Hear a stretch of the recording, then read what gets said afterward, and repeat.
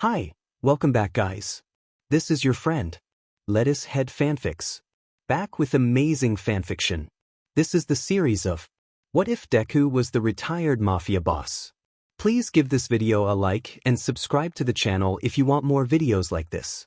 Now let's get into the fanfic. Prologue, Sky Awakening. Giotto has made a lot of terrible decisions in his life. Well, in both his lives as Giotto and Tsuna. As Giotto, it was the lack of choice to accept the Vongola ring from Sapphira. She was a good person, his intuition said so, and Giotto was young enough to believe in humanity's altruistic side. He should have known better. Living under the oppression of tyrannic folks in his younger days should have told him to always second-guess a contract. Unfortunately, he never asked about the fine print on the contract of Trinacet, instead accepting wholeheartedly to do good for the world with the newfound power. Even after he realized what a pit hole the position of the Trinacet holder was, he didn't regret it. Someone had to take the job, and it might as well have been him. Then Demon happened. In hindsight, letting Ricardo and Demon get what they wanted wasn't a good idea. Then again, he was so sick of playing the messiah of the Mafia world that he made his escape to Japan with Yugetsu. Unlike in the fairy tales, there's no happily ever after. He had done enough, and he wasn't disillusioned that he could fight for life. That resolution pulled the curtains of his story to a close. If there was a god that wasn't Checkerface up there, they obviously didn't get the memo that he was permanently retired.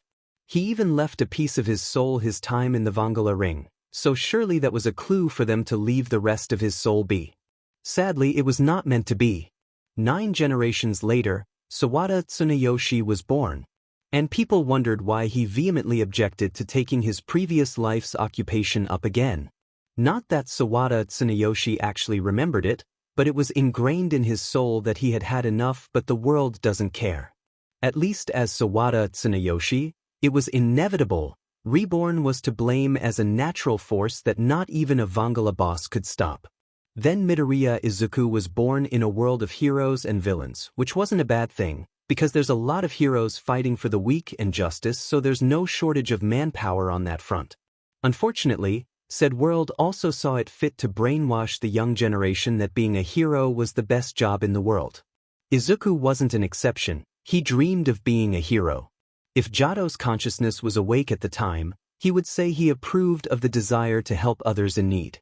However, he would also strongly object to making it a profession, a lifetime occupation, because that was the worst idea in the universe. After Checkerface's Arcobaleno tournament, but at least Tsuna fixed that one. Fortunately, he was a quirkless, an unspoken requirement to be a hero. Izuku would have been miserable for abandoning his hopeless dream, but at least he won't be locked in an unending battle against injustice and evil. Contrary to Izuku falling into misery because of his dream breaking into pieces day by day, he should have rejoiced for the chance to live a normal. Then one day, Bakugo Katsuki took his bullying too far and said too much. If you want a quirk so bad, then why don't you take a leap of faith off the roof and see if you'll get one in your next life? In another universe, Midoriya Izuku would fish his notebook from the pond and go home. However, in this one, a vindictive part of his mind drove him to walk up the stairs to the rooftop of his school. A logical part of his mind knew to ignore Bakugo's taunt because it was just more thoughtless, cruel words from the boy. It was malicious, but also a bad habit nurtured by the toxic environment of their society towards the quirkless. Bakugo's mother certainly tried to steer her son in the right direction. However, her own unkind words weren't convincing her son that he was wrong. And nobody else saw fit to tell Bakugo that he had been a villain for most of Deku's life. Izuku was smart. He knew if he wanted to, he could ruin his ex-friend's dream as much as the boy ruined his. All it took was a suicide note of what Bakugo had said and taken the leap of faith he suggested. Bakugo's wish to be a hero would be up in flames, like what he did to Izuku's notebook. It wasn't lost on Izuku how villainous he could be when cornered as he wrote the note, but it was fine. No matter what, he would never go through with a plot that could ruin Bakugo's future. The note goes here. He put down the paper and used his charred notebook and pencil case as weight so it wouldn't be blown off by the wind. Then he skipped towards the wire barrier separating him and the 4-story freefall to the ground. Katchan, if I follow your advice, you will get in trouble, you know. Trouble was putting it lightly. Rather than a powerful quirk, a hero's most important asset was their reputation. Izuku wanted to soothe his heart and mind at least a little, feeling the sense of power that even as a quirkless he could have ruined Bakugo's dream when given proper ammunition. It didn't take long for him to wake up from his daydream and to feel engulfed in shame. All Might wouldn't approve. However, as luck would have it, an accident, something common in his previous life, happened. Izuku was distracted enough to not notice the wire mesh he was leaning on had rusted badly and there are weak spots on the railing. So when he pressed against the wire in distress, the barrier couldn't hold and broke. Izuku fell. As he fell he couldn't think of anything but regret.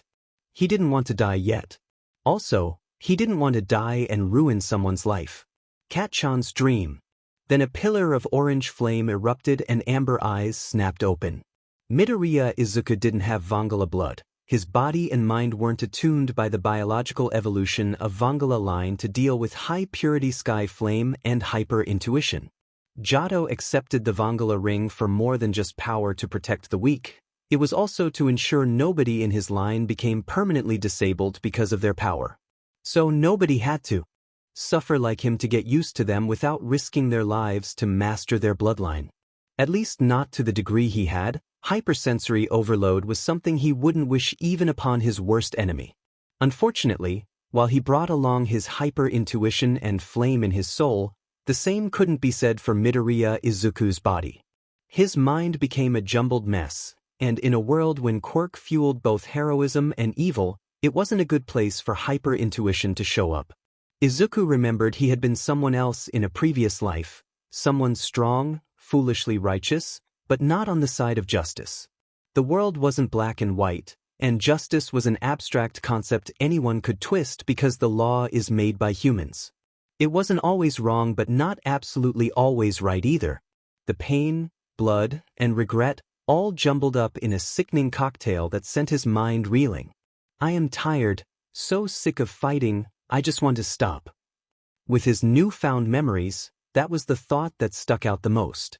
All he desired was to escape the burden of shouldering the world while protecting his friends from said world. Izuku sat up, wincing at the insistent pounding in his head. Instinctively he knew he had screwed himself over beyond help, without even taking into account the scorched crater beneath him yet or the bruises all over his exposed skin. It was such a terrible emergency landing. He should be ashamed as a sky, but he was in too much pain to care. In this world it doesn't matter. There's no mafia, no flame. There's no shame in a sky that just failed a landing. How do I suppress my intuition again? Murder. He didn't even have enough energy to fully seal his intuition, not if he still wanted to move. At least the headache was bearable enough to move around with. Midoriya Izuku made his way home from school slowly, mind and heart too full to care about the mess he left behind. On that supposedly uneventful and headache-inducing trip, his newly awakened hyper-intuition alerted him of incoming danger. Or rather, someone dangerous was wandering close and someone was dying in their clutches.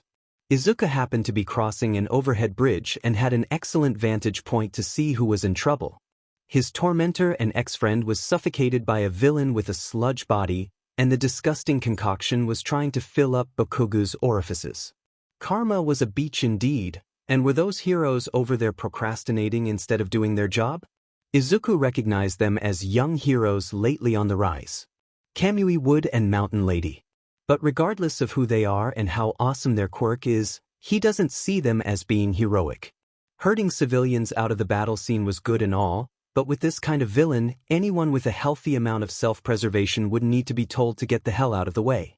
From his encyclopedic memory of heroes, he understood none of the heroes present had the right quirk to deal with. Sludge villain. Someone like Endeavor or another temperature-changing quirk would be the best bet because the villain was almost liquid. Still, they couldn't seriously be planning to wait for a hero with the right quirk to arrive, right? How long had the boy been in the company of Sludge villain? He wouldn't survive long enough for reinforcements because the human body couldn't function for long without oxygen before suffering from brain damage and, never mind, it was ironic that the closest person with the best quirk that could save the boy aside from Izuku was Bakugo himself. He was in no condition to save himself though, He must be too panicked and short of breath to think clearly. For all the bravado he boasted, Bakugo Katsuki was an amateur in the face of a life-or-death situation. Izuku wasn't sure if he himself was in good enough condition to do much either, because he wasted so much energy breaking his fall that his whole body was also in pain. However, none of that would stop him from trying to save a life. Retired or not, Izuku wasn't going to let someone he could help die. This was just basic human decency.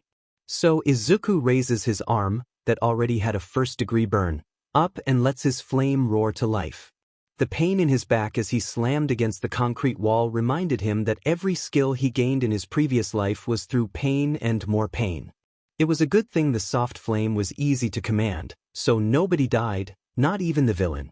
Unfortunately, his control on his speed was so shoddy that he had to use both hands to make up for it, so there was no stopping from meeting the wall. Ouch, note to self. Retired from heroism, vigilantism, or not, he still needs training so he doesn't accidentally kill himself or anyone else in this world. Not every hostage had natural heat resistance like Bakugo Katsuki after all. Izuku wanted to go home, he really did, but he had to use the last of his strength to call for an ambulance for himself halfway home. He was never a fan of the hospital, but when your flame reservoir was dangerously low and your body was protesting the strain, you needed a doctor.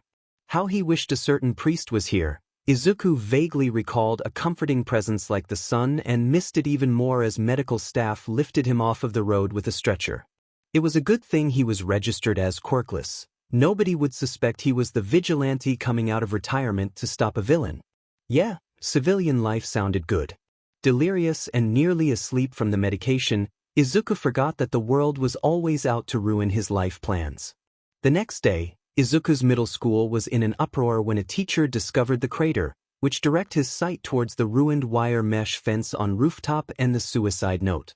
Izuku was in hospital, his mother crying a river by his bedside.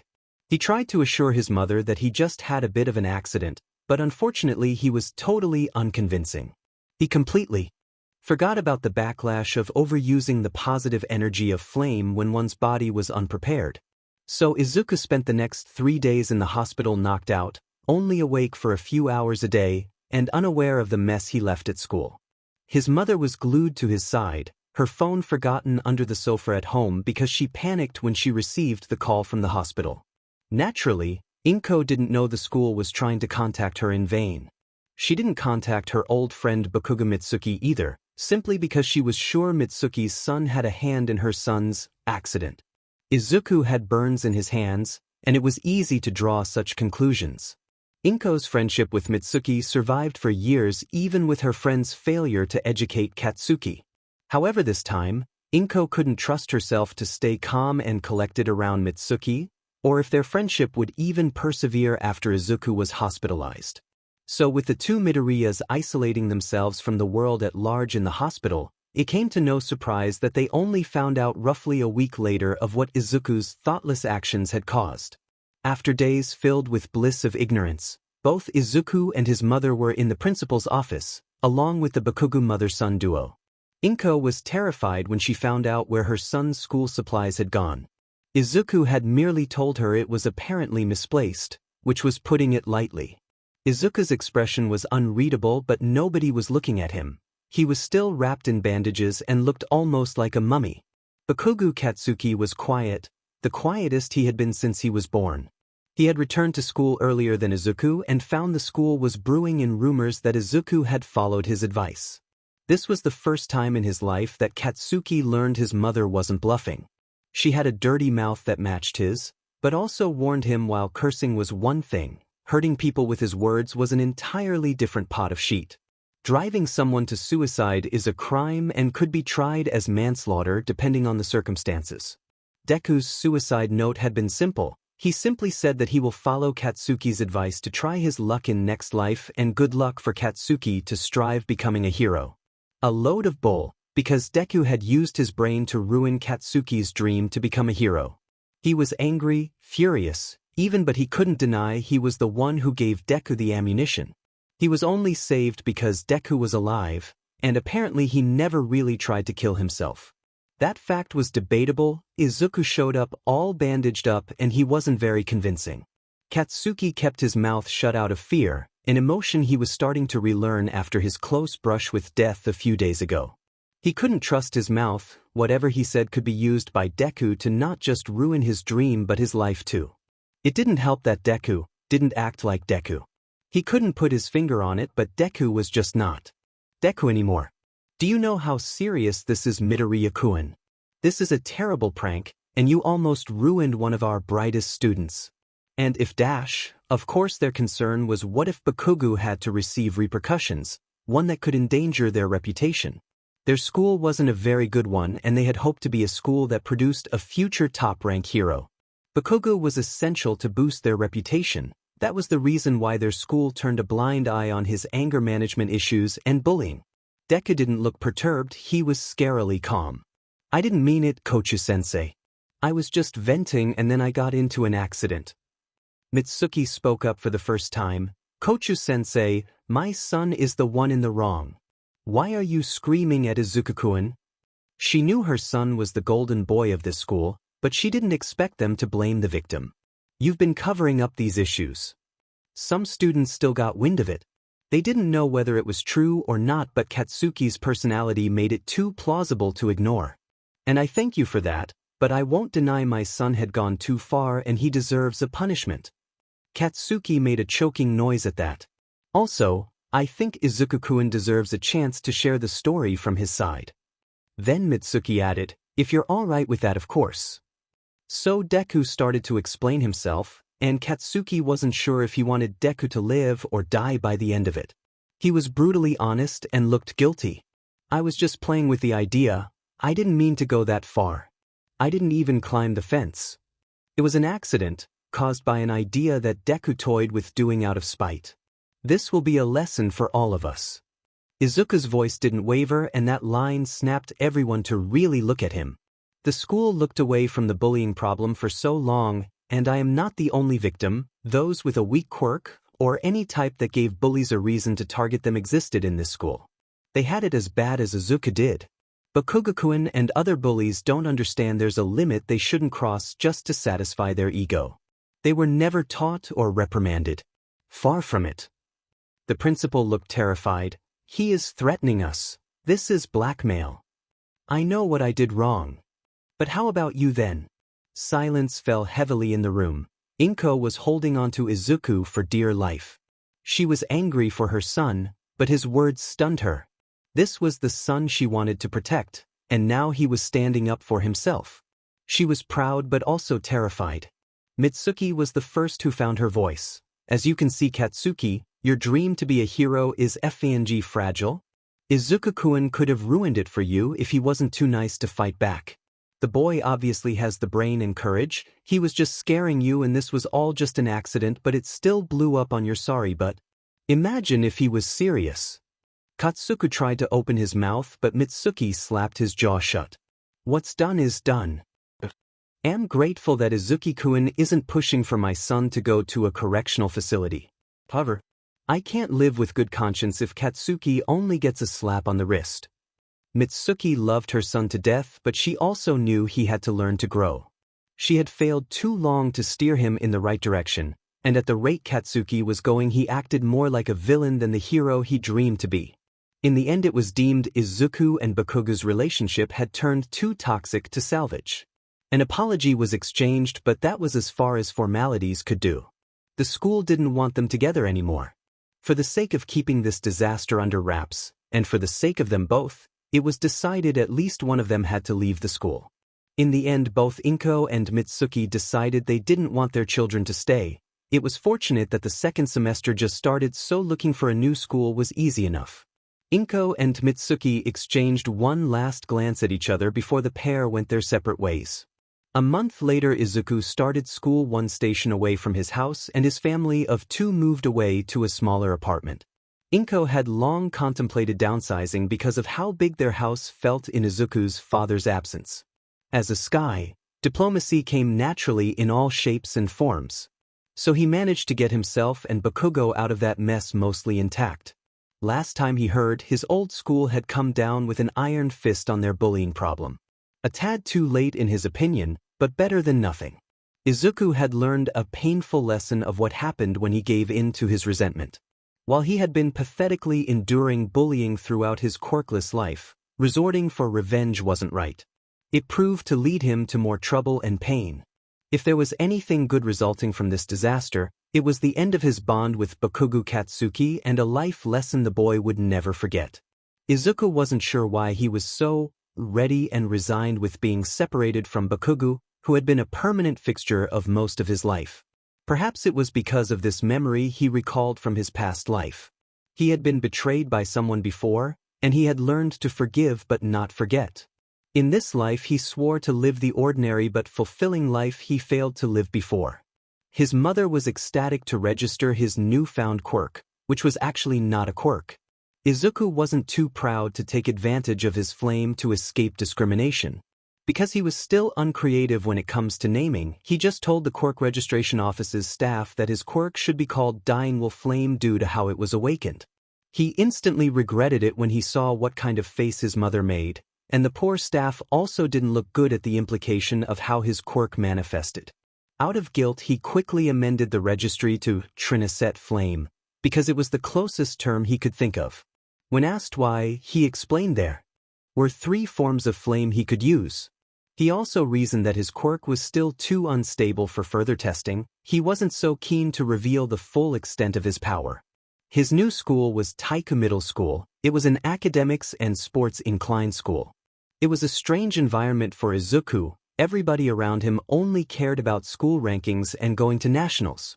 Izuku had adapted quite well. He was smart and, with nobody to offend if he had better marks, Izuku had solidified his ranking to the top 5 in his grade by midterms.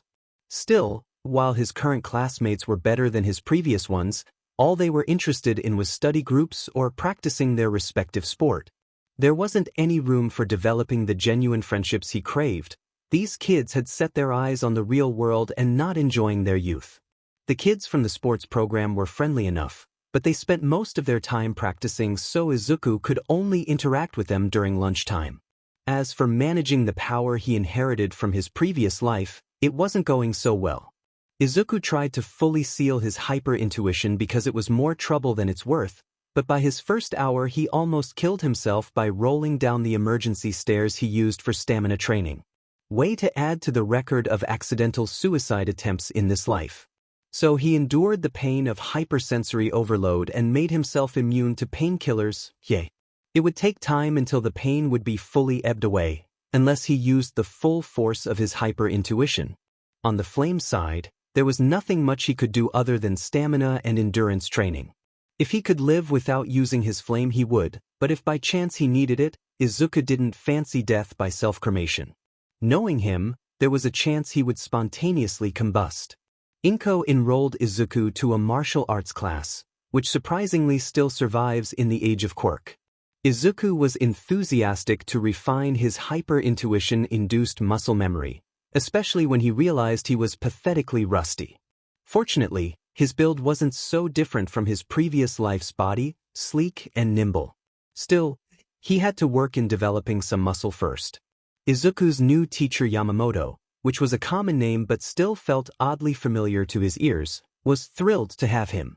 Yamamoto Shurso was also confused whether his new student was a prodigy or an amateur. Izuku was an expert in dodging, wasting no movement and energy. His offensive moves, however, were strangely clumsy. He seemed unable to gauge his reach and hesitated a lot. It was as if the boy thought his legs were supposed to be longer and he could seriously injure people if he didn't watch his strength. Still, it was nothing that couldn't be fixed with time. His other student, Ajuru, really liked sparring against Izuku for some reason. When asked, his reasons surprised Yamamoto Shurso. "It's like he can always predict my tails.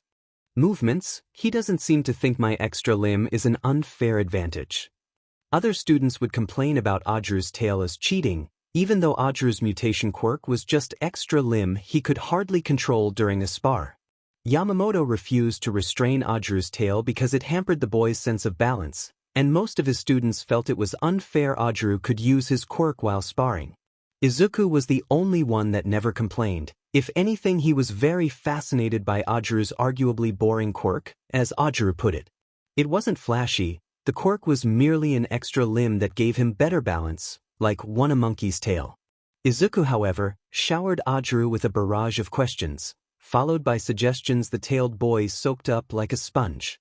Such as how flexible the muscle in Ajiru's tail, the range of movement, or had Ajiru tried weightlifting using it? Had he tried using his tail to propel himself, and if the tail could pick things up like elephant's trunk, maybe Ajiru could wield a weapon with it. Yamamoto knew Izuku were scarily observant and borderline obsessed with researching quirk. He had overheard Izuku's mumbling about having hobbies as part of fulfilling life.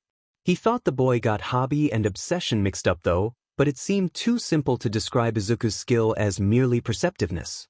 On paper, Izuku's quirk was flame-related, but that veteran level of attentiveness was too abnormal to be chalked up as a product of his intelligence. The martial artist instructor decided to not pry too much. The boy was very kind and bright. He had seen the boy helping elderly with groceries, saving cats from trees, and playing with kids on the playground. Whatever secret the boy kept, he wasn't villain material at all. Though his answer whenever Ajiru asked about becoming a hero was a bit strange, well, most of the time his answer was a general he liked watching heroes rather than being one, but there's one time his response was really weird. Who would want to retire by the age of 14 anyway? Ajiru thought Izuku was joking, but to Yamamoto it didn't sound like he was joking at all. Midoriya Izuku was an enigma.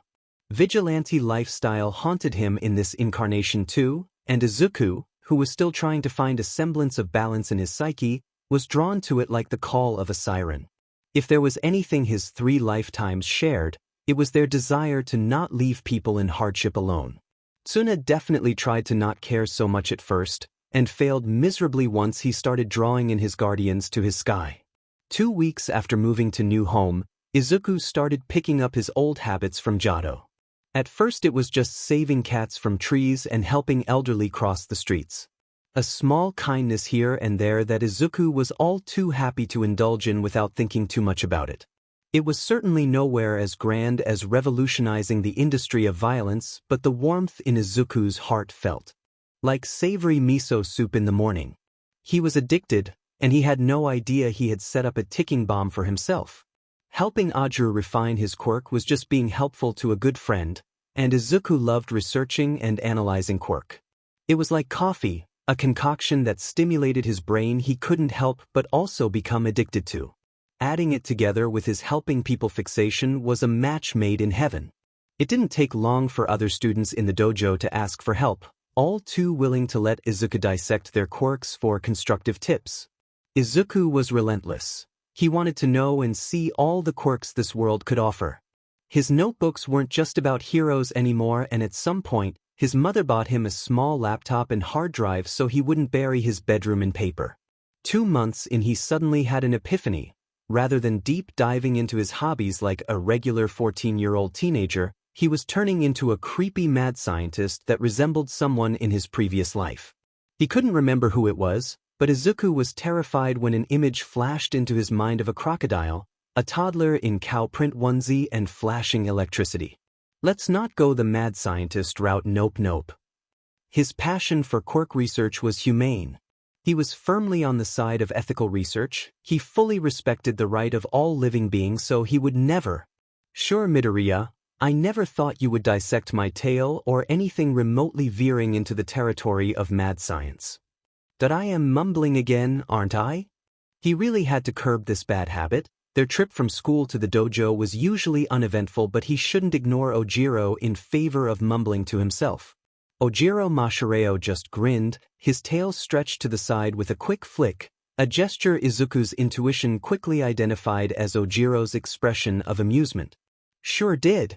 By the way, you have never shown me your quirk. You said you're an unusual case of late manifestation, but can't you show me a lick of flame at least? He'd rather not use his flame for frivolous reasons. The examination in the registration office was trying enough. Though he should be trained enough to simply use his flame to coat his body to reinforce his attacks, he didn't want to gamble. Why do you want to see my quirk anyway? Because Midoriya, you know the quirks of almost everyone in our age group and kids in the neighborhood? It's unfair I don't get to see yours at all. Life isn't fair. Fortunately, Ojiro wasn't an overbearing person.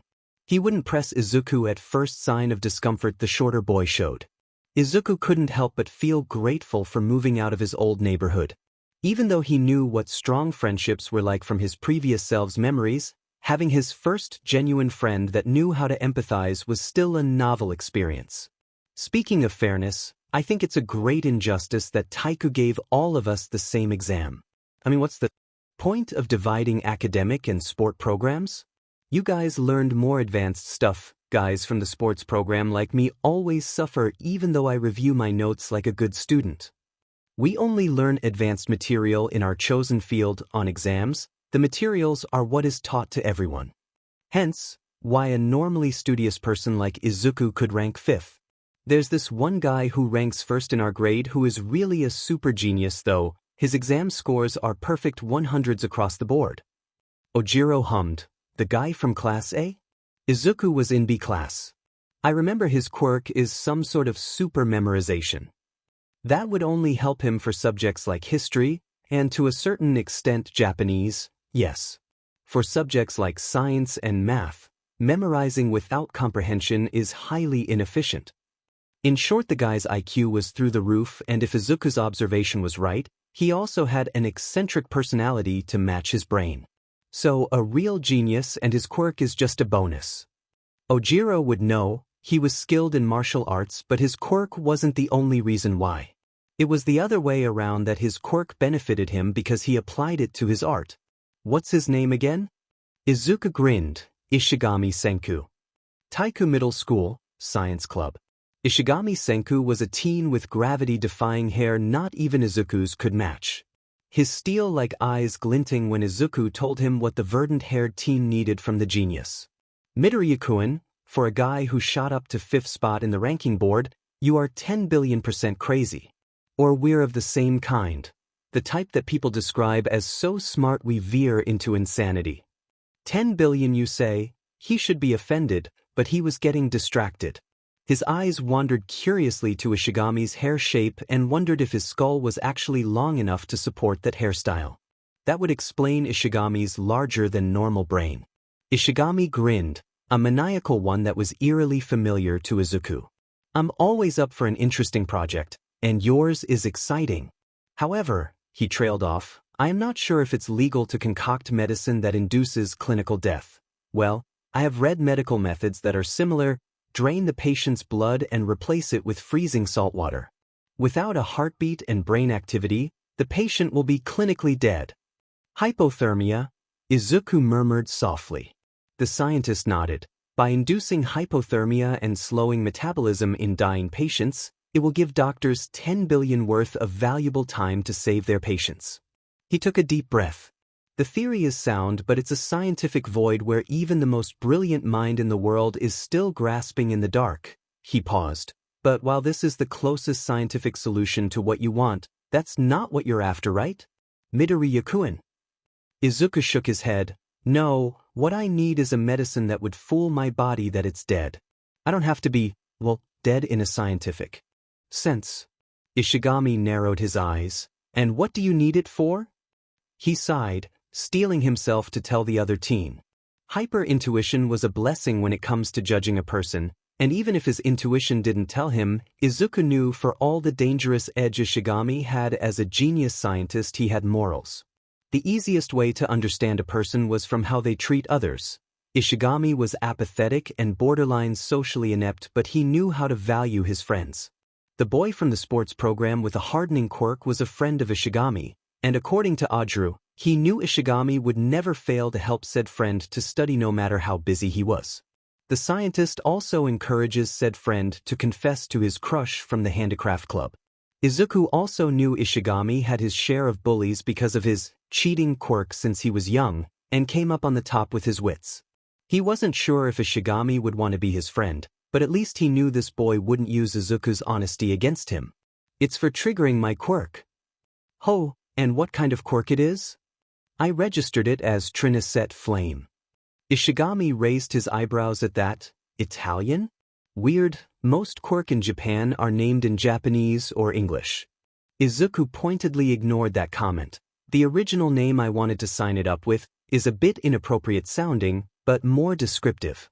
He tried his best to not stutter. It's called dying will flame.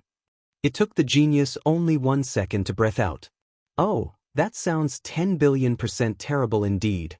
For the first time, Ishigami showed a different expression than maniacal, excited, or curious. It was horror, plain horror. What the hell, Midoriya-kun? I know some quirk have unique triggers, but you might as well be quirkless if dying is what it takes to use it. I thought you already had an idea considering what I asked you to make for me. You did not tell me it's for your personal use. Ishigami Senku hissed. Izuku looked terrified. What did you think I would use it for? I can think of 5 scenarios that would be amazing with some correctly applied, play-dead drag. Ishigami said slowly, triggering quirk isn't one of them. You want to know why? Because from how I see it, in this school, nobody is desperate enough for their quirk. Sport program folks don't even use it because of the obvious. So if you signed up here, I can't think of a reason why you would be desperate enough to refine your quirks to die. Fake or real death aside. The verdant-eyed boy quieted down. What will it take for you to believe that you're not going to assist a suicide? As soon as you give me a 10 billion% succinct explanation why you couldn't live without your quirk and that dying is an acceptable risk. It was always like this with scientists that had morals. They wanted an explanation and wouldn't just accept their payment without knowing what the product of their art was for. Izuku began to explain. He had no choice. First of all, his flame reservoir would build up as he grows, and he had to use them one way or another if he didn't want to risk self-cremation. He revealed that his awakening wasn't in ideal circumstances and messed up his psyche to a certain extent. I am in terrible pain. That was true. The headache wasn't easy to suppress. Sealing someone else's intuition was easy, but doing it to yourself would always be imperfect. It was a form of self-harm even if it was to reduce hypersensory overload, so at times the pain flared at random. And painkillers can't work anymore on me. Ishigami winced. He must have heard that Izuku makes periodic visits to the infirmary. So, it's not because you have a weak constitution. No, hyper-intuition was closely related to Vongola's sky flame, hence why it was always awakened at the same time. It was the product of harmonizing themselves with the world, giving them superior perception. So if Izuku couldn't get a handle on his flame, it would also hinder his daily life. Ishigami inhaled deeply, groaning. Well, a responsible person would tell you to go see a doctor, but I have a feeling you didn't consider that as an option before asking a fellow student for a reason. Izuku nodded. If not me, you would have to look in black market, and I don't think I can stomach putting a schoolmate in danger because I am scared to experiment. Izuku winced in guilt. I am so sorry. I didn't mean to put you in a bad position like this. Don't be sorry, you're doing your best to not get yourself killed. Ishigami said, cupping his chin. That earns you 10 billion points for being smart enough to look out for yourself, so, do you prefer pills or tablets? That was a yes. Izuku rejoiced. Thank you so much, Ishigami-kun. The scientist grinned. Not so fast. First of all, please sign a waiver that I am in no way responsible for your death. Also, as payment, you will be my testing personnel. Izuku groaned. Did I just sign my death warrant? To be fair, you came to me for drag to kill yourself. True. Also, call me Senku, I hate formalities. Oh, okay, Senku-kun. Also, you're responsible for breeding the gerbils for testing your drags. The next thing Izuku knew, his hands were full of an acrylic aquarium and a pair of gerbils. Inko was fine with pets, their new apartment allowed pets. Izuku dared not to tell his mother that the happy-looking rodents weren't raised as pets but cannon fodder for the sake of developing the dying will pill. Senku had said never look into the gerbil's doe eyes, or he would feel guilty. He was pretty sure Senku was messing with him. Oh well, at least he didn't have to resort to something drastic like jumping from the roof again. Izuku had high hopes that his normal and peaceful life would go on smoothly, even under the danger of killing himself by flame. Of course the world just had to poke his balloon of happiness, hopes and dreams. Week later. Midoriya, did you just knock out that purse snatcher without looking? Ajiro asked in disbelief. looking down at the lizard mutant thief Izuku sent to Dreamland just a few seconds ago. Izuku was terrified. I didn't see him.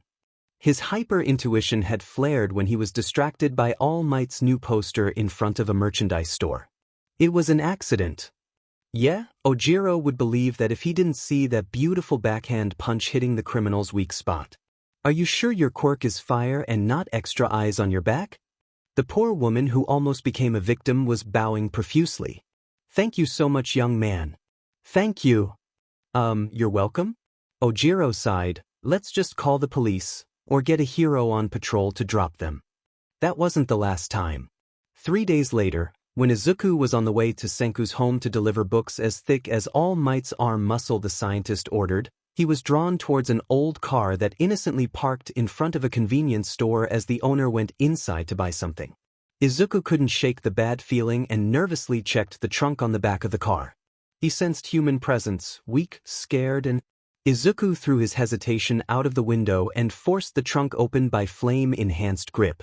He knew he would feel it later, but Izuku couldn't be bothered about his broken nail and sore arms when he saw an adorable little girl, with scared wide Bambi eyes, and 2 little twin tails tied up inside the trunk.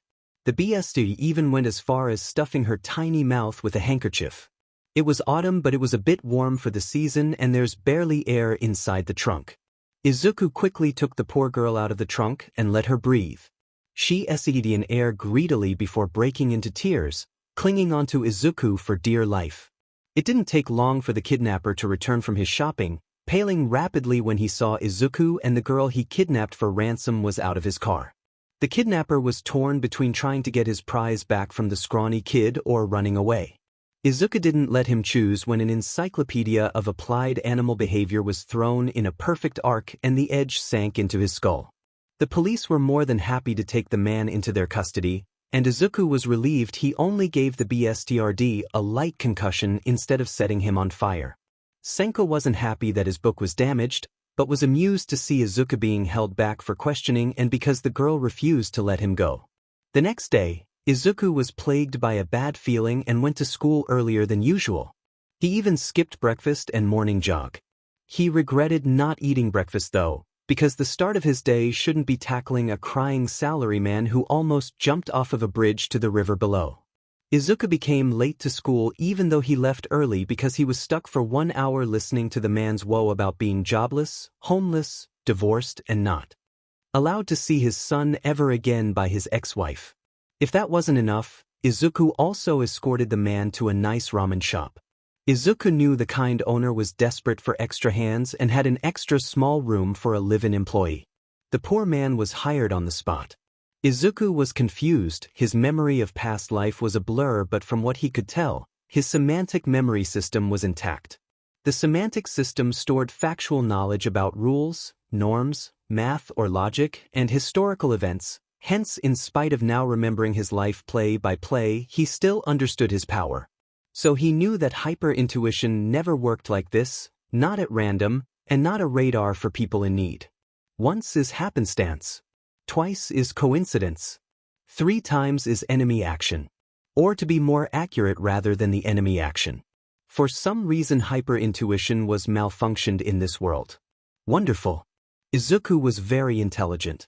Senku of all people flat out called him a genius analyst, so it didn't take long for Izuku to figure out what's wrong with his hyper-intuition. He had told himself that his previous life's misery was mostly because the world was screwing him over, in a metaphorical statement. In his current life, however, it was literal.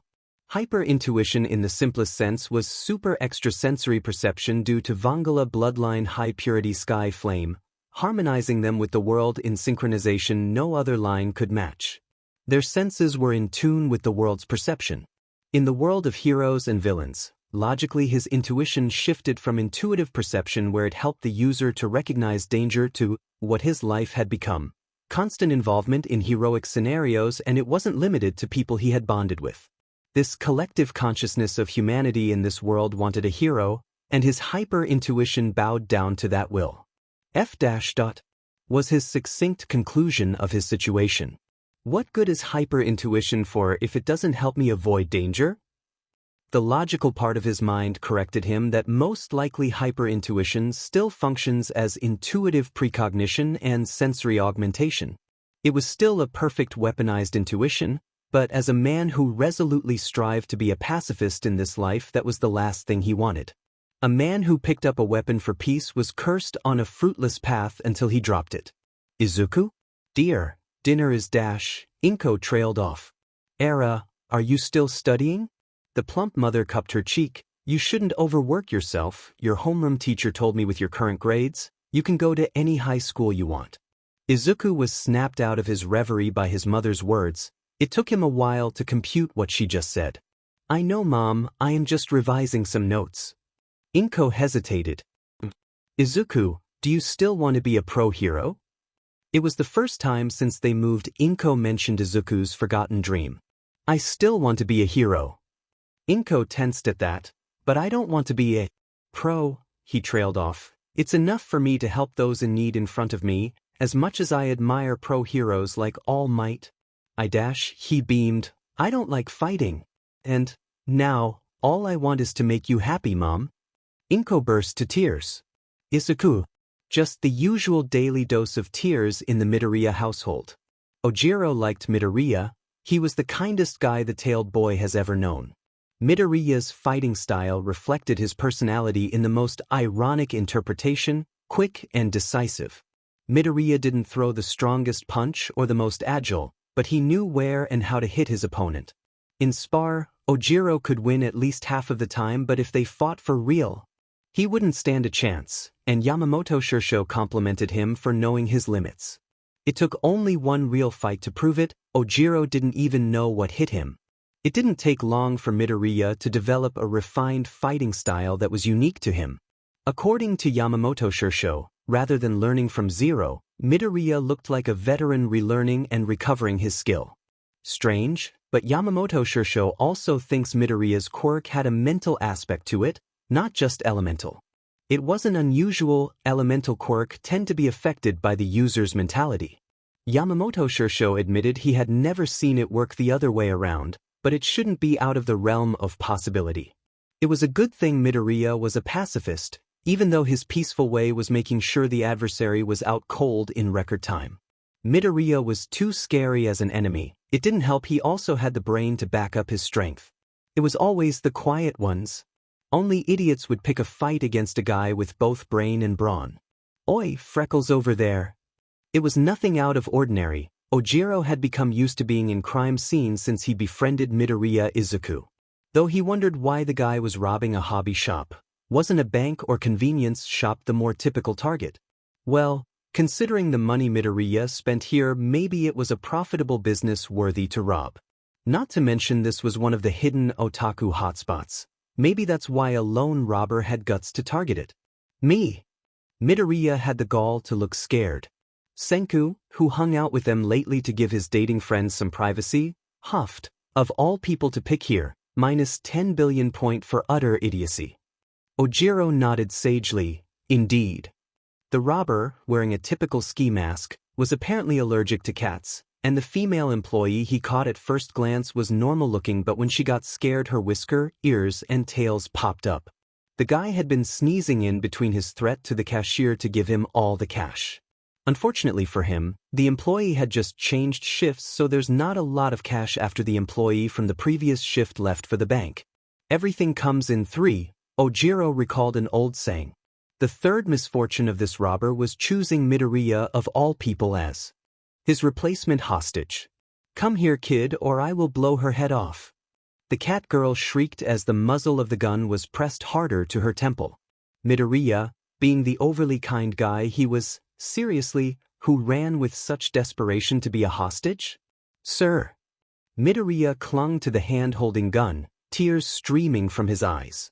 I will be hostage. So let her go. She is so scared, you see. Fine. The robber snapped, pushing the sobbing girl as far as possible from himself. He looked gleeful as he had spotted an easy prey. Now, hand over your valuables. Cell phone, wallet, jewelry. Ojiro should be worried about the gun pointed at Izuku. He would if it was 2 weeks ago before Yamamoto Shirsho brought a gun as his teaching material. Of course, their teacher wasn't shooting at them or training them to dodge bullet. Quirk or not, apparently there was a minuscule chance of dodging a bullet. Unless, of course, you are All Might. In Midoriya's case, however, surely a middle school student shouldn't be so resourceful when solving a scenario while being held at gunpoint. If Ojiro and Senki hadn't visited Midoriya's home, they would have suspected he was a young master from a Yakuza home or something with how familiar he was with guns. For example, a knee to the gut and the hulking figure of the robber fell over, his hand trembling as he tried to aim his gun at Midoriya. "Stay back, or I will shoot you." He froze when he saw the barrel of his gun. It had become crooked. Senku scoffed, "Moron, who let someone with a fire quirk come so close when holding a gun?" Of course the man couldn't hear Senku's critique as Midoriya, as usual, displayed his talent in knocking people out cold. Ojiro flexed his arms and tail, before wrapping the extra appendage around the criminal like a python. "Midoriya, I shouldn't get used to this before starting my pro-hero career." "Used to what?" "Being a sidekick. At least have the decency of choosing your hero course high school by next year." "Absolutely not." As firm as always, one would wonder why Midoriya, for all his nervous tics, could be so firmly rejecting the hero path. You would think he had experience or something. When a kid kept calling police for catching villains in alleged self-defense and other heroic deeds that they had no license for, naturally a detective like Tsukachi was concerned when the report reached his desk. Once or twice minor vigilantics could be excused with a slap on the wrist, but dropping criminals to the nearest police box on a weekly basis was obviously no coincidence. So when Midoriya Izuku called for police for finding an escaped lion that had been kept illegally, Tsukachi instructed the officers to keep the boy. Tsukachi expected to see a strong and brash-looking kid like his old friend, but Midoriya Izuku was nothing like Toshinori. The boy looked ordinary, unassuming, and not the trouble magnet that keeps running into cases. In fact, Tsukachi had seen this boy around the neighborhood before, the golden boy of old folks who would climb trees to rescue cats, lending listening ears to chatty grannies, and helping them cross the roadway. "Midoriya Izuku-kun?" Tsukachi gave the boy his best disarming smile. "Don't worry, you're not in trouble. I just need you to answer a few questions from me." The baffling thing was, the boy wasn't cowed at all being questioned by a detective. Even stranger, for someone being suspected for vigilantism, he didn't make excuses. Which in Tsukachi's detector quirk would sound like a minor lie, but Midoriya just went on and on about his latest misfortune. The boy was an innocent trouble magnet, and his only indication of deliberate involvement was he had a bad feeling, followed it and ended up running to a crime scene. "Have you tried to avoid it?" "I would, but that would be against my conscience, and I can't tell the police or hero that I need them somewhere because my feelings say so," the boy said somberly. Tsukachi probed further. "Is it your quirk? It should be easier if you explain to them that way." He shook his head. "It's part of my power indeed." Strange the boy didn't call it quirk, but Tsukachi could be careless of the wording because the boy was so plainly honest it was unnerving. It doesn't really make sense how it correlated with each other, my flame and intuition. People would think it's two completely different quirks. Apparently the boy's parents had an elemental and psychic kind of quirk, minor fire and minor telekinesis. Both of those were considered weak quirk, and yet there was the boy who might as well have been a hero with a track record. Somehow Midoriya's quirk mutated from his parents, a concoction of both that had elemental and clairvoyant aspects to it. The report said the boy knew martial arts, and he disabled criminals without quirk. The first time the boy was reported using any was when he bent a gun, and even that was excusable because the robber was pointing it at the boy's head. "Which hero school are you planning to attend?" "You're in your 3rd year of middle school, right?" "I am not going to the hero course." It was a disappointing statement for a boy who held so much promise to refuse becoming a hero. However, it also gave the boy clearance from him, because obviously this wasn't the case of deliberate vigilantism. But Midoriya trailed off. "I would like to keep helping people even if I am not going to be a pro-hero. I am just a selfish teenager after all." That was just unfair. Tsukachi had never met teens in trouble because of vigilantism that genuinely wished for aiding others without desire for the grandiose side of what the heroic act brought upon them. The boy's quirk was even crueler, imposing the boy with promise of heroic glory he didn't want, but his kindness made him unable to run. I am a friend of all might. When in doubt, turn to your friend, the most likable person in the universe if you discount endeavor and villains. He is like that too. If he isn't a pro hero, he would run all over the world if he knows people need help. There's no shame in that. Of course, preferably, you shouldn't break the law, but so far you haven't and dash. You are obviously smarter than Toshinori. Tsukachi was sure of this. Then the boy burst into waterworks, much to Tsukachi's embarrassment. Their formal questioning ended. The boy passed with flying colors and, since Tsukachi was terribly sorry, he brought the boy to a tasty katsudon restaurant he frequented with Toshinori. Go figures, the boy liked katsudon like Toshinori. Their lunch started awkwardly, but the boy warmed up to him quickly once he spoke more about Toshinori. Somehow the topic derailed to villains all might arrested recently, and then to how a lot of newbie pros couldn't apprehend criminals as efficiently as Midoriya did without damages, both material and civilian. The boy had a motor mouth once he became comfortable with you, and while that was interesting, the contents of his muttering on the other hand. Villain like Absolute Glue, who was arrested by Kamui Wood the other day, shouldn't have given the hero so much trouble. I mean, from the news, it's shown the criminal already got Deathgoro stuck in glue to the wall, and trying to bind the man with his lacquered chain prison was bound to fail. He will just make the wood branches Kamui shot out to get stuck somewhere. Kamui ended up stuck himself when the pause to cut off the wood extension gave the criminal a chance to subdue him. Instead, he should barricade the man in a smaller area. That way, even if Absolute Glue put his ball of strong glue on his wood, the man wouldn't be able to run. Also, his glue expands. If he keep using it in small enclosed area, he will trap himself further. Tsukachi felt like a BS dirty, but he threw another bait for the boy, this time a case of a villain that escaped from prison a month ago. It was quickly recaptured, but they still had trouble making sure the sludge couldn't escape. The boy made a face when Tsukachi mentioned the sludge villain, but it quickly vanished. It's weak to fire and change of temperature, it's hard to contain him, and using a small vial isn't very humane indeed. Villain or not, it was still human. You can set the temperature low enough to affect the viscosity of his body, but we still have to see if such a change to his cell gives the prisoner more discomfort than necessary. Tsukachi viciously started taking notes, throwing questions one after another. Sheet, I found a genius quirk analyzer, but he is a civilian. A student. Midoriya-kun, can I have your number? He had to discuss this with his superior. I enjoy our talk very much. Midoriya's sunny smile was so blinding, it hurt Tsukachi's eyes. Me too, detective. My friends aren't really interested in quirk discussions, so, he trailed off, and you don't even mind my rambling. I am so embarrassed, but I just can't help myself. Tsukachi swore the boy would be compensated properly for this, regardless if it was a hobby or not. Midoriya apartment, Izuku's bedroom.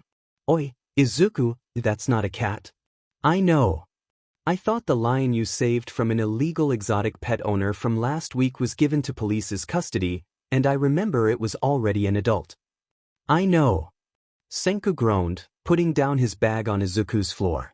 Then what the hell a lion cub is doing on your bird nest head? Izuku kept his eyes on the pad he used to draw a detailed diagram of MT Lady's gigantization quirk.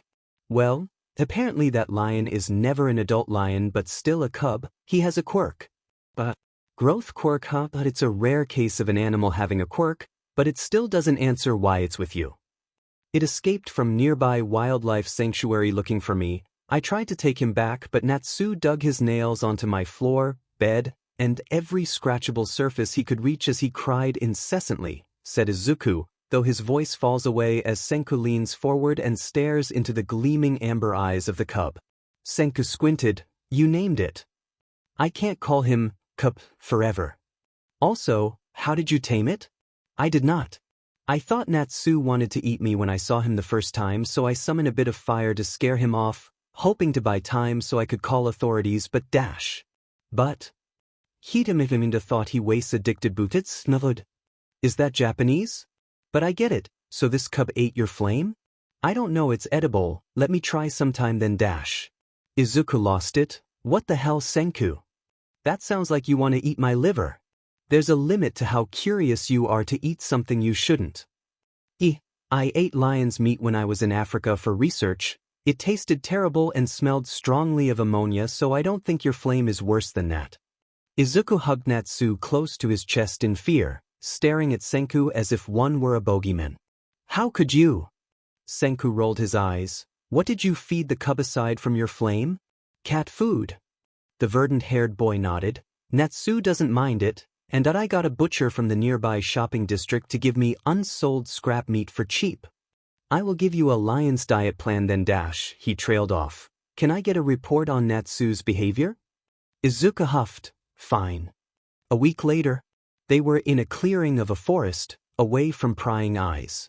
Senku had taken precautions for their illegal activities, such as using the train to travel to a rural place where authorities didn't watch over illegal use of quirk as closely as in cities. In this age, there were a lot of abandoned villages. Senku had long taken advantage of these areas for his research. Here, Izuku could test the prototype of his dying will pill. Are you sure you don't want Ojiro to see this? Izuku fidgeted. It's not like I don't trust Ojiro, but he doesn't know how I trigger my quirk and he has been asking. Senku swore. Sheet, that would be awkward indeed. Friends or not, nobody would want to share that. They had to kill themselves to activate their quirk. Anyway, this is the prototype pill I concocted. I used a smaller dose on gerbils and this should be the right dose for humans according to my calculations.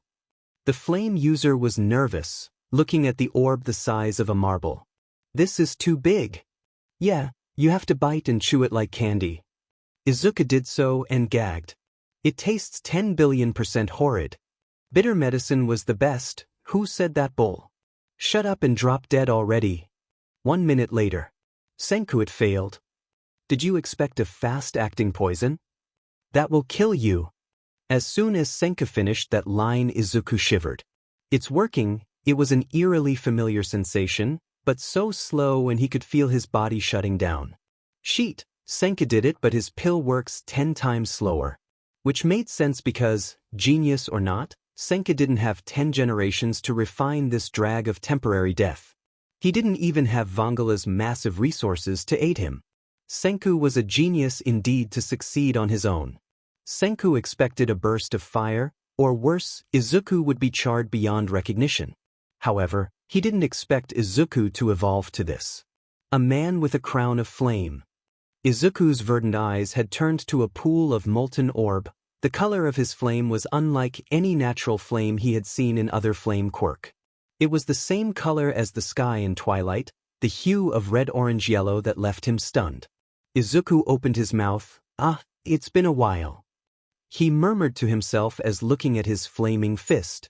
The guy was on fire, but his voice was calm and serene. This is 10 billion% amazing, but did Izuku develop a different personality when using his quirk at full power? Izuku flexed his flaming digits before eyeing a makeshift dummy target, a scarecrow taken from an abandoned paddy rice field. Then a torrent of flame shot out towards the scarecrow. Senku gaped shamelessly when, instead of burning and charred hay, what he saw was a stump of short pole. That's not flame, that's more like a laser. No, just how high the temperature of your flame, and how come we're not toast just by standing so close to it? Is it even possible to compress such a volatile energy and focus it? What the hell, Izuku? Your quirk violates several laws of physics. And not even in the way quirk usually does. I mean, it was amusing to see Senku reduced to a sputtering mess, but Izuku in hyper-dying will form was too excited to care. Unfortunately, he couldn't last more than 3 minutes in hyper-dying will mode. Then after that he would be too drained to move. He passed out and woke up 6 hours later. Arg, now I have to figure out a way for the pill to work faster without risking killing you for real. Senku didn't look upset. This excites me. Thanks. And more stamina training for you. You agrees. It was a good thing Inko thought Izuku went camping with Senku. His weekend was spent gulping the pill and dropping dead. Izuku was sure Senku had killed his taste bud with that awful pill. He would strangle Senku if he could no longer taste his mother's home cooking after this. The prat had the gall to claim that sugar coating would reduce effectiveness of his medicine. Lies. Senku just loved to screw with people. The world wasn't all rainbows and sunshine. Of course Izuku would know that after his peers betrayed him at the age of 4. Not to be dramatic, but Izuku was appalled by how quickly one was demoted to social pariah on the basis of being quirkless. Senku, for all eccentricness and insanity as a man of science, looked at him as if he was an idiot when asked about his general opinion of quirkless individuals. They're still human, aren't they? In case you don't realize, I am almost quirkless. My super memory means sheet without my smarts backing it up. I could care less about quirk. I almost hate quirk because all the latest technological developments revolve around it. Seriously, we reached the moon without quirks. Why should it dominate our life so much now? Wow, Senku said exactly what was in his mind. You're right. Also, I wouldn't be surprised if my super memory turns out to be not a quirk. Senku said, prior to age of quirk, photographic memory existed. Not to mention I have a pinky joint, but oh well dash. Izuku laughed at that, earning a questioning look from Senku. After all, Senku wasn't the only one lying to the world. It was the beginning of the second semester of his 3rd year, and Izuku was still drifting like wood at the prospect of his 3rd year. Nothing much changed since he transferred to Taiku in his 2nd year, aside from the addition of 2 self-proclaimed sidekicks. One of them was going to UA for the hero course. Izuku wondered why the heck Ojiro thought he was Izuku's sidekick with such a high aspiration. Well, with a quirk like mine, I know I have to work harder than others with stronger and flashier quirk to be a hero. Still doesn't answer my question. Gee, Midoriya, for such an intuitive guy you're very dense sometimes. Ojiro grinned. Whether or not you go pro, I don't think it matters so much. I don't plan to be codependent to you either, but I just feel being around you is fun and I will be part of something bigger than life. That was just delusions caused by the harmony property of his sky. If he didn't do anything about it, nothing would come out of it. Aside from all that, he had gotten a scholarship for his 3rd year in Taiku. He had to lighten the load of his mother's burden as a single parent. Unfortunately, Inko didn't have the heart to divorce Hisashi yet, but it was a close call. Since he ingested several dying will flame, some details of his past life start to clear up. Not that Izuku had any intention to make them his. Izuku didn't want to lose his identity as Midoriya Izuku. In his first life, he was an orphan, a bastard of a noble. However, it was his second life that made Izuku fret. His absent father was Mafia with shady income. So, when the same pattern of a mysterious father missing from the picture repeated again, Izuku was reasonably alarmed. Not again, he couldn't help but think. Izuku asked Senku if it was possible to track down Hisashi's monthly transfers. The genius referred to someone with the alias Alibaba on the net. Apparently, Senku had basic skills as a hacker, but he was not a pro. Senku guaranteed his online friend was trustworthy. He even knew the guy offline as a hikikomori living somewhere in Aoyama-ichim. You don't happen to know an underground doctor too, do you? Senku looked at him as if he was an idiot. Of course he knew one.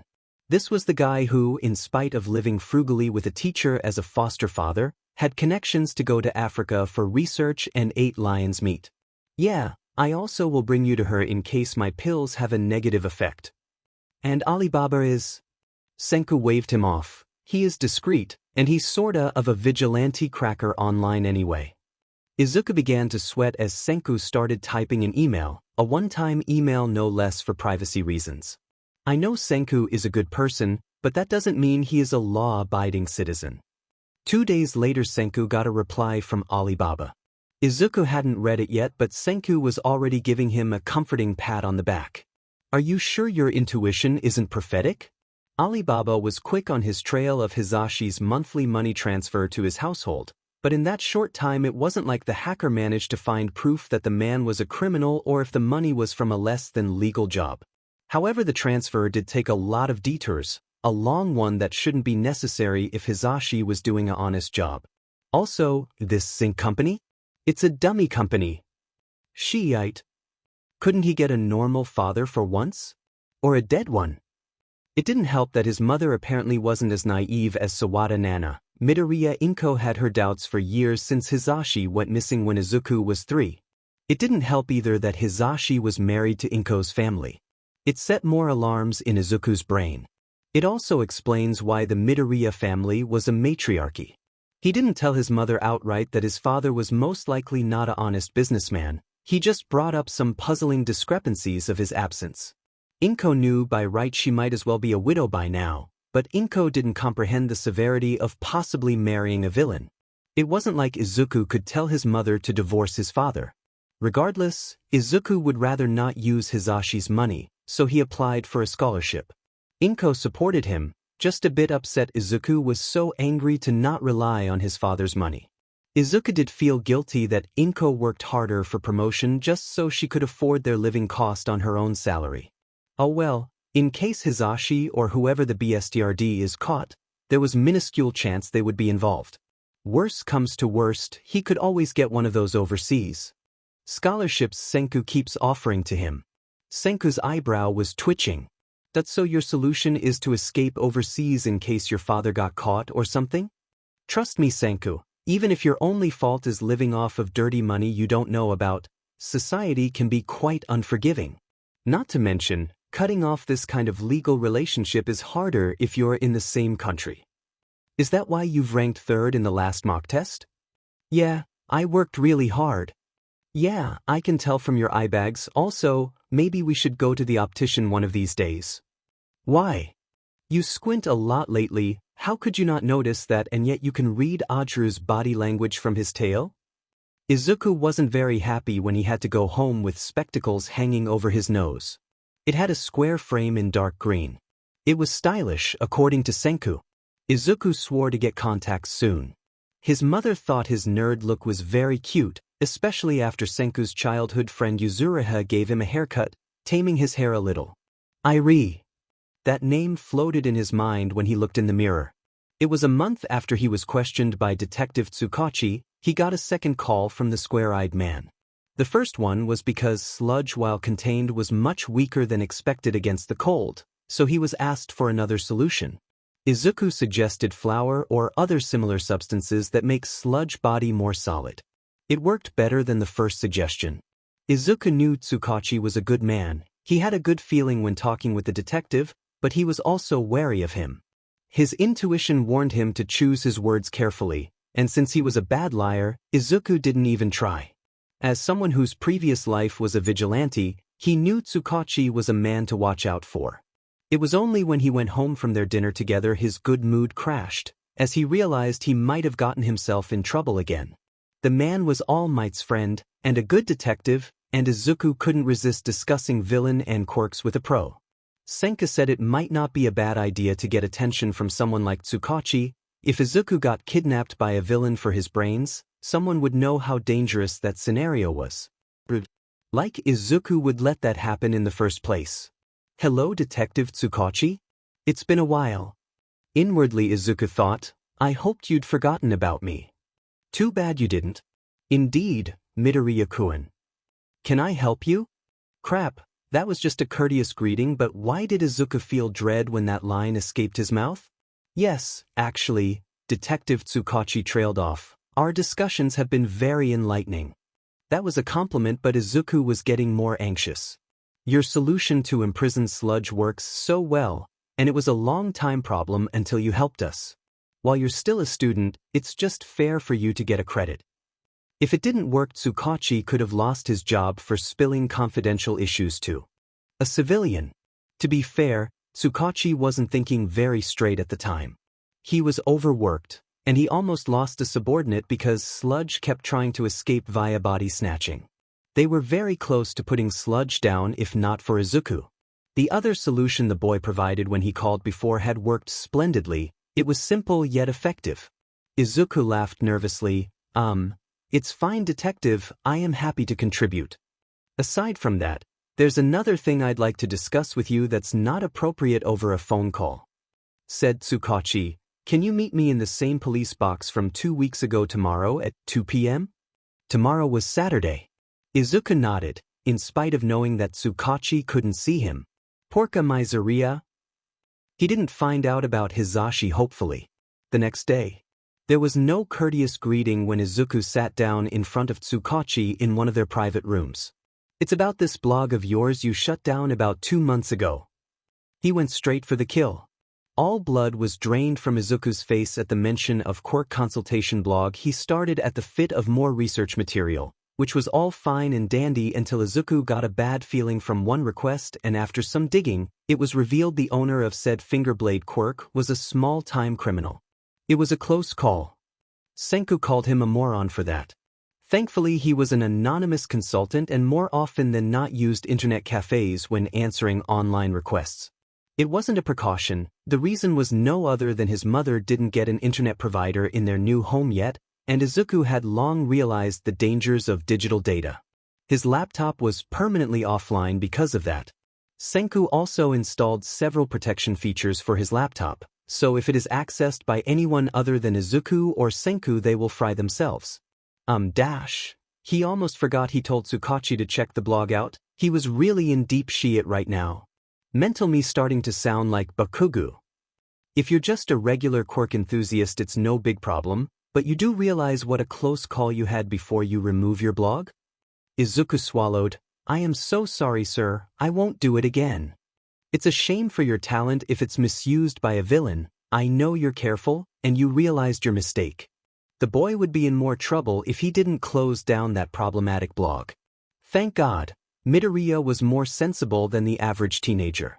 And well, kid, I hate to tell you this, but I would have just asked for your help from time to time if it wasn't for that blog.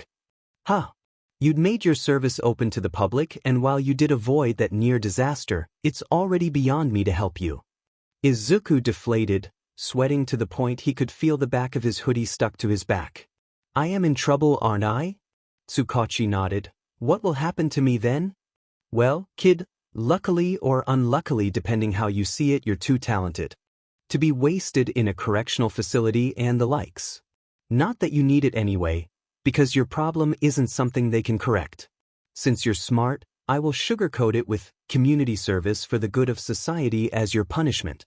The verdant-eyed boy wondered if he was supposed to be relieved or horrified. I am underaged.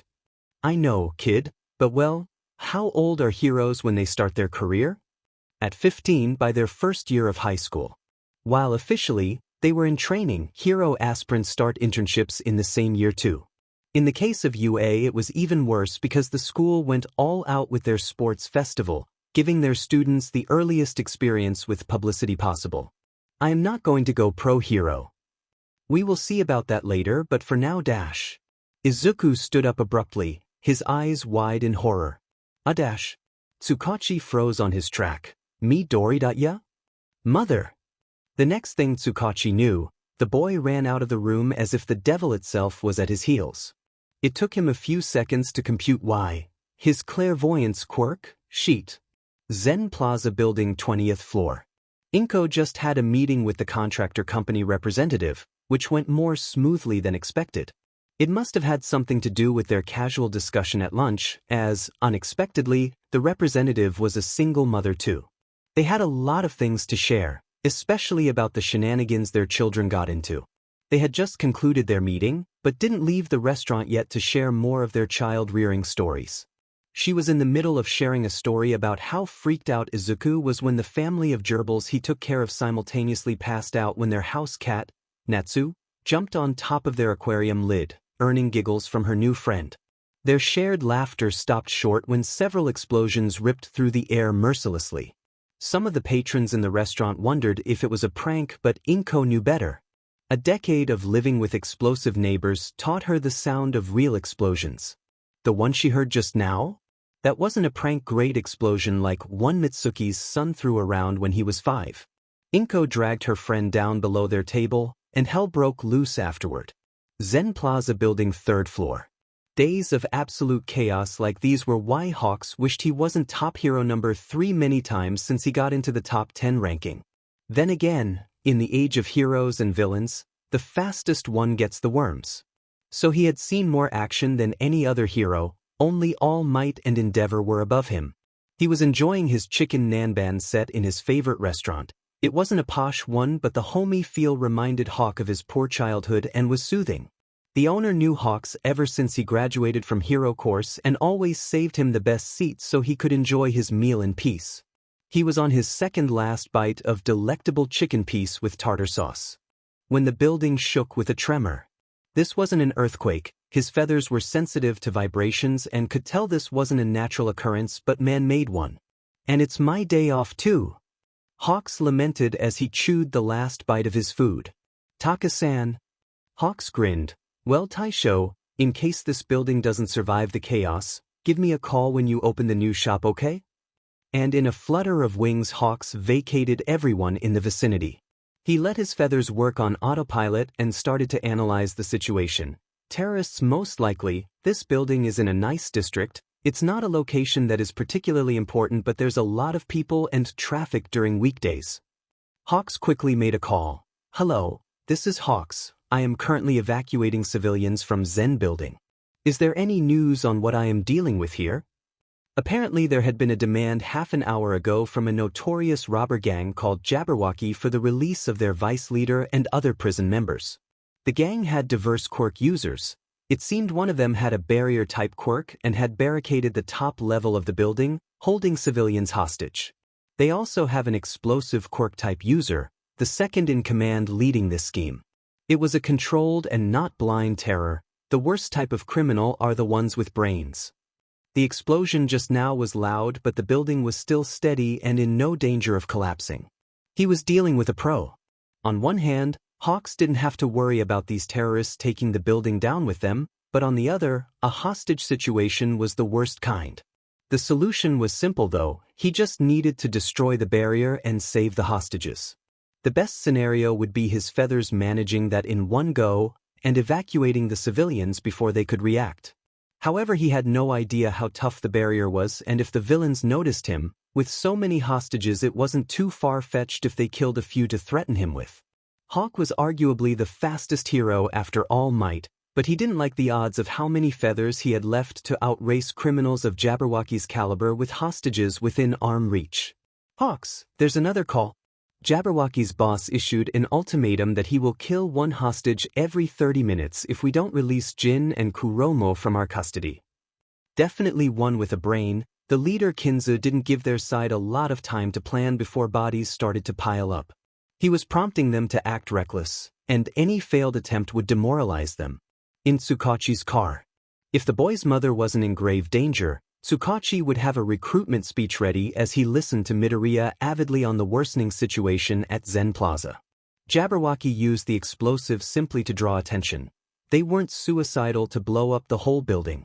The biggest clue is that, in spite of being in full control of the security system, after hacking it, they let the police and heroes have access to security cameras. And we're not the only ones. Izuku nodded, holding up his phone where they could see a live feed sent to several TV stations by the criminal themselves. They're trying to rally the public to pressure heroes and police to fulfill their demands, which is the last thing we should do. He said bitterly. Tsukachi nodded, parking his patrol car as near as possible to the crime scene. If we did, the hostages would hold no value anymore, and there's no telling if Jabberwocky will honor their deal. He had to say, it was impressive Midoriya kept a cool head during the time like this. Unfortunately, that's not what the people would think, especially if their beloved ones are up there. Midoriya hopped off of the car, followed by Tsukachi at brisk pace. Losing leverage against Jabberwocky would make the situation worse. The safest bet is saving the hostages from their clutches as soon as possible. Izuku said. His voice was calm, and it unnerved Tsukachi because just 10 minutes ago he had to tackle this boy in his blind panic.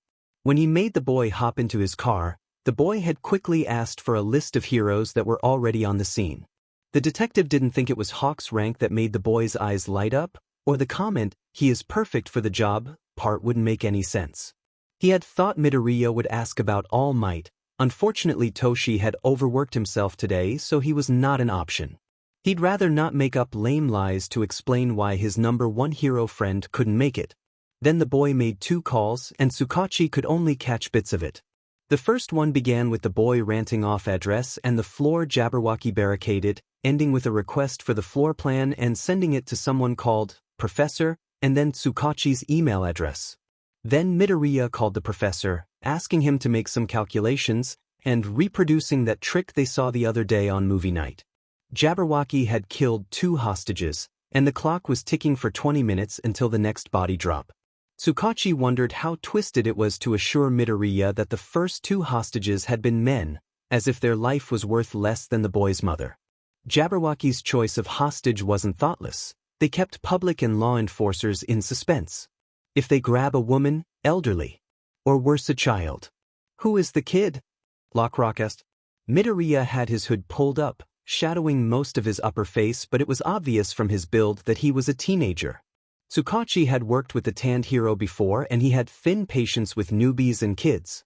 As if he had never been in that spot before. Lockrock was a good hero, but he wasn't the easiest one to work with.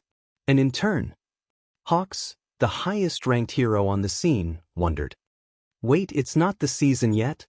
The other hero, Ingenium, who had brought no less than 5 sidekicks with him, turned to Tsukachi. Detective, is this boy a civilian? Well, he did ask his superior to be allowed on this case, but he didn't think as far as what to do with Midoriya-kun once they arrived on the scene. What is your plan? Midoriya-kun spoke up before Tsukachi could say anything. Do you have any? Lockrock was about to retort, but Hawks, as outgoing as ever, answered. Nope, we don't have any. We're stuck between a rock and a hard place. Hawks didn't know why, but this boy Tsukachi brought had some sort of presence. The calming presence that almost mystic just from a few minutes sharing the room with him. Obviously we will destroy Jabberwocky and save the hostages. It's none of your business what we're planning. Frontal assault will undoubtedly fail. Even if by chance you get past their quirk barrier, you would alert them of your presence, and in a floor full of hostages it's obvious who is at disadvantage. Heroes care about them, but the villains won't. Plain brute force will just add body count in this case. Hawks whistled, harsh, but true. Also, you don't have much time. Both you and the police are pressured by the public to do something soon. Following their demand seems to be an option. 3 criminals are hardly equal to 76 civilians they trapped up there, but once you lose that, Jabberwocky is unlikely to honor their promise. Deep down all the heroes present already knew this, but to have a child to shove it to their face. Time is ticking. I have a plan to solve this. So will you discard your pride this one time to listen to me, or will you waste your time doubting me? Lockrock wanted to scream, but Hawk's feather tied him up. Oh, let's hear it first. We can decide whether or not to do it afterwards. A plan from a kid was better than none at all, and they had no time to argue. Midoriya Izuku smiled. Let's pull the rug from under Jabberwocky's feet. It took only 2 minutes for Izuku to explain. It was a simple plan anyway, especially if the details were already handled by experts. It's a crazy plan, but for some reason I can see it working. Hawks looked too happy to follow it. Tsukachi was flabbergasted. It should be a crime to look so cheerful in this kind of situation. Ingenium was still skeptical. But these calculations, are they true? If it's the slightest bit off, we will kill both Jabberwocky and the hostages. We're short on time. Hawks told the hero in armor. If the calculation is correct to the last digit, it will make our job easier, and if it isn't, the one who has to work harder is me. He pointed at himself. I don't mind. So why would you mind then? Fine. Lockrock gritted out. Zen Plaza was an old building in that particular office district, but very much a beloved monument by citizens living around it. Hawks flew carefully outside of the building, feeling very guilty that soon this building would be a target of calculated demolition. It wasn't like they had much of a choice between a pile of concrete and iron that could be rebuilt and irreplaceable human lives. It was no contest. He should feel more nervous, since aside from being the spearhead, he was also the one who prompted other heroes to trust the mysterious boy. To be fair, Hawks believed it was a good idea because the boy was crazily brilliant, or was it brilliantly crazy? Kaboom! Boom! Boom! If he didn't have to swoop in like a hawk he was, Hawks would decide the boy was crazy for playing lumberjack with a building. First of all, we will demolish the second top floor. right below the one Jabberwocky put on lockdown. Here is the marked spot where we should plant an explosive to achieve that. The look on Lockrock's face was priceless when he heard it. Hawks thought as he sent his feathers sweeping the screaming hostages out of the building. It was like a scripted movie. The building's 19th floor disappeared from under the 20th. Pulling the rug from under Jabberwocky's feet, and that's where we need Hawk-san to evacuate the hostages when they're in disarray. Lockrock-san and Ingenium-san's job is to make sure that even if Jabberwocky regroups, they won't be able to hinder Hawk-san. Hawks honestly doubt Jabberwocky would expect the floor would disappear on them all of a sudden, but there was panic following such drastic measures. Problem is both hostages and Jabberwocky members would panic. There's no telling what they would do, so it's a race against time to get them all under control. Not to mention, after the explosions Jabberwocky inflicted, the building might be unable to endure more. Silently, he sent a prayer to every deity above so this building would hold until he finished the evacuation. Of course, his prayer was spurned when he saw the leader of Jabberwocky was holding a plump woman by her neck with a gun pointed at her head. The boy was right. The biggest problem, however, the leader and other members of Jabberwocky have several hostages within arm's reach. There's no guarantee all of them would let go of their hostage after we pull the rug from under their feet. At least they managed to save most of the hostages. But Kinzu. He called the blonde villain out. Why don't you let go of that poor madam and fight with someone your size? Hawks. Kinzu, the partially snake-looking man, hissed resentfully. His forked tongue lashed out threateningly. You again. The one who had arrested his trusted second-in-command was the hateful bird. What a misfortune to see him again here. In the background, Lockrock, Ingenium, and several sidekicks were locked in a battle against Jabberwocky members. They were in no condition to be his backup, and his wings had shrunk to 1/3 of its original size. With that puny pair of wings? You jest. Hawks was ready to fight, puny wings or not, but as most things today, it didn't go the way he planned. It was also wholly his fault for forgetting that Kinzu was the brain of the group with short-distance teleportation quirk, a drawn-out battle he didn't want with a hostage in the way. Second, the explosive expert wasn't Kinzu, and Hawks was too busy to confirm the member Dime, who could use his fat to produce ball-shaped explosive, was already subdued. To be fair, the guy was dressed as a civilian and not in his gang member's leather jacket uniform. He had sneaked in as a customer at the restaurant. He was also knocked out because of a nasty fall when the floor collapsed and woke up right in the midst of battle from under the rubble. Flashback. They had been using the rooftop of a building next to Zen Plaza as their base. One of Ingenium's sidekicks, who had literal bat ears, reported there's 15 members of Jabberwocky detected by her ears, all of them heavily armed and had distinctive footsteps because of their metal sole boots. 15? The boy echoed in confusion, glaring at the next building where the hostages were held.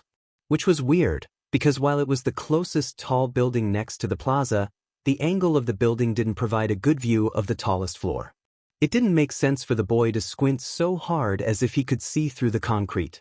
Yeep, that's quite a lot. Hawks said, mostly to himself. The boy unexpectedly retorted. That's strange, there's 16 hostile prisms. Sure. Tsukachi clamped his hand on the boy's mouth. Midoriya-kun. So his name was Midoriya-kun, a name to remember so Hawks could send an offer to the boy. He was definitely good sidekick material. And a flashback. Phew. He should have done a headcount on notable members of Jabberwocky. Random mumbling or not, the boy had proven himself worth listening to. Ingenium. Hawks roared, stop Dime. The plump criminal was wobbling and his eyes were unfocused. He was obviously in no condition to fight. However, Hawk had a bad feeling when Dime shivered and his skin shimmered in an eerie glow. Then a tennis ball-sized bomb started to roll out of his body at rapid pace to the point he shrank down to 1/3 of his original mass. That head injury. It made Dime lose control of his quirk. Dime? What the hell are you doing? Hawk jumped, snatching the poor hostage out of Kinzu's claws. From the corner of his eyes, he saw Ingenium and Co. dragging the emancipated Dime and other 2 hostages to the nearest exit. They were luckier because there was a hanging garden 10 feet below that side of the building. Hawks, however, only had puny wings to help him, and recalling his bigger feathers wasn't going fast enough for his liking. It didn't help that his feathers weren't the most fireproof thing in the world. So when the exploded bomb blasted him off of the building, he only hoped he was blasted far enough to land on something softer than asphalt. Hawk-san, maybe you should get a parachute just in case. My wings might get stuck on that, you know. True, it could be dangerous for you. Someone really had to put a neon sign on Midoriya reading, "You're dead if you don't listen to his warnings" in All Might's catchy color scheme. That was his last thought when something warm and fiery enveloped him. Endeavor, he thought. The next thing he knew, he and the hostage were on the ground after a deafening crash. There was a huge blast of flame the moment they hit the ground, and yet there was no burn mark on his person or the woman he saved. Also, the fall didn't hurt and he didn't land on something hard either. Hwk.san. Someone choked out from below him. He looked down. Is digging in my ribs. He was sitting on someone's stomach, to be exact Midoriya's. Sorry. He was crushing the poor boy. He pulled the unconscious woman off of the boy too, and it seemed other than pained ribs the boy was well enough to sit up. The hero's eyes widened when he saw the crown of flame on the boy's verdant hair and the shimmering gold of his eyes. Is he one of Endeavor's sons? He remembered Endeavor had 3 sons and the youngest was about the boy's age. No, his coloring doesn't match. Endeavor was a redhead and his wife had white hair. Wait, the color of his flame isn't natural either. It looked natural at first, but the way it moved, and also the heat was anything but. The flame flickered out and the boy's eyes' color changed to deep moss green that matched his hair. My mother dash, the boy trailed off. Hawks couldn't help himself. Are you Endeavor's secret love child? The hostage he saved chose that very moment to wake up, and as if swapping places, the boy fell asleep. He was greeted by a similar wide-eyed look from the plump woman, who gathered the unconscious boy in her motherly embrace. Oh dash, did he just accuse someone of being a BSTRD within their mother's hearing range? How dare you? Hawks was sure he deserved that beach slap. It was a good thing the police did a splendid job to barricade the area that no reporters ran screaming to ask how he felt at that moment. He felt like shit and he perhaps had angered the wrong person. Hawks wondered if the woman had strength-augmenting quirk, or she got his weak spot he didn't know of because that one slap wasn't just painful, it was also disorienting. Midoriya Inko was actually just following her son's advice, because Inko's quirk wasn't an offensive type that could help her to defend herself. It didn't work so well in a hostage situation though, in a one-on-one scenario however. Oh, I am so sorry dash, Inko didn't mean to hurt the hero that badly, but waking up to someone questioning her son's parentage would make any mother fly into rage. Strangely enough, the number 3 pro hero didn't get angry. The first thing he asked after the world stopped spinning was for the Midoriya family's address. Midoriya apartment. Thankfully he didn't have to go to hospital. Aside from bruises he got from cushioning Hawk's fall, he was as fit as rain. The doctor was confused why he fainted, as his diagnosis only revealed mild exhaustion coupled with lack of sleep and stress. His friends were savages, well, except for Ojiro because he was nice and blessed with the human decency Senku sorely lacked. The first thing Senku asked when Izuku was coherent enough to respond was if the explosion was as awesome as it looks on TV when they blew up the 19th floor of the building live. Good thing that his mother went out for fresh air, she won't be happy to hear Senku's bedside manner. Izuku was as bitter as his coffee in the morning. I was too busy saving people to enjoy the view, I wouldn't know. He only remembered the feeling of dread, running off in spite of Tsukachi-san's shouting and did his utmost best to break Hawk's fall. It looks awesome, said a voice from Senku's phone, which was connected to Alibaba. A vigilante hacker Izuku learned a week ago wasn't a he but a she. It was still a work in progress to pull her out of her room to enjoy the sunlight, but at least Izuku managed to make her use video call to talk to them. Futaba-san. He called out the hacker girl, whose cute appearance didn't match her love for chaos. Don't enjoy it too much. The last thing Izuku needed was Futaba quitting her shut-in lifestyle for the sake of watching explosions and chaos live. Senku hummed from his bedside. Well, all things considered, you walked out of that mess mostly intact. Your anonymity is compromised a big time though dash. Izuku groaned at that. What does the media say? There's a GG order on heroes and sidekicks involved for sure. Your name isn't mentioned, but there's like a dozen heroes that got called to this case and know you exist. Ojiro frowned. Is that a bad thing? Depends on how much they know of Izuku's quirk, and even without his quirk, Senka trailed off. Izuku just wanted to save Auntie Inko, but he also showed up a group of heroes how to do their job. Izuku frowned deeply. If given enough time they would have figured out a plan. They're pros. They should be able to come up with something. This isn't the first or last time a hostage case put them between a rock and hard place. Though this case was also a bit special because usually criminals wouldn't go as far as Jabberwocky did, to blow up confidentiality sky high. They were using people to pressure heroes and police to act, giving them no room to breathe. Senka rolled his eyes at that, this coming from the guy who analyzed every single hero-villain fights he came across and have more to critique than compliment dash. Easier said than done. I mean, I can talk but as a civilian dash. Izuku, most of the things you critique about fall under over-reliance on their quirk. They know their power and how to use it, but the majority of frontline heroes don't have a backup plan on what to do when it fails. The scientist pointed out. You're a man of science like myself, you don't make biased assessments. The prime example being Kamui Wood's team, Senku was disgusted by. They're flailing when faced by Sludge Villain last year. Apparently no one in the team had half a brain to run to the nearest supermarket for quick freeze spray or a lighter, or even a sack of flour. Did all of them flunk science back in school? Still, what is broadcasted on this case about me? His mother had confined him in bed without electronics, deeming it a hazard for his much-needed sleep. So Izuku was as blind as a bat of the world. As I said, there's nothing said on you, however. The live broadcast caught that massive flame blast. Bujiro told him, I'd say the first chance to see your quirk in full power, I didn't expect it to be on national broadcast. My quirk is exhausting, it's not fit for show and tell, Ojiro-kun. It could be if he used it sparingly, but Izuku didn't think dying will flame should be used for frivolous purposes. Senku snickered at that. A lot of speculations are running wild on and offline. Numerous flame-themed heroes have been interviewed since yesterday, including Endeavor, but none of them were anywhere near the crime scene.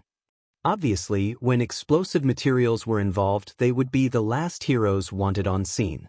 Sky Flame had the most likeness of natural fire, but by the end of the day it was still a manifested life force that looked like flame but was not actual flame. And the other heroes? Most of them got out of that mess unscathed. Senka looked smug. For an operation of that scale with so many hostages in line, that's quite a record. Ojiro was nodding enthusiastically. I know you're amazing at strategizing, but there was not even a single fight in this case. Well, Hawks almost fought Kinzu, but dash. Izuku hesitated. Is he all right? Izuku cushioned his fall, but the hero was blasted almost at point blank by Dime's bomb while shielding Izuku's mother with his body. Hawks is out of commission, so no one has interviewed him yet. He is mostly intact from his bout against Kinzu of Jabberwocky, but the blast of explosion did a number on his wings and back. It would take a while for him to regrow them. Izuku was sure that aside from his feathers, the massive mark on his cheek was why he couldn't show his presentable self to the media. Izuku wasn't sorry about that slap his mother gave Hawks. He was grateful the winged hero saved his mother, but the man really had to learn some tact. That aside, Hawks had a point that his flame made it easy for people to assume he was related to the number 2 pro hero. The guy was the only one who went as far as setting his facial hair on fire as his signature look. Izuku's hyper mode came with a small flame on his forehead, but it wasn't for aesthetic purposes like Endeavor's. Still, you really have to think up something soon. Senku told him, you're in trouble, remember? Ojiro glanced at Senku. How is he in trouble? Midoriya helps the police and heroes, they should thank him. Oh, they will. The scientist sing-songed. It's what comes after the thank you that worries us all. In case you forgot, our friend over here had a track record of dropping criminals on a weekly basis to the police office. He had a blog that had visitor traffic from the villain side before we close it for good, and the first thing he suggested to heroes to save hostages? Fun stuff like blowing up the whole floor, it works, but it's crazy. Izuku was holding his head the whole time Senku was listing his exploits. Gadash. In hindsight, he shouldn't have suggested such a drastic measure even if it was effective. His previous life experience was to blame. Correctly applied destruction always works wonders in the Mafia world. It did work even now, but it made normal people question the sanity of a 15-year-old who so readily suggested it. Senku wasn't done yet, so what law enforcers in their right mind would let this guy loose? He pointed at Izuku. So far he did a splendid job putting flashy banner on himself that screamed danger. Ojiro made a face like he was in pain. Ugh. Considering he was a hero aspirant, he couldn't deny it. Especially considering Izuku's penchant for trouble. Izuku wanted to cry, Ojiro, I thought you're always on my side. Ojiro-kun is sensible. Futaba-chan added not so helpfully from Senku's phone. His whole life has been the epitome of, with friends like these, who need enemies? Izuku wept pitifully. Ojiro flailed, he always panicked when Izuku had one of his mood swings. The man of science took pity on Ojiro and diverted the conversation back. At this point, we can only start thinking of a compromise. Senku suggested. You and I already have an idea what they want from you, so we might as well get as much as we can from it. That I am not sure I know what you mean. Izuku said honestly, drying his tears as he emptied the box of tissue Ojiro passed to him. Sometimes Senku wished the boy had moved to his school earlier. Whatever haunted Izuku in his previous school never really left him. Izuku was one of the smartest people of his generation he knew, and yet there was hesitance, self-doubt and occasional self-deprecation in him. Senku would make sure 10 billion% to beat them out of Izuku. 3 days after the incident, he had returned to school and nobody pestered him about the incident. His friend was right that he was safe from the limelight this time. The school was buzzing with discussion on the incident for a while, but as expected, in an academic-oriented environment like Taiku, the students were more interested in unusual approach heroes and police force use in this case. Reps from the Public Safety Committee criticized the heroes and police involved because their strategy is very risky. They could have killed both the hostages and villains. Yeah, but did you see this article on calculation used to pull that stunt off? It was released for the sake of heroes and police force, assuring the public that they had everything in control. Even professors from famous universities couldn't find fault in that. The material damage, though, the report on monetary loss was in staggering amounts. The building survived the incident, but there was talk it would be demolished completely as there was no guarantee it wouldn't collapse after the beating both heroes and villains put it through. Oh come on. There are like over 60 hostages whose life was on the line. Could you complain about a floor or two being obliterated? I understand where people who disagree with how heroes and police handled this case come from. At first glance it seems excessive, but it does the job. The villains only asked for 3 of their comrades to be released though. Isn't that the easier way out? You believe Jabberwocky wouldn't cheat? They're villains. I'd say if I were in the hostages' shoes, I would want the heroes and police to do whatever they can to save me, but I would be more terrified if Jabberwocky didn't need me anymore. There's no telling they won't just shoot me dead. You're right.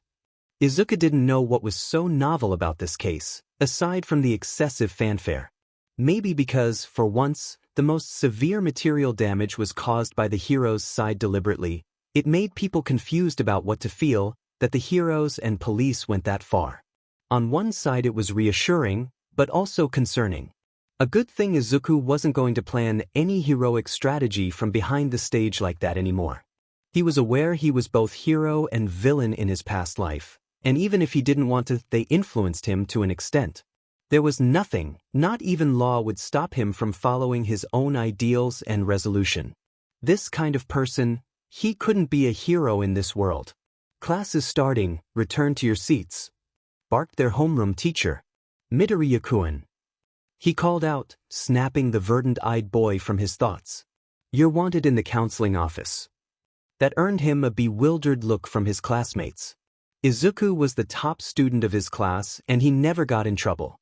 His homeroom teacher caught his worried expression and added, You're not in trouble, in fact you should be proud. Someone recommend you for a prestigious high school and scholarship. Izuku wondered if it was one of the high schools he applied to for scholarship. Which one though? Shitoku? Rikuzen? And belated congratulations for your thesis publication. Which was followed by cheers and applause from his classmates. Izuku blinked. I forgot about that. Senku had suggested writing the thesis about half a year ago for an overseas publisher the young genius was acquainted with. He had conveniently forgotten the thesis after he finished it, and let Senku decide its fate. He didn't expect it to be well received. He was no Senku, but this should give him a better chance of getting a good scholarship. Taiku Counseling Room. Tsukachi Naomasa was sure this wasn't a counseling room but a trophy room, because the certificates inlaid with gold ink and dozens of trophies made of glass, silver and gold were almost blinding. Tsukachi had graduated from a good school and won trophies himself, but Taiku was something else. As expected of U.A's principal to possess such a keen eye for talent. The counselor who introduced himself as Sanada complimented the creature sitting beside Tsukachi. The hybrid principal nodded. Of course. It's not every day I get to see a quirk thesis on foreign publication under Japanese name, and by one so young and unknown before. Nizu said, sipping his tea. That's quite a feat without connections. Sanada shook his head. It would be a lie to say Midoriya-kun has none. He informed Nizu. A close friend of Midoriya-kun is a very talented student too. Some say he is the second coming of Thomas Alva Edison. Sanada boasted proudly. He is a frequent contributor for those foreign magazines, so they gave Midoriya-kun a fair chance to assess his thesis based on Ishigami-kun's recommendation. Their decision to publish it, of course, is due to Midoriya-kun's own talent. How? In fact, it's not a stretch if both boys went straight to college instead. The teacher went on and on. A pair of middle school students writing thesis before reaching college? Was that normal nowadays? What he remembered of his youth back in middle school with Toshinori was speaking of their dreams to be hero and police, getting in trouble with teachers and looking at girls in a new light after PBRTY. Certainly not writing scientific papers. Or telling heroes and police to blow up a building some more to solve a hostage situation. Tsukachi-kun? Your complexion doesn't look so good today. Sleep hasn't come easily to me lately. I recommend some nice mint tea to help with your insomnia. Actually, he was losing sleep since his superiors and the Hero Association decided to let Nizu handle the wild card that landed out of nowhere on their lap. He knew Midoriya was a good kid. The boy was more sensible and not eager for the glory of heroism like his peers. However, as everyone who reviewed the Jabberwocky case keeps telling him, a normal teenager wouldn't resort to a well-measured destruction to achieve the most efficient rescue plan. Zen Plaza is a real building with actual villains and hostages, not a simulation like in the hero training course. We would be blind to not see the danger. As much as Tsukachi liked the boy, he couldn't disagree with them that Midoriya Izuku wasn't safe to be left alone. It didn't help either that Sanada-san mentioned Midoriya was considering an overseas scholarship, and Nizu's eyes had been shining with mad glint since the start. Knock knock knock. Come in, Midoriya-kun. Excuse me, I am sorry for the dash. The boy trailed off. Wait. Then Tsukachi saw it. The color of Midoriya's eyes shifted to deep amber of shimmering flame briefly before returning to verdant shade that matched his name. Sanada didn't seem to notice, but Nizu definitely did. He also felt the gaze on his skin, the feeling of being seen through to the core in a glance. Nizu was rubbing the underside of his snout thoughtfully, shuddering under the boy's intense gaze. Ho ho ho, very interesting, he said to himself, his voice so low that only Tsukachi that sat next to him could hear him. He definitely has a very unusual quirk, but even without it Even without it the boy was still a dangerous entity. Midoriya-kun, take a seat. I heard you have known Tsukachi-san from the police force. Sanada was all smiles as he spoke to the boy. And the counselor hesitated. This one over here is Nizu-san from UA. Unknown creature or not, principals from prestigious academies deserve respect. I will leave you to speak with them about your recommendation. Do Taiku proud as you always do, Midoriya-kun. He said as he stepped out of the room after giving the boy an encouraging pat on his shoulder. The freckled boy nodded. Yes, sensei. He bowed politely, acting every bit of model student his report said of him. A model student who drops criminals on their doorstep on a weekly basis, Tsukachi told himself. It's been a while, Midoriya-kun. Not even a week actually. The boy's eyes flickered again before he gave them a polite bow. Nizu beamed. Don't stand in ceremony, sit. Let's have a long chat, Midoriya-kun. The boy nodded and took the seat Sanada-san had occupied, right across theirs. Well, thank you very much for your help last time, Midoriya-kun. Tsukachi began sheepishly. He had a feeling the boy was quiet because Midoriya knew what they were coming for. Midoriya looked startled. No, it's me who should be thankful, for you and the heroes to follow my selfish demand. I have caused you all so much trouble. Tsukachi was about to refute, but Nizu was faster. Midoriya Izuku-kun, I'd think no hero or police worth their salt could complain about your plan in Zen Plaza. You saved as many lives as possible with your strategy. Izuku wondered if he should be relieved or terrified that hyper-intuition worked on an unknown hybrid creature like Nizu. Well, as far as hyper-intuition went, he could see through any living being, including whatever the UA principle was supposed to be.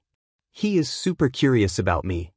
He looked nothing like Senku, but the look of utter joy at finding something fascinating like Izuku was very identical. First Senku, Futaba, and now, why the heck did all crazy geniuses gather around him in this life? You outwit both heroes and villains in this case. That's quite an accomplishment. Izuku narrowed his eyes. In a normal situation he would feel flattered that someone like Nizu was giving him praise. Thank you for your kind words, Nizu-san, but I think you overpraise me. The principal shook his head. Midoriya-kun, I didn't overestimate you. I don't think there are many pro-heroes with a strategic mind and decision-making skills as swift as yours, and as proud as I am of our students. I don't think any of them could come up with such an elaborate plan on the fly. He glanced at Tsukachi. Especially when their beloved mother is on the line, you keep a calm judgment of the situation, and not until the very last moment when your interference is truly needed you act on it. That I just did what I had to do. Yes, by all right, you have the making of an ideal hero. Nizu cupped his chin, or was it the underside of his snout? The drive to do what is right, courage, humility, analytical mind. He listed on. So imagine my disappointment when Tsukachi-kun said you are not going pro. Izuku didn't falter. I help people because I want to, not because I am licensed to do so and paid for it. So you find my profession distasteful? He said inquiringly. Far from insulted, Nizu was intrigued. After all, children of Izuku's generation should be enamored by the idea of becoming a hero. It was the #1 profession in the world. So for an outlier like Izuku to exist, it fascinated Nizu. The boy just smiled at the hybrid. No, there are many pro-heroes I respect. It's simply not the path I will choose. Nizu's eyes glinted. Even though you can do so much more for people if you become a pro-hero? He didn't waver. I don't have a grand ambition to the point I have to be a pro-hero to achieve it. I am a simple kid. I help people in need I see in front of me. No more, no less. Midoriya-kun. Tsukachi murmured softly. Nizu hummed. That's fine too. I have seen overambitious and underachieving students in my long years as principal, but you're neither. Was there anything Izuku could do to not further Nizu's interest in him? He cleared his throat again before pulling up a thick file. I did some digging on you, Midoriya-kun. Izuku tried his best to not sputter at that revelation. Let's see. 3 purse snatchers, 2 robbers, 5 intis. Izuku became paler and paler as the list went on. Foiling reported 3 suicide attempts, saving at least over 100 cats from tree, also finding the lost ones. Also there's one time you broke a gang fight. Tsukachi-san didn't know that one, it seemed. When did that happen? Izuku wanted to dig a hole to hide. I didn't know it was a gang fight. He was with his friends trying to find this spare part Senku wanted when they ran into the conflict. It was very awkward to chat when suddenly people on 2 sides were brandishing baseball bats, pipes and other makeshift weapons. Senku had the gall to comment that it wasn't within his calculation. To be fair, Izuku tried to get away when he had a bad feeling, but Senku was so sure they could deal with it as usual. I didn't fight them, we just ran to the nearest police station. Why they decided to chase Izuku and his friends, he had no idea. You and your friends knock out at least half of them before the police arrive. Nizu sounded too gleeful for an educator who should disapprove of such action. It wasn't their fault Senku was a slowpoke and they would never leave him behind. Come to think of it, most attempts at escaping trouble when he was with his friends failed because Senku didn't have a lick of stamina. I really have to drag Senku to my morning jog one of these days. Sir, I'd rather not be involved in more than half of the trouble I got into. But since they're already in front of you, Midoriya-kun can't leave them be. Izuku stilled at that. That's a hallmark of a hero, All Might would tell you that. It took Izuku's all to not cheer like a 5-year-old brat, but the corner of his lips couldn't stop twitching. 14 years of fanboying All Might couldn't disappear easily from his bones, past memory or not. I am glad to hear that, but my resolution stays the same. He stated firmly, eyes narrowed. I don't. Midoriya-kun. Nizu interjected before Izuku could finish. Why did you try to run away so hard from your old dream? His eyes widened at that. My dream, what do you mean? I told you I did a thorough investigation on your background. Nizu said, setting down the empty cup of tea before helping himself a second. You're deemed quirkless for most of your life. People remember you, too, are the boy who never gave up on your dream to be a hero. I believe how they remember me doesn't sound as nice as that. Izuku didn't want to sound bitter, but it was hard not to be. Nizu snickered. I hope it pleases you to know that all of them look at me like I have grown an extra paw or head when I told them you're perhaps the best hero candidate I have come across since All Might? You just met me today, Nizu-san. The mutant just wants to see his reaction. Nevertheless, while our circumstances aren't quite the same, I'd like to think I have some insight about yours. Izuku frowned at that. If anyone in your place gave up to be a hero by the time they're diagnosed as quirkless, that's normal, but you never give it up for years. I decided to not follow it since last year. I gave up. No, boy, you ran from it. Nizu stated with conviction. Half-heartedly at that, considering you're tiptoeing to vigilantism. I didn't. Even if the circumstances more often than not are out of your control, from what Tsukachi-kun knows of you. Nizu trailed off. In the end it's your choice to get involved to help and save others, you don't run from them. Izuku felt his eyes felt warm and moist but he held it back. Also with how much trouble you get into, it's not like you have much choice. That snapped him out of his musing. What trouble? He didn't shriek yet, thankfully. Nizu sighed. There's your blog. I closed it. Doesn't help your case. When we tracked down visitor flow of your blog, we made interesting discoveries that you have more than 1 or 2 villains following it religiously. Okay, he really should ask Futaba to check. Was that even possible considering the blog was gone? I didn't use my real name. There's your little cat, Sheet. With brush-like tail and rounded ears, Nizu trailed off. Apparently the runaway lion you saved before decided he didn't like enclosure or the wilderness. Tsukachi looked pained. Well, we also received a report that the lion resisted a lot when you brought him back the second time. A group of sanctuary staff were aware of this, keeping it a secret. They even went as far as visiting the Midoriya household weekly to check on the cub. They had no choice, apparently because if they took the cub back from Izuku, it would refuse to eat and in general tried its best to kill itself until they gave it back. But that's still illegal, he hissed. Nizu nodded. I can understand why you didn't report it though, the cub has a quirk, and if it's unlucky enough to go through what happened to me. Tsukachi had this deer on headlights look as the principal started to cackle like a villain. That kid fed on his flame. Izuku didn't know how it affected Natsu biologically. Senku had a couple of theories. None made Izuku feel that it was safe to return Natsu to government's care. Nizu at last stopped laughing and Izuku kept his eyes on the puddle of tea on the floor Nizu made in his laughing fit as if it was the most interesting thing in the world. You're a hero for that cub, Izuku-kun. The mutant sounded sincere. Also, if you really can't avoid trouble after trouble because of your quirk and heroic heart dash. Ironically, his hyper-intuition was originally meant to avoid danger and trouble. I'd say, it's just my decency as a human being. He gritted out, I am fine being a civilian. As for Natsu, he trailed off, he is still a cub, he will grow and mature. He won't be so dependent on me then, and I should be able to release him safely to the wild.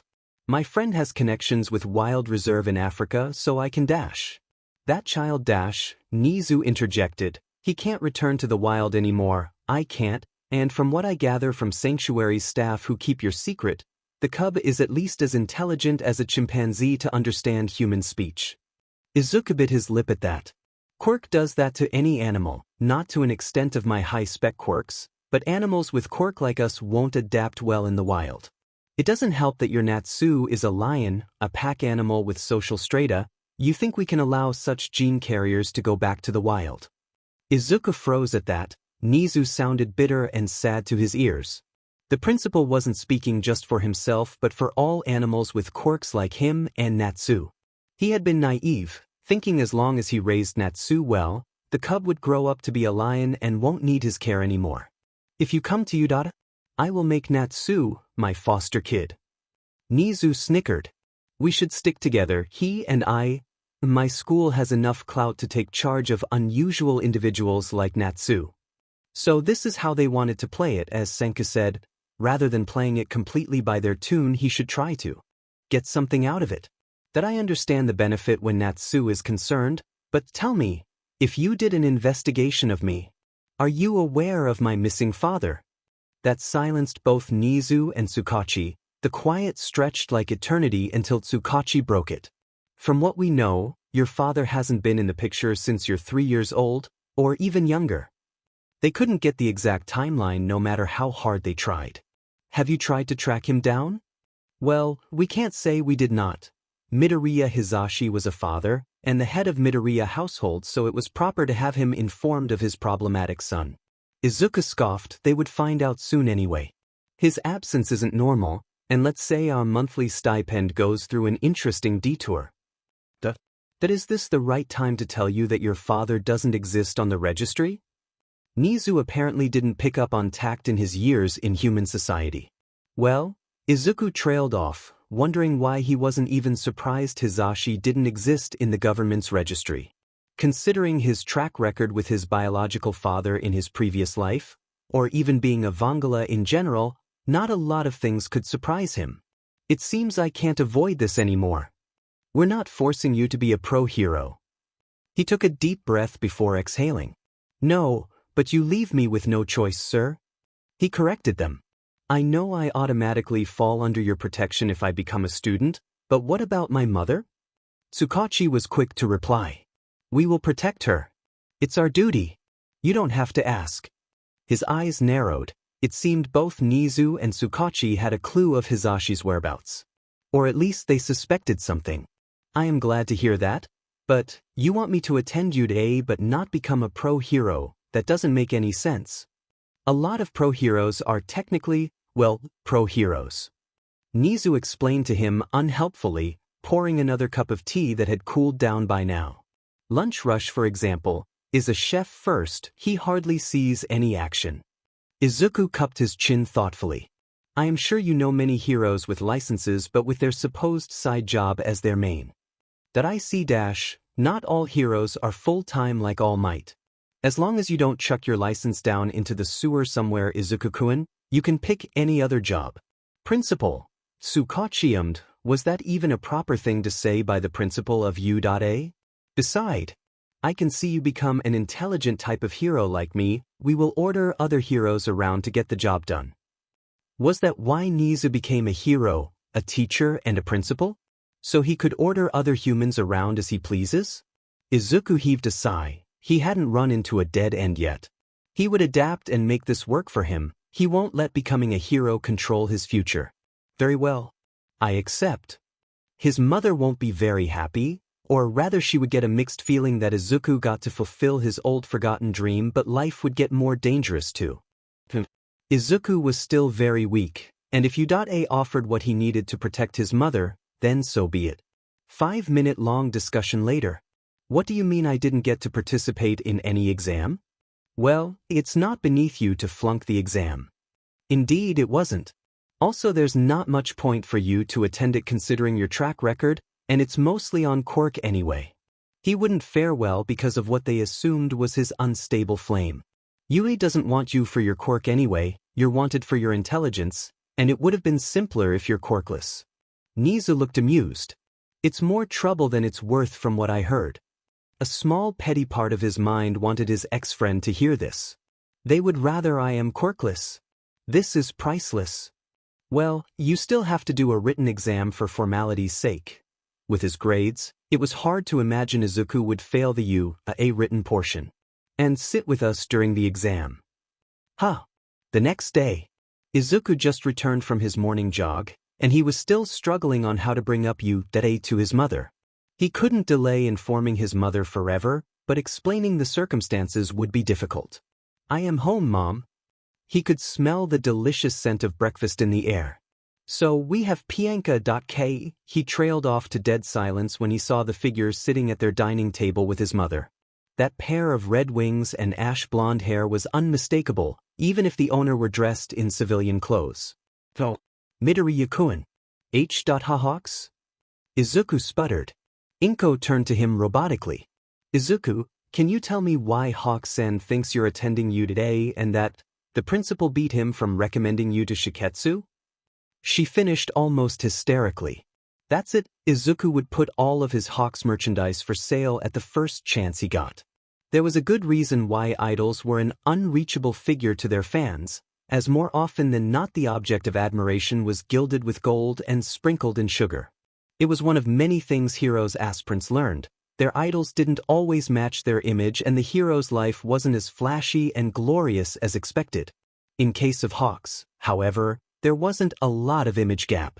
For someone who ranked as high as he was, Hawks doesn't really have a public persona. He was laid back, playful, and all around a pleasant person even if one didn't take his profession to account. This overly friendly hero who dreamed of easy and conflict-free life, however. Hawks-san, this may sound rude, but this is the third day in a row you're having breakfast at our home, said Izuku as the hero tailed him to school in civilian clothes and face mask, which was totally pointless because with that pair of huge wings he was as conspicuous as an ostrich hiding its head on the sand. Wings weren't a rare quirk, but Hawks was very distinctive due to its size and vivid color. Hawks beamed. Izuku-an, I don't have any hidden motive. Just want to get along with someone as interesting as you. Was that a compliment, or did he just insult Izuku offhandedly? Also, he didn't remember giving the guy permission to address him so familiarly. Also, since you'd beat me on recruiting you, I want to call dibs on your internship. Izuku gaped at him in disbelief. It's November now, I haven't even graduated yet. Early birds get the worm, Hawks said, sounding very bird-like. Izuku wasn't amused. That's so I am a worm now? And also, I have a case, let's keep it hush-hush. Hawks-san, this is illegal. The winged hero grinned. Don't you know of a certain sneaky thief who steals from another thief? That made Izuku pause, his frown deepened. Hawks-san, I don't mind 1 or 2 vigilantes, especially if they help to lighten our load as heroes. My dream is a world where we all can have free time and don't always need to run to trouble, you know. That was a nice dream, and Izuku felt a pang in his heart. That I am not sure I can trust you yet, Hawks-san. Mean. I thought there's something between us. Izuku pointedly ignores Hawk's dramatics. I will see your request and relay it to my friend, but it's up to Alibaba to take it up or not. Hawks hummed. I am hoping to see the guy, you know. I really admire his online escapade.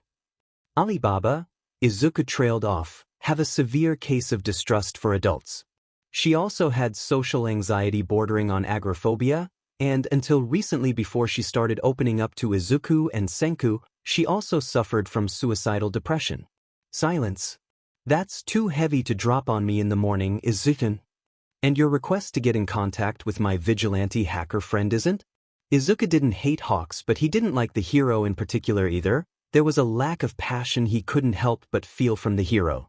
Midoriya's apartment. Izuku knew Nizu was very enthusiastic to enroll him to UDA, overly so to the point he wondered if Nizu had a deeper reason than what he already knew. A principal shouldn't be so focused on one student, even if it was someone as problematic as Izuku. He definitely shouldn't start teaching Izuku, but for who knows why, Niza began showing up in Midoriya household at random whenever he had spare time. Just think of me as your home tutor. Home tutor, that sounded so nostalgic. There you go again. Izuku perked up at that. I don't know Midoriya-kun very well yet, but sometimes you show that kind of expression. Nostalgia? Melancholy. Nizu raised his paw, the look of an elderly recalling good old days before the 21st century. That struck him right on the gut metaphorically. Please ignore it. He coughed. He would rather not count his collective age in 3 reincarnations. It didn't help his oldest reincarnation live prior to the Industrial Revolution. Nizu-san, don't you have a school to manage and an agency to lead?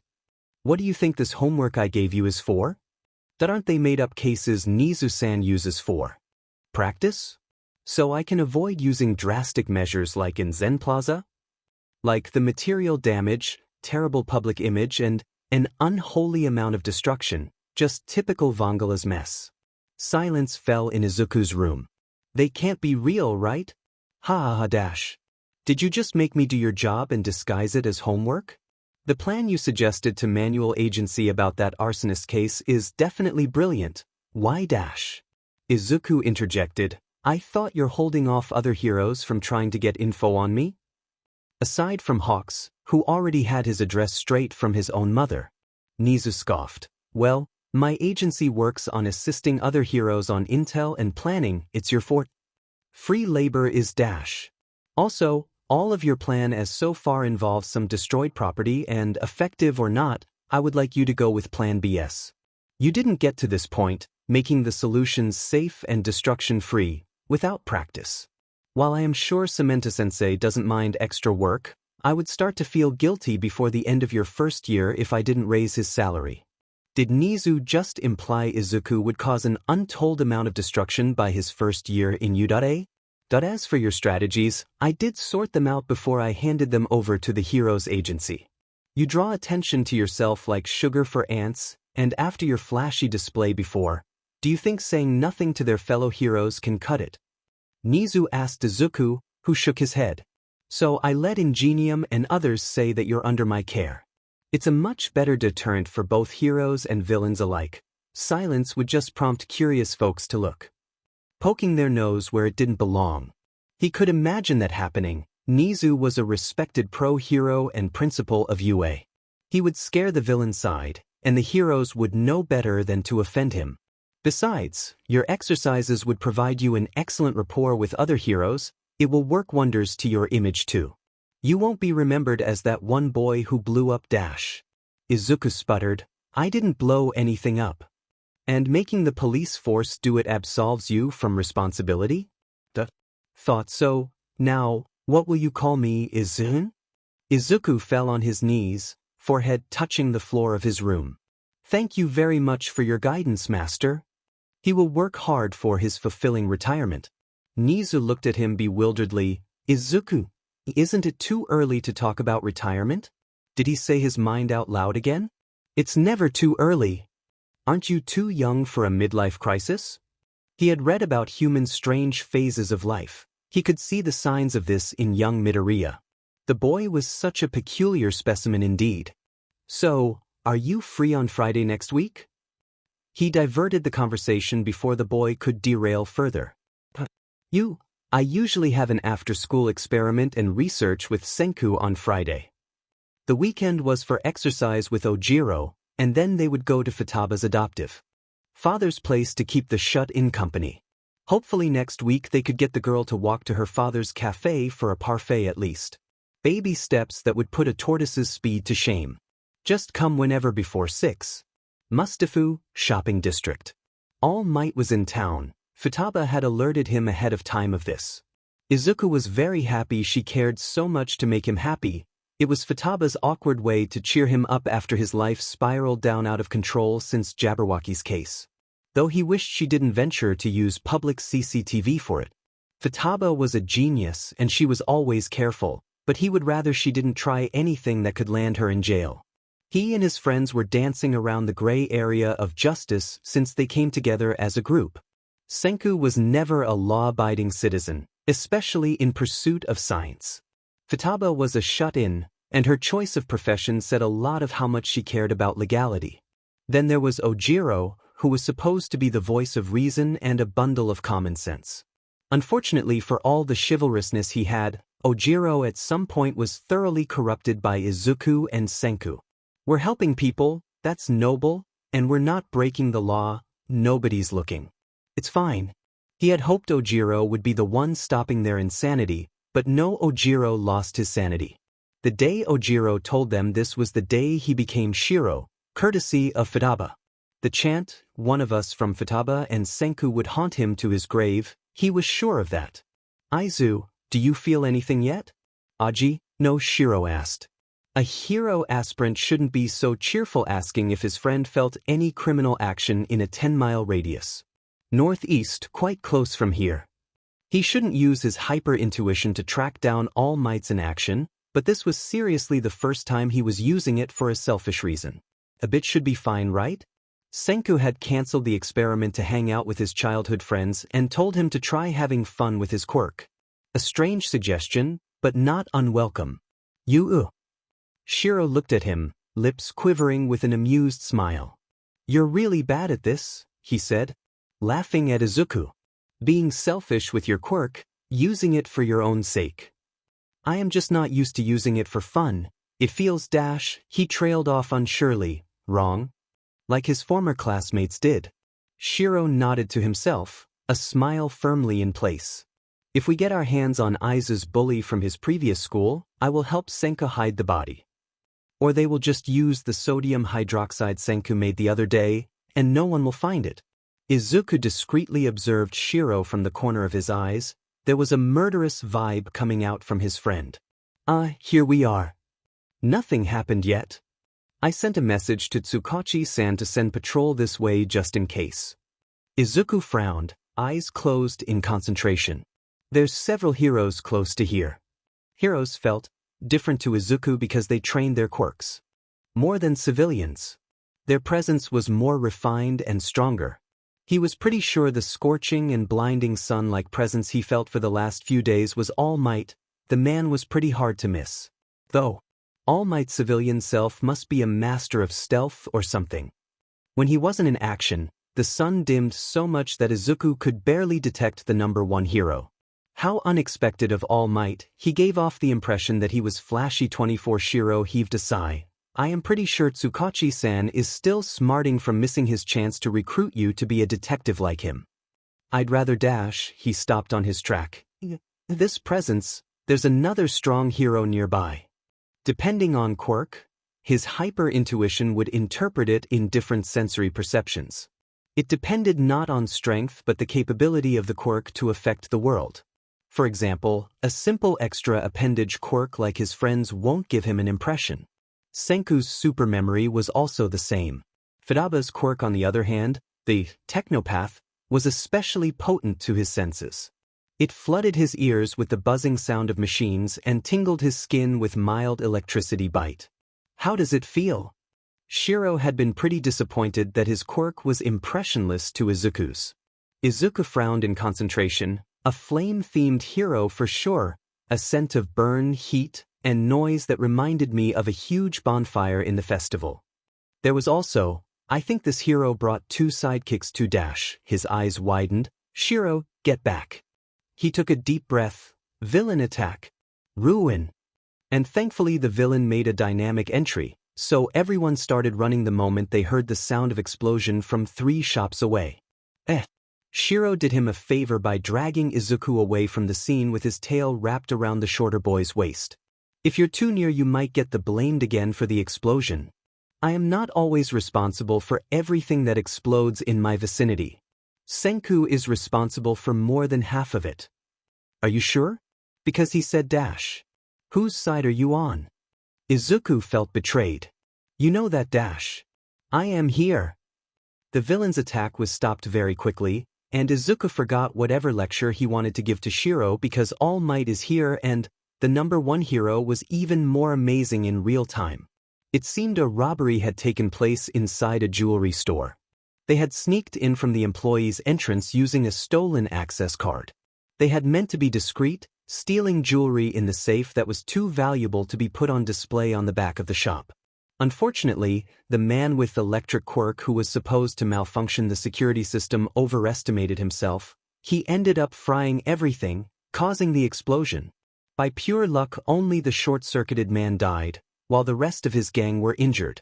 The staff and customers at the front only suffered minor injury and shock. They had been saved by All Might, who quickly brought all of them to safety. Surprisingly, All Might wasn't the only hero who arrived on the scene. 1 minute after All Might made his entrance, a hero wrapped in flames came and stood in front of the burning jewelry shop with an unreadable expression. Endeavor had come and wisely didn't get involved with the burning crime scene. Izuku frowned at the number 2 hero.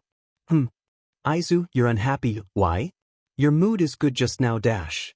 That wasn't the look a fellow hero should give at his comrade who was saving people. He is dripping with so many negative emotions. What the hell is wrong with Endeavor? The hero's fans thought Endeavor was a tough and aloof hero who didn't care about pleasing people, hence, his polar opposite appeal in comparison to All Might. Whatever rivalry he has with All Might, it's not healthy on his side. So, Endeavor, glad to see you backing me up. All Might approached the flame hero with his sun-like smile and Izuku restrained himself to not swoon. I didn't do anything, All Might. He replied crudely. As you should, it's a mark of a great hero to know when to step back. You even called the police. I did not call them either. The red-haired hero answered curtly. Is that so? All Might trailed off awkwardly. It was official, Izuku hated his hyper-intuition for too much information. He'd rather not know that All Might was as blind as a bat when it comes to reading the atmosphere. Endeavor was glaring daggers at him, and All Might acted like Endeavor was a very nice old friend. Also, the one who called the police was Izuku. All Might is an airhead. He didn't mind that All Might was human enough to be the oblivious type, but if he couldn't tell Endeavor greatly disliked him.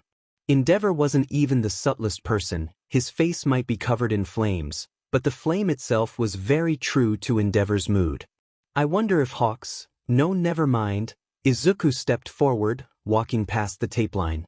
Oi, you dash! A familiar cat-looking police officer was about to stop him but paused when recognizing Izuku. Izuku reached out and held a man dressed in the staff uniform of the recently burned jewelry shop. Sir, you can't leave without permission, Izuku told the man with a squid-looking head. The police still need your testimony, and unless you're injured gravely, they can't let you leave. The man was also half camouflaged, courtesy of the camouflage ability of his quirk. You can leave by ambulance in that case. Endeavor frowned. Boy, what are you doing in dash? Midoriya-kun. Called Temikoa-sansa. That guy is? Let me go, brat. The octopus man hissed, his sucker-like mouth opened and closed menacingly. I didn't do anything, so why police would dash? Izuku narrowed his eyes. So why did you try to escape? Perhaps, you're afraid what would happen if it's discovered that the stolen access card matched yours. The man predictably tried to attack Izuku. His fingers turned to tentacles and lunged to strangle the boy. Might and Endeavor were ready to save Izuku, only to be disappointed when Izuku jabbed the man between his eyes. The criminal went out like a light, and Izuku stepped away to let the man reunited with the ground unhindered. He blinked when he saw the man fell down with half of his leg held still by ice, making a very awkward fainting position. One of Endeavor's sidekicks? Wait, this quirk. It felt like 2 but actually 1, like fraternal twins? Sansa gaped at him. Midoriya-kun you dash. The police sputtered. Izuku didn't even stutter. It's self-defense. I also didn't use my quirk. Sort of. Hyper-intuition was on 24/7, so he knew the man had the same weakness as squid and octopus. The cat police groaned. You could have just told me. The man was about to get away. There's no time. If he asked Sansa first, he would have been bound to help to track down the man in the end anyway. He had full confidence the man would react as predicted due to panic. Temiko-kun? All Might stepped forward, and Izuku was reminded that All Might was Tsukachi's friend, so of course, the man was familiar with Sansa. This boy is? Sansa hesitated. Please don't introduce him as the boy who made Hawks and Co. blew up a building. He is Nizu-san's, Sansa trailed off hesitantly. Disciple. Endeavor's eyes narrowed, and Izuku really didn't like Endeavor's attention on him. The mastermind, It was good they were near a clustered ambulance and police car, so they were mostly hidden from the public eye. Endeavor wasn't particularly loud, but if the choking noise Shiro made was any indication, the man wasn't using his indoor voice. Since when did he have such a villainous nickname?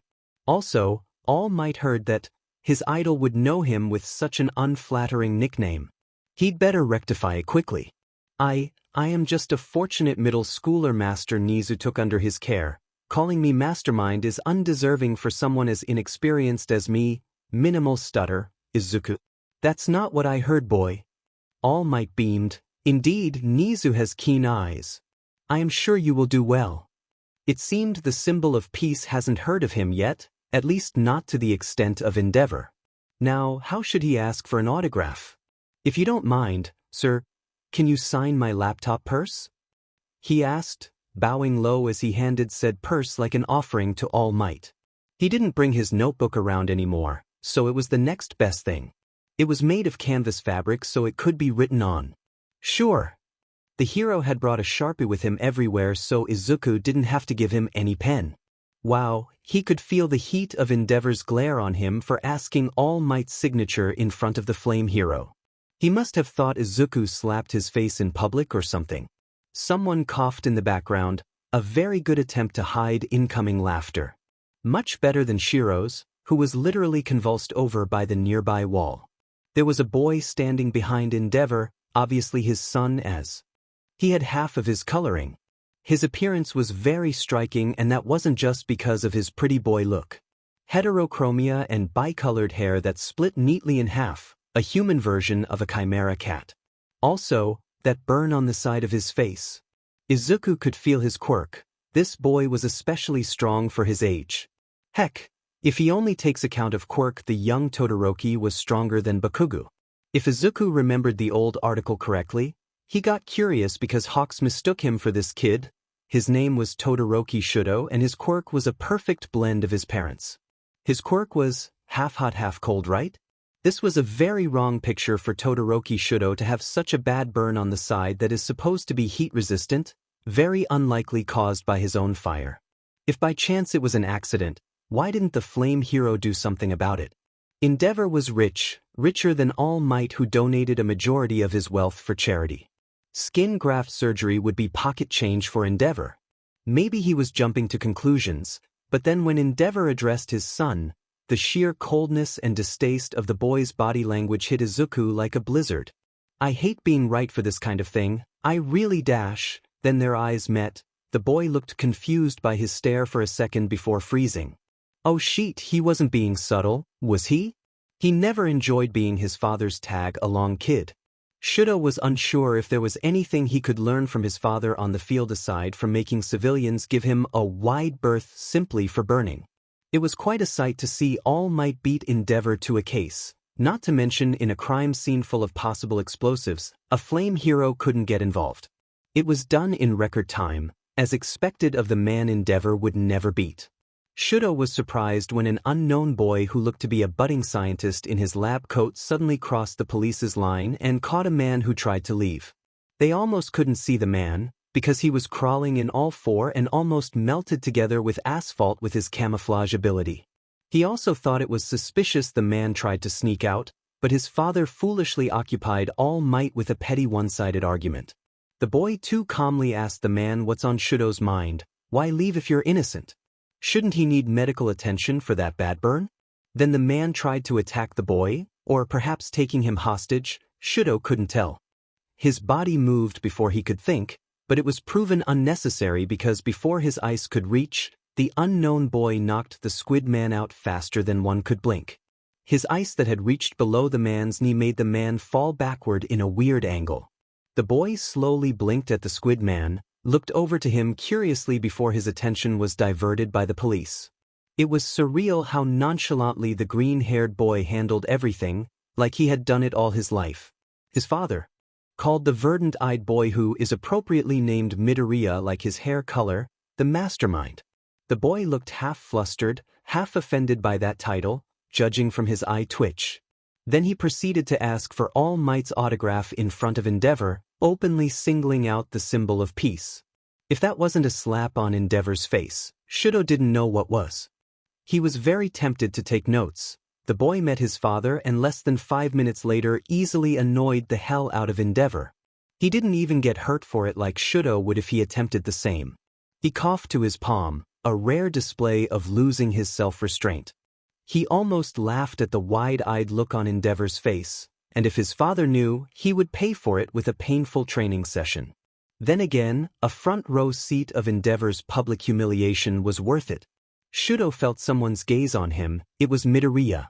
The boy was looking at him curiously, nothing rude because it was very brief and fleeting, not an open stare. "Shudo, you shouldn't come so close, and what's with using your quirk in public?"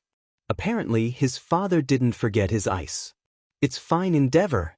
I think young Todoroki saw young Midoriya in danger faster than we did and acted. That's a mark of a great hero, you know. If his body moves reflexively to save people, you have done well with your son." Shudo was very flattered by All Might's compliment but also frustrated when his father got the credit. He was as sure as hell didn't get his heroic drive from Endeavor. Then he noticed Midoriya looking at him again, openly staring this time on a certain part of his face.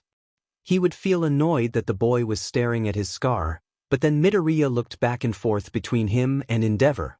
He wasn't curious about Shudo's scar. He wasn't staring because the burned skin was ugly. The boy was an open book, and Shudo could almost hear the clicking sound of Midoriya's mind gear and the following horrified expression. "He saw through me and Endeavor." Shudo froze on his track as if imprisoned by his own ice quirk, and emotion called panic he never experienced since he was 5 almost overwhelmed him. Suddenly a very warm hand was already holding his cold one in a firm grip, and the boy was suddenly right in front of him. "Hello, thank you very much for helping me." "Huh." And just like that, his anxiety ebbed away, replaced by confusion. Midoriya certainly didn't need Shudo's help, so why was he being thanked? Why Midoriya was shaking his hand as if they had just introduced themselves to each other. "I am Midoriya Izuku from Taiku, nice to meet you." Todoroki Shuto. He returned for the sake of courtesy, not even bothering to add his school's name. He was very confused, but the distraction was welcome. The boy lets go of Shudo's hand, not holding it too long to the point of being overfamiliar. However, the next thing he knew, Midoriya handed a small drawing pad to him. "Can you sign it for me? Since you saved me today, you're a hero too." It was official. Midoriya was strange, but looking at the scrunched-up expression on his father's face beneath his fire mask made Midoriya the good kind of odd. Shudo couldn't bring himself to care if Midoriya was just trying to annoy the hell out of Endeavor, or being plain weird, or acting friendly. He just robotically wrote his name on Midoriya's pad, relishing the feel of his father's heated glare on his skin. It felt like the pleasant burn of the morning sun. "Izuku, we gotta go for your appointment soon," called the friend with muscular tail Shudo almost forgot about. The boy was also getting an autograph from All Might and had followed Midoriya's example to openly ignore Endeavor. Midoriya made a face at that. "Coming!" He shouted at the boy, before beaming at Shudo again. Their fingers brushed as he took his notepad back from Shudo. It wasn't lost on Shudo that the boy's body temperature was higher than normal. This was someone who had flame quirk, or a variation of it. "See you in Yudere, Todoroki Shudo-kun." Shudo stared bewilderedly as Midoriya gave him another gentle pat on the hand, a very comforting gesture that felt alien since his mother left. "He is my age, but..." Shudo's mind trailed off as he watched Midoriya's retreating back. "Why do I feel like a grandson being comforted by my grandparent?" "Shudo," Endeavor called, snapping the dual-haired boy to reality. "What do you think of the boy?" "Weird, but also a very pleasant person. He will make a good sidekick," said his father. Shudo couldn't imagine someone with that presence to be a sidekick. Yudata High School. It was his childhood dream to enter Yudata, participate in the sport festival and become a hero. For some reason entering Yudata's massive gate felt strangely mundane. As impressive as Yudata could be as a school, It was still a normal school just with extra courses attached built around the hero industry. Industry, for someone who had the memory of a world where heroism was an act and not industry, Izuku felt disparaging how quirks affected this world.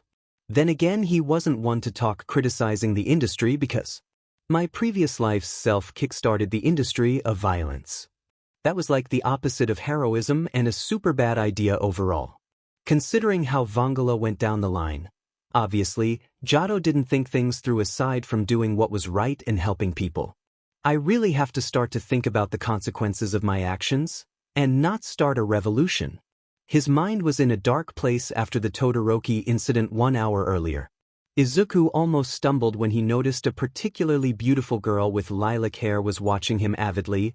I hope she doesn't think I am weird. Then he got a text message from Senku and Futaba, wondering if they could break into Udate's security system of all things and asking about Izuku's opinion of their chance of success. Senku's mindset was too unrestrained, not caring about law and legality. Senku would be very much at home in Vongola. He was starting to speak like a vigilante, a criminal. At this rate, they would really be arrested by Tsukachi. That uniform is Taiku's. The beautiful girl hummed thoughtfully. That's very unusual. The blonde standing beside her perked up. Taiku? That's quite a grand name for a school. Emperor of Light, it sounded like a hero's name. What's so strange about students from there visiting Udate? Nijire. Nijire sighed. Togata-kun, with you at a reputation, there's no middle schooler taking a study trip to survey our school.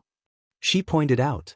Amajiki, who was on her other side, frowned, but if he can enter, that means he has permission.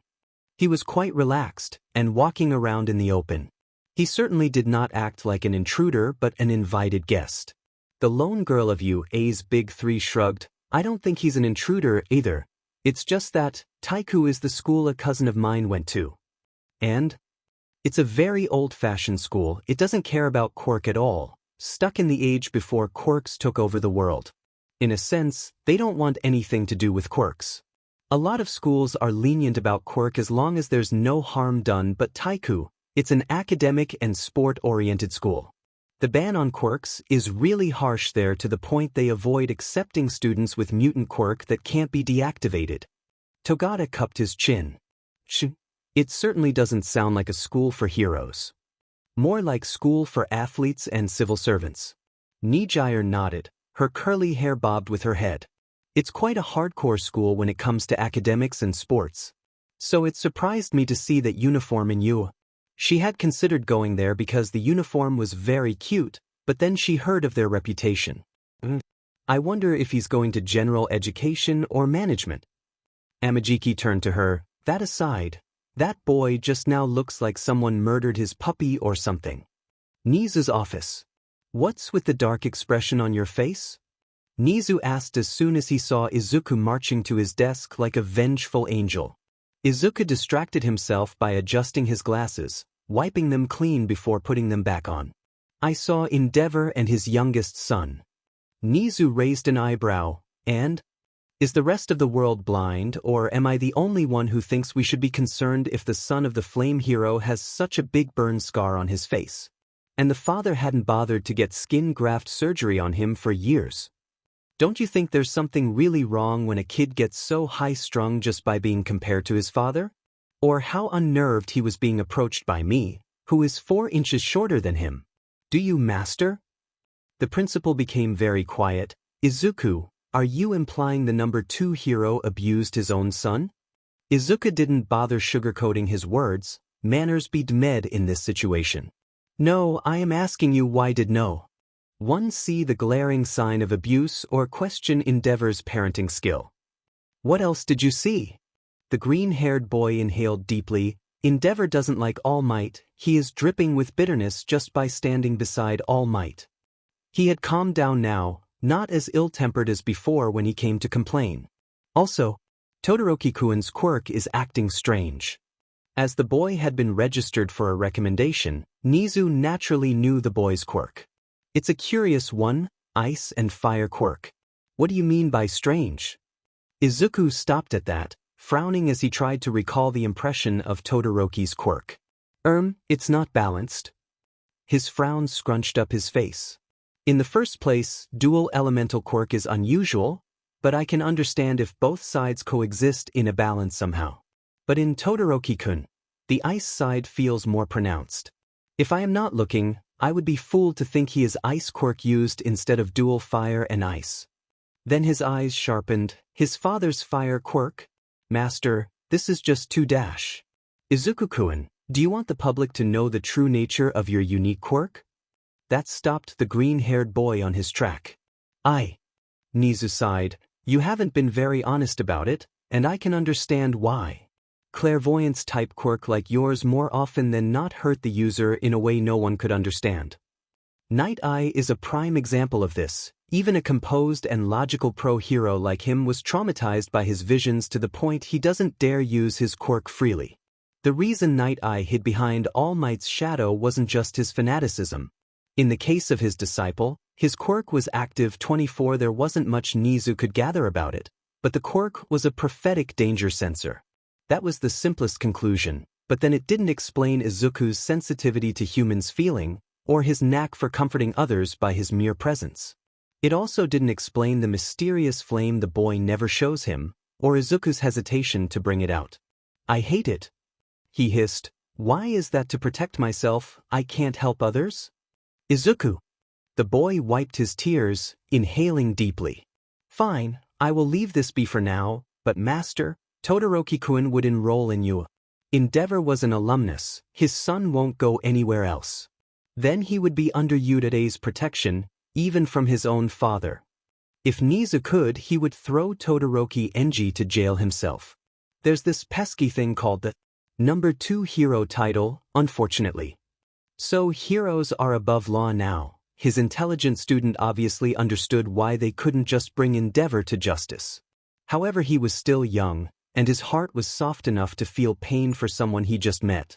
This boy was a natural hero. There's always a way if one is looking hard enough. Although, if being number 2 makes him so invulnerable, we just have to drag him down from there. Endeavor isn't the best at appealing himself to the general public anyway. Dear student of mine, attacking his public image should be easy enough, and Izuku-kun. Nizu snapped. Izuku flinched, turning slowly to Nizu. Yes? Master? You're not plotting for Endeavor's downfall or anyone else's that's not a villain. Even if by right, Endeavor was a villain for child abuse. I may or may not have overlooked a certain mysterious leak of a dozen scandals online about a corrupt politician from 2 weeks ago. Izuku averted his eyes. Or how a report on illegal chemical waste from his factories mysteriously landed in police HQ. Izuku was looking down at the office's carpet now. Or an anonymous tip to police on his illegal businesses. Izuku trailed off. Well, Futaba-chan is well enough to go to the cafe for parfait now. Of course she is, after all. The truth came out that the rotten man had had her mother killed and is now serving a life sentence in jail. Right. Izuku-kun. The boy pouted, yes sir. I won't do anything without permission. Although, his tendency to skirt around the law was very not hero-like. If only Izuku had more fear of not abiding by the law, he would have been a perfect hero aspirant, his wish for early retirement notwithstanding. Come in, Nizu called out distractedly, feeling really tired from Izuku's antics. The door swung open. Nizu, I hope I am not. Young Midoriya? Wait, didn't Izuku mention that All Might was present in the incident with Endeavor, which means... His disciple's eyes had enlarged to the size of the dinner plate, and his mouth hung open. That voice, this dimming quirk, Izuku mumbled under his breath. All Might? What happened to you? All Might was stupid enough to respond, confirming it. How did you dash? Nizu just sighed. Oh well, knowing Izuku, it's pretty pointless to hide your secret anyway. Also, it was mostly Toshinori's fault for being an idiot. Yagi Toshinori had been hiding his deteriorating condition for years. So it surprised him when the unknown boy, young Midoriya, easily saw through him. He had overheard the sounds of Nizu arguing with someone inside, muffled by the door separating them. Never had he imagined Nizu was arguing with his student. He thought for a second that he slipped something up, but Yagi had seen the recognition and look of admiration in young Midoriya's eyes the moment he stepped in. "How did you dash? What happened to you, All Might?" And that was the very moment his body chose to choke on his blood. "Master, he is dying." After calming the boy down, Nizu sighed at him. "Well, in hindsight, hiding your circumstances from my disciple is impossible." He craned his neck towards the mumbling boy, who in a short time watching Toshinori's wheezing had compiled a number of theories. At least half of them were scarily accurate. Overuse of quirk that is taxing his body? Come to think of it, his time in action statistically dropped the last few years. It could be an injury procured during battle, which severely affected his vital organs, or is it a disease? Midoriya Izuku, also known as the mastermind of the Jabberwocky incident from a few months ago. A controversial case, where a notorious gang held over 60 civilians hostage. The case was broadcasted on national channels, courtesy of the gang themselves, to pressure both heroes and the police force to meet their demands. Even high-ranked heroes like Hawks and Ingenium were stuck in a rut to solve the case until the boy came in and proposed a daring plan. The material damage was astronomical, but no lives were lost after the plan was commenced. This earned the boy a reputation for his strategic mind and boldness. Not all rep about him was good. Some were skeptical of a teen who easily proposed such an extreme measure to accomplish his goal. Dangerous was the unanimous opinion of heroes who learned of his existence, but they also wanted the boy to stay firmly on justice's side. Hence, why Tsukachi lost sleep arguing for the boy's case until Nizu stepped in to take Midoriya under his protection. "It is more complicated than I heard," Toshinori couldn't help but say. He had a clairvoyance quirk like Yagi's former sidekick, something All Might just learned because Tsukachi refused to elaborate about the boy's quirk. "A bit similar to mine, but stronger and more troublesome. You'd think the boy has enough trouble without his quirk. Aren't they worrying a bit too much? The boy is young and his quirk isn't offensive. Unless equipped with a security system and weapons like Nizu." Nizu snorted. "His quirk is a strange blend of clairvoyance and elemental. His elemental side is offensive." Toshinori gaped at that. The huge golden fire on national television during the case a few months ago? That was his. A dual quirk? No, he says the clairvoyance part is an extension of the elemental one. Frankly, even with my high specs, I am at a loss to make heads and tails out of his quirk. Nizu sounded frustrated by the puzzle he couldn't solve. "Anyway, Izuku-kun," the principal called out, "before you figure out everything about Toshinori-kun yourself, please give him a chance to explain himself." Toshinori sweat dropped, wondering if he was so obvious. It was a short story, so it didn't take very long. "That's what I thought. A strong villain seriously injured you and limited the use of your quirk." Toshinori turned to Nizu. "Is there any point in me telling the story if young Midoriya can guess it in less than 10 minutes? I need you to tell him about One for All Might." Nizu told him. That made the number hero freeze. "But that's... I know young Midoriya is an amazing hero candidate, but he didn't know the boy well. It felt wrong for the decision of his successor to be decided by recommendation of others, even if he trusted Nizu." Nizu gave him a pointed look. "You're mistaken. I want you to tell him so he could help you to choose. You're a good hero, All Might, but you're not the best judge of character." "Heh. I have suspected this for years, but what Izuku-kun told me today confirms it." "But All Might, what do you think of Endeavor?" "Oh, Endeavor? He is a reliable hero, a bit cold, but he always does his best to save people. I really respect him for his strength and conviction as a hero. I think I would have had a hard time without him as number 2 helping society together." Young Midoriya for some reason buried his face in his hands. "All Might, you're really optimistic, aren't you? Well, that's why you're great and All Might, but still. Anyways, I don't trust you to choose your own successor, or at least, please get a second opinion on your choice." If Todoroki Enji was a good person to Toshinori, the number 1 hero really needs to get his eyes checked. Young Midoriya narrowed his eyes. "One for all for one." Both Nizu and Toshinori froze at the boy's words. Each individual should act for the benefit of the group, and the group should act for the benefit of each individual. What's so important about Switzerland's traditional motto? Toshinori felt cold sweat rolling down his face. It's just random muttering, but that almost scared me to death. He took a deep breath.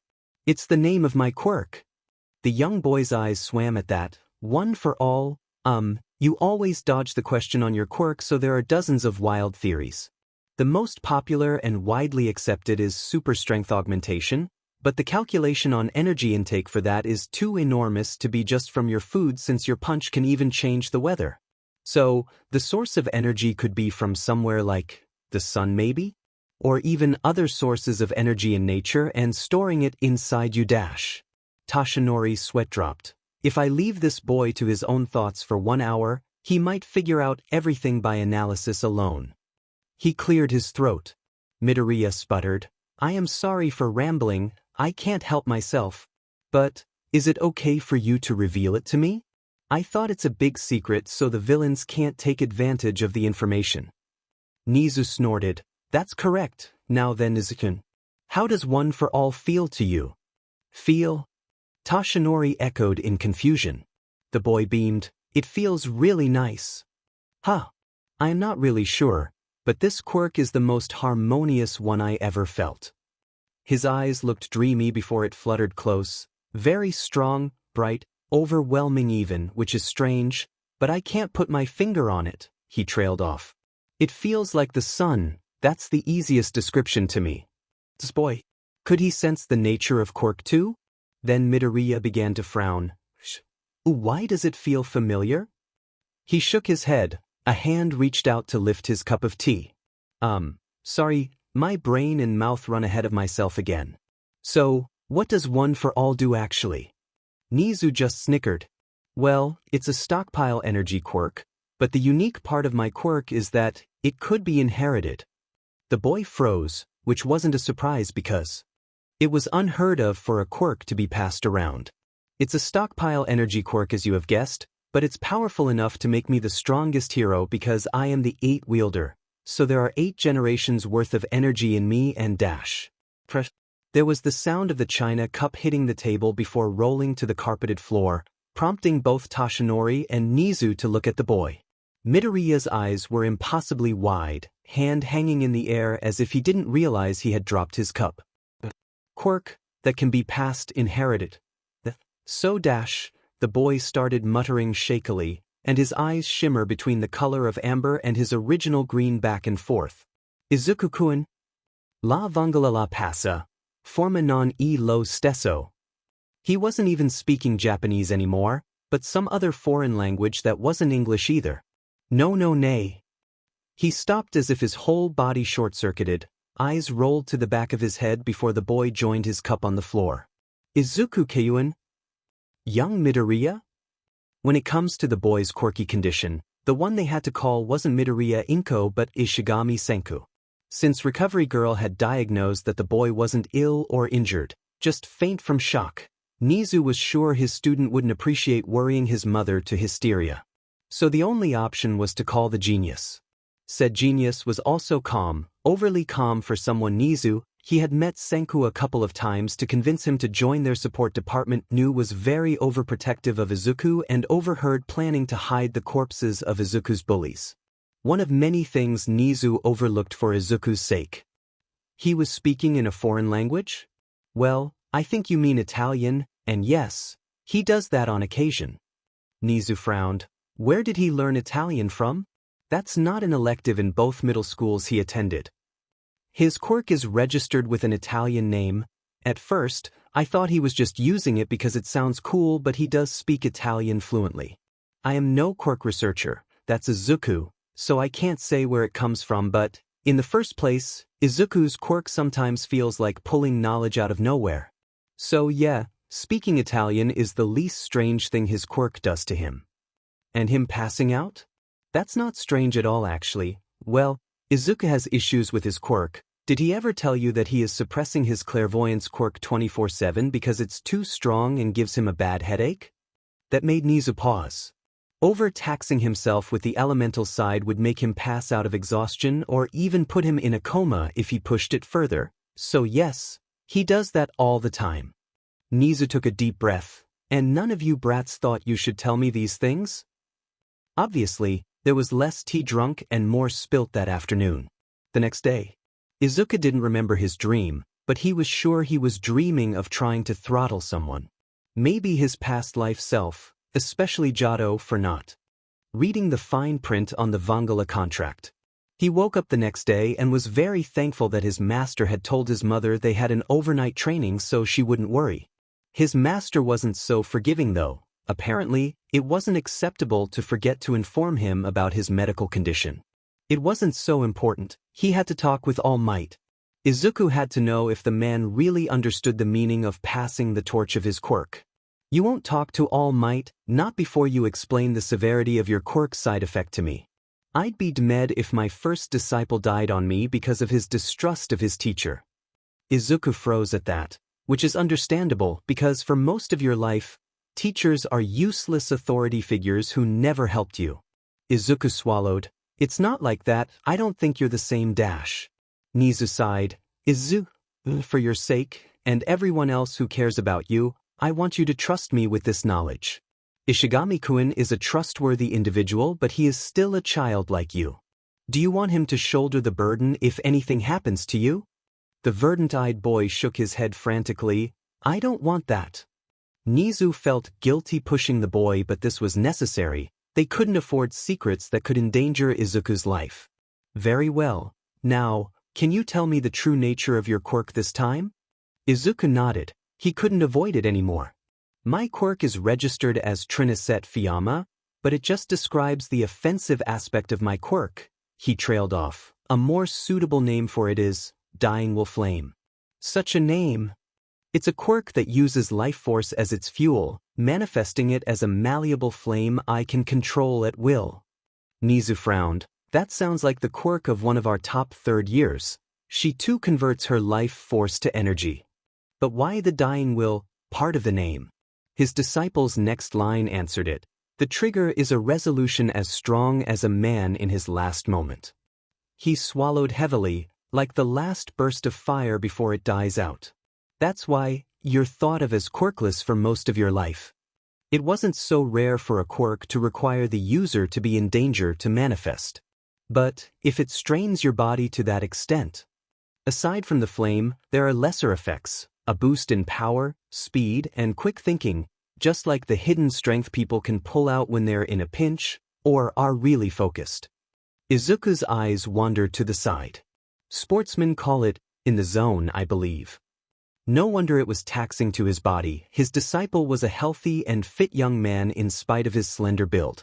And your clairvoyant side? I call it hyper-intuition. It's a super extra sensory perception I develop because of the property of my flame. There's more? Izuku nodded at Nizu. Dying Will Flame only covers my flame. As a set, my quirk should be called Harmonia, which is the harmony property that characterizes my flame. Nizu frowned. I see. It's more unique than Nijire-kun's wave motion. Not necessarily a good thing. He made a mental note to introduce his disciple to Nijire later in April. But what does this harmony property do?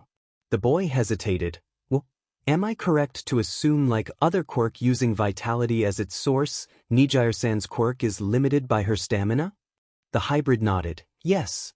The girl has impressive stamina, one of our best. But due to this, she isn't suitable for long drawn-out battles.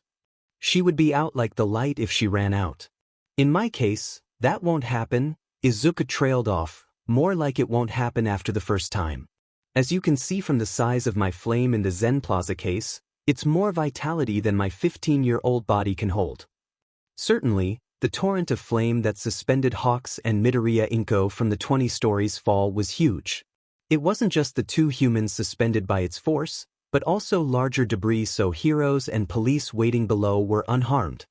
He held his palm up, and a tongue of flame appeared. The life force I use isn't all mine. My body takes most of it from my surroundings, the world itself, because my body and soul is in harmony with them, enabling me to use it to fuel my flame. which means, theoretically Izuku's power source was almost bottomless. However, I am severely limited by how much my body can take and channel. The young boy added sheepishly, as you can see if I go over my limit, I collapse. Nizu's eyes widened. Harmony. So your hyper-intuition is the result of you being in tune with the world itself. So that's how his flame and clairvoyance ability was connected. The intuition wasn't the real quirk but a side effect of his quirk. Izuku nodded, smiling.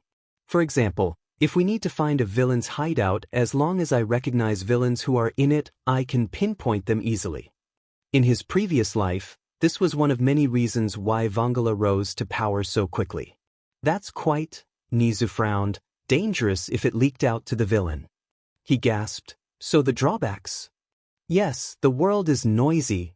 Aside from a headache from sensory overload, I can't really notice some of the things the world makes me do. Like how I keep running to a criminal case. It doesn't help that this is the world of heroes and villains, hence, being controlled by the world itself. Nizu gave the boy a comforting pat with his paw. My dear student, I am so sorry to hear that. Nizu could say this was the first time he really felt sorry for a human.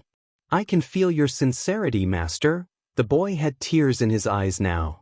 Oh, have I ever mentioned that I am grateful you plan to exclude me from the practical exam with robots? Why? Nizu wondered. My hyper-intuition doesn't work with machines. They're not alive, no life force, so I can't predict them. Nizu smiled before whacking the boy upside his head. Next time, tell your master sooner about this kind of thing. Izuku looked bewildered, and Nizu regretted losing his temper. The boy nodded sagely to himself. Yes, this is more like it, like a home tutor. So, can I talk with All Might now? Sure. An hour later All Might was invited back in. The man looked nervous and nothing like the #1 hero he was known for. Maybe it was the lack of muscle and sunny grin. Izuku had no idea. It must be presumptuous of me, a 15-year-old kid, to tell you, the greatest hero of our age this. I have to ask you, All Might. Do you really? Nizu watched his disciple speaking to All Might with a slow and gentle tone, about the meaning of passing the torch.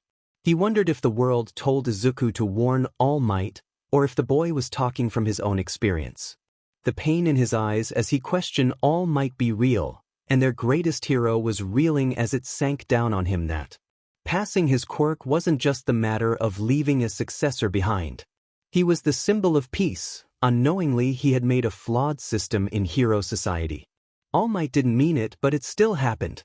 It's not just someone suitable to pass your quirk you should choose, but also a hero who wants to shoulder the burden. All Might went home, swaying a little, but Nizu could see the hero was thinking deeply about what Izuku said. Suddenly, Nizu thought he didn't have to worry as much about All Might's choice. The man knew, desperate or not, he couldn't just change someone's life just because the world needs a symbol. Gran Torino got a call from All Might after an almost eternal silence from his former student. They had a long talk, and the aged pro-hero wondered what happened to make Toshinori talk at length with him about a potential 9th successor. He thought the brat had grown up enough, but apparently, All Might still had room to grow. Nana would be proud. If all else fails, I can always try to ask young Midoriya, but I most likely would be soundly rejected though. Who? Udata Stadium. All Might was going to teach at Udata next year, and as Nizu's disciple, he was given the inside information in advance. Izuku wasn't excited about this, however. He didn't think that the idea of being taught by All Might was good. Don't get him wrong, All Might was an amazing hero. Even if his master came really close in his personal ranking. Does he have a teaching license? Like the other pros teaching in Udata? Nizu sipped his tea. No. Master, are you sure his limited time is best used for teaching? All Might is a great hero because he is inspiring. He might not be a professional instructor, but it's in his best interest I hired him. So he could spend his limited time with the generation that would fill in his absence in the future, and possibly be finding a worthy successor. Izuku contemplated that. Yeah, I suppose. Who knows if he might be a good teacher too? Nizu nodded. Yes, in case he screws up, I am counting on you to clean up after him. The green-haired boy froze. Huh? Wait, master. I thought you said Dash. They're like this. Biggest fan.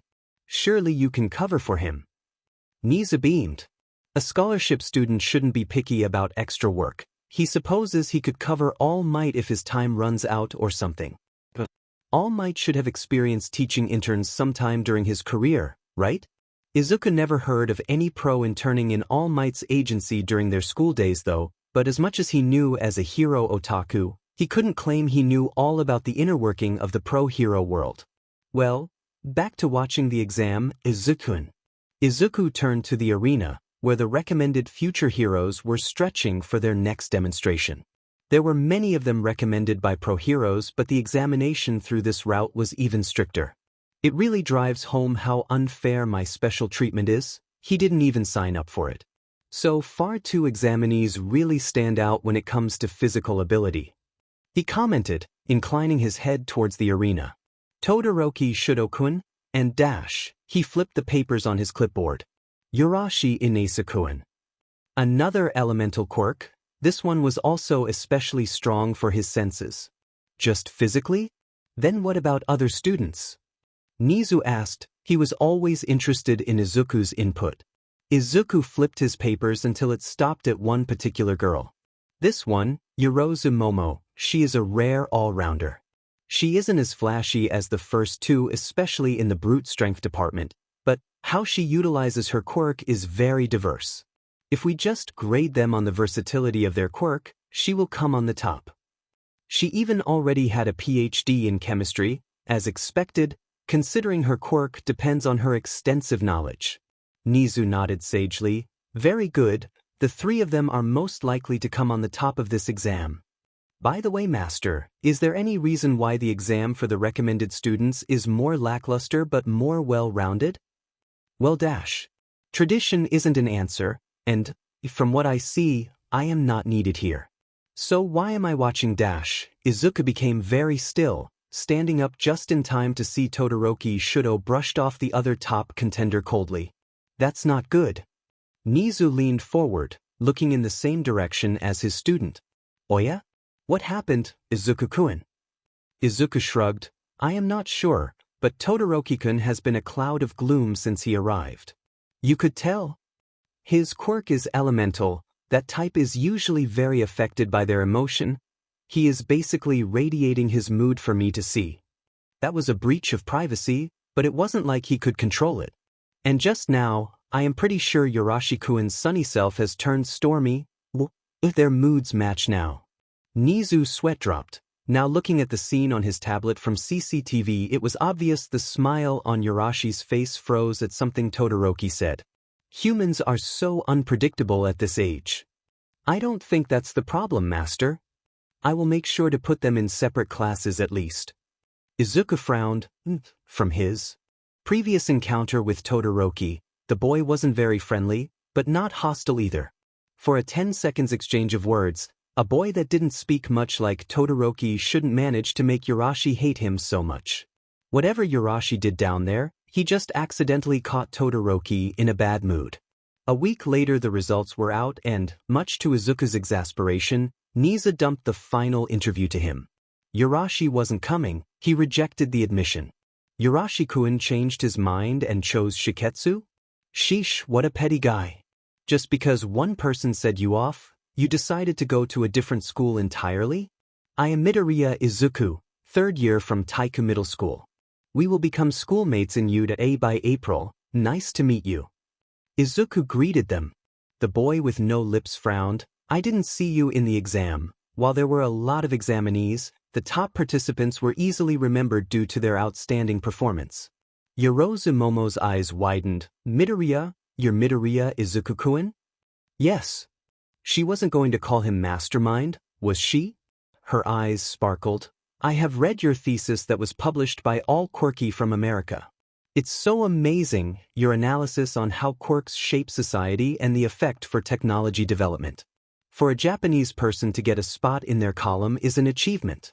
I can't believe it. You're our age. Then she panicked. Oh, I didn't bring the magazine. If only I knew I would get to meet you today. Izuku's sweat dropped. He certainly had forgotten about that thesis. Especially since, as scientific and well put together as it could be to be published, the thesis was basically him ranting on how quirks should advance technology instead of the other way around. Senku was such a talented editor to turn a rant into a proper thesis. Like I said, I'm going to be in the same school as you, Yaoyorozu-san. You don't have to get my autograph. No. I certainly have to. She decided determinedly. Hanazuki still looked confused, a professor in the heroic course. I am a middle school student like you all, I don't have a master's degree. He waved his hand in denial. I am here to conduct the interview with you in place of my master. Master?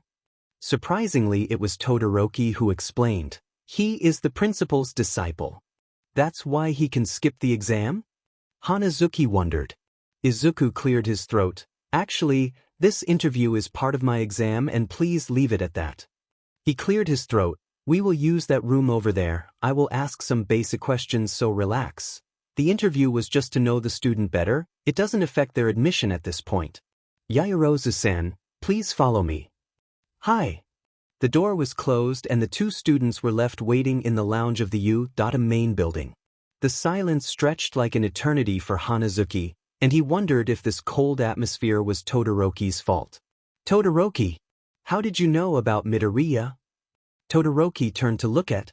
The lipless boy, if he recalled correctly, his fellow recommended student was the nephew of pro-hero Potter Mulder, whose quirk was similar to the boy. From my father.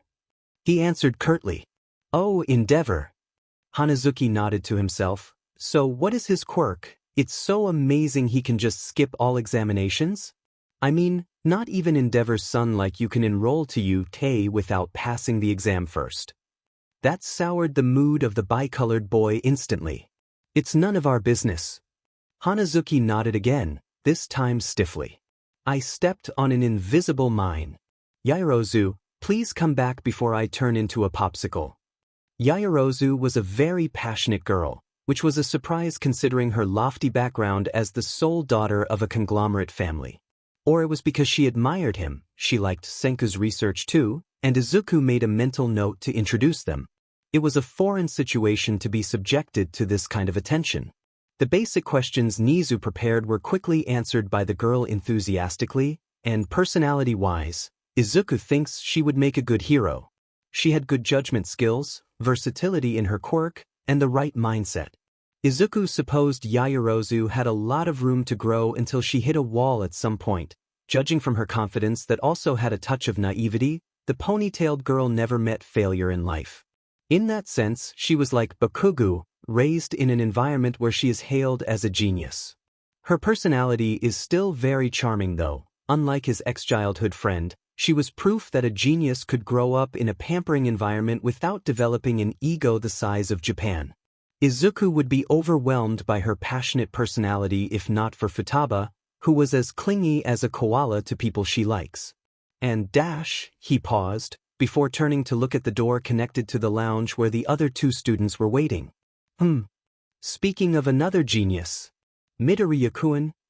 He smiled at her assuringly. Let's conclude your interview for today, Yaoyorozu-san. On behalf of my master, I welcome you to next spring. Hi. She nodded enthusiastically. I will not forget to bring the magazine next time. No, seriously, he will spend 3 years in the same school with her, so what's the point of an autograph? Sure, please call Todoroki-kun for me on your way out.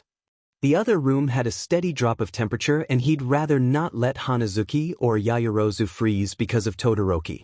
With pleasure. Izuku heard the door close and open a few moments later. There he was, the problem child number 1.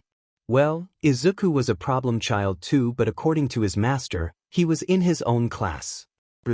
It's been a while, Todoroki-kun. The boy looked tense as soon as he entered his line of sight. Typical, nobody likes it when an outsider knows your muddy home life. Let's start from the top.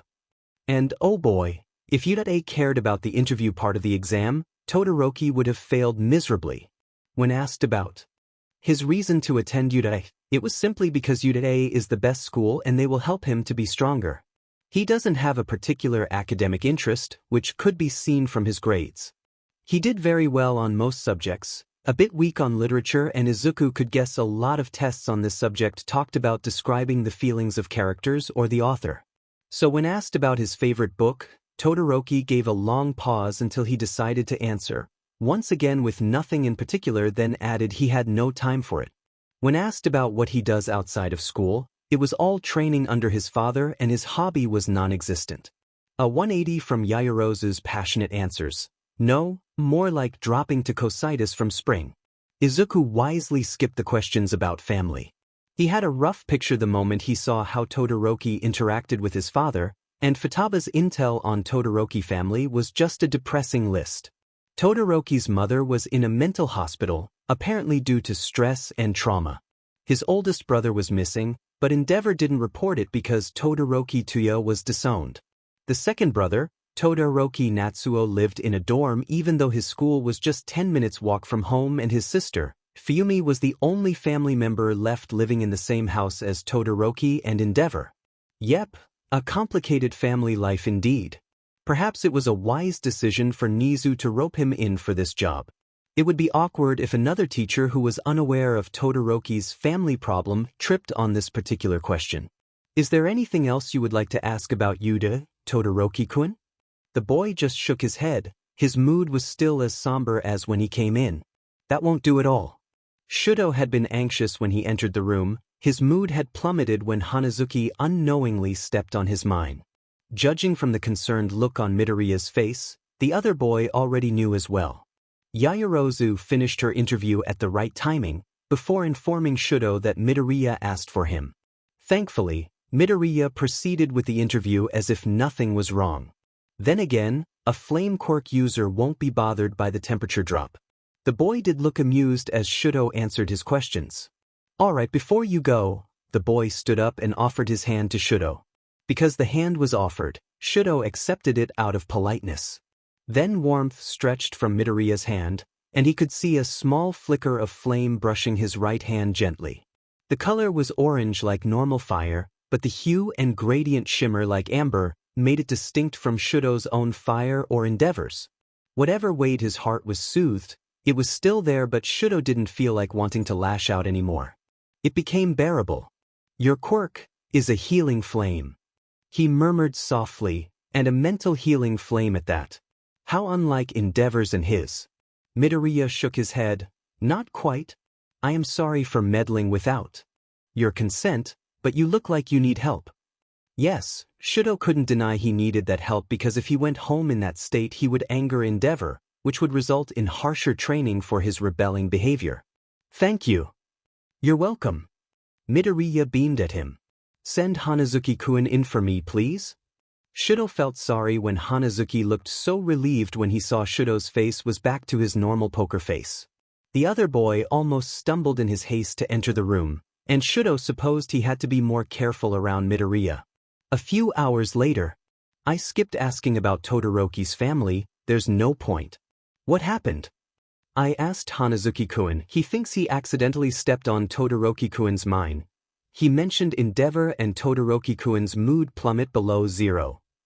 Nizu just sighed and made note to start planning what to do if his student lost his patience and dragged Endeavor off of his number 2 throne, and also the possibility to get Todoroki Shudo to agree to go to therapy. The idea of a boarding school is becoming really appealing nowadays, especially since his students' little vigilante group came into the picture.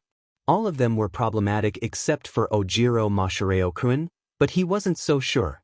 The boy only had an extra appendage as his quirk, nothing as worrying as Izuku's or Futaba's, but, Izuku-kun, would your mother be interested in a job to manage our dorm? That was the only reason why she finally agreed to let her only son, which she was very protective of, be in Yuda's care.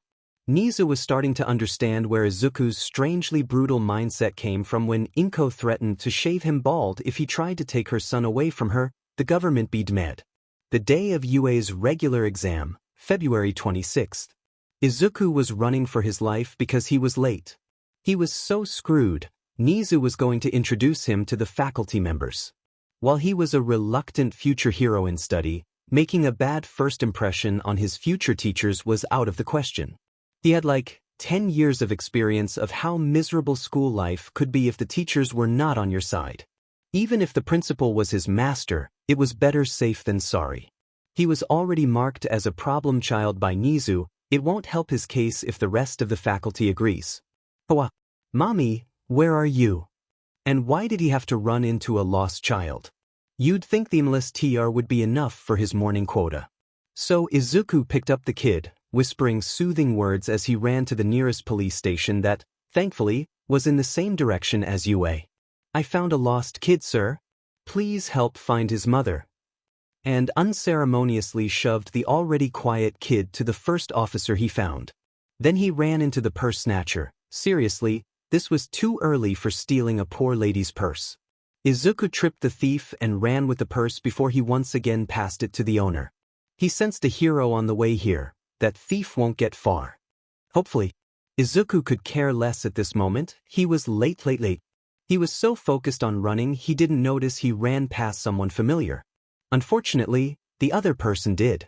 Yuadei's entrance. Life didn't treat him like a king once he changed schools. While officially he didn't have a record, the teachers in the new school had to be informed that he was a problematic student. Katsuki also learned that apparently a teenager with his brand of special speech was a novelty no teacher outside of his old school would overlook. His school wasn't particularly prestigious. It was normal, but according to his mother's high praise, they took their job in educating their students seriously. So looking beyond his excellent grades, the teachers cracked down on his less than stellar manners. His parents always knew he wasn't a well-behaved child or particularly polite, but the new school and batch of teachers enlightened the Bakugo couple of their child's problematic behavior. At a new school and class, it's not unusual for transfer students to take their time to get to know their classmates, but your son, pardon me, doesn't make any effort. It's been 3 months and he couldn't tell me even one of his classmates' names. Oh my God. He needs anger management classes, and I am not sure how to bring this up, but your son seems to be under delusions that he is the main character of a fantasy and calling everyone around him as either extras and cannon fodder. Well, isn't he too old for playing hero? Nowadays, being a hero is a profession. I don't think I feel safe if someone like Bakugo-kun wants to be a hero, no matter how talented he is. Are you sure he wants to be a hero? Yes. I'd say he needs a quirk counselor too. His mindset and his quirk are a dangerous combination, ma'am. Needless to say, that was the worst. Katsuki wondered how his life turned 180 in the new environment. People still admired his strong quirk, but as soon as they had a taste of his personality, they quickly questioned his resolve to be a hero. They didn't say it out loud to him, those pansies, but they commented on it behind his back so much he would be deaf to not overhear it at least once. It varies, but summed up to 3 kinds. A hero with that kind of attitude? Jerkish hero isn't rare, but Bakugo is so DMN temperamental. How is he going to handle fans or the media? I don't feel safe around him. It feels like he is going to hurt me just for breathing near him. His parents keep beating themselves up for it, wondering where they went wrong. It got to the point his mother stopped cursing at home. She didn't turn into a perfect polite mother, but she had toned down her rough side. Katsuki didn't like the change in his home, because suddenly everything he did was unacceptable. His school was suffocating and his home wasn't a home anymore. He couldn't catch a FING break. Fortunately, U.A's entrance examination was just around the corner, which means he will attend the School of Heroes and will be with other hero aspirants. They won't be as good as him, but surely the quality of extras should be on a more tolerable level, right? There would be no sneaky trash like. Then the very guy he wished wouldn't be part of his life just ran past him. He would recognize that bush of green hair anytime. How dare you come to U.A? But Deku didn't stop. The bastard just ran like a coward as usual. No, that wasn't quite right. Deku was usually too scared to move, not ignoring Katsuki. Deku's usual behavior would be stuttering and walking nervously to you, instead of running like he owns the road. Katsuki tried to chase after Deku, but he was getting better at running. Then, at last, Deku was stopped at the front door when he almost crashed into a glasses-wearing guy who came from the corner, and jumped over the guy with a flip in the air. What the dash? The guy Deku used as a vault was enraged. He was even louder than Katsuki. You shouldn't run like that. As future pro hero, it's unbecoming dash. Deku whipped out the lanyard around his neck. I am sorry, but I am your examiner. And I am late. Katsuki was halfway towards the gaping glasses guy, but he could see Udate's logo blazing on the lanyard with word examiner. How? Sorry, sir.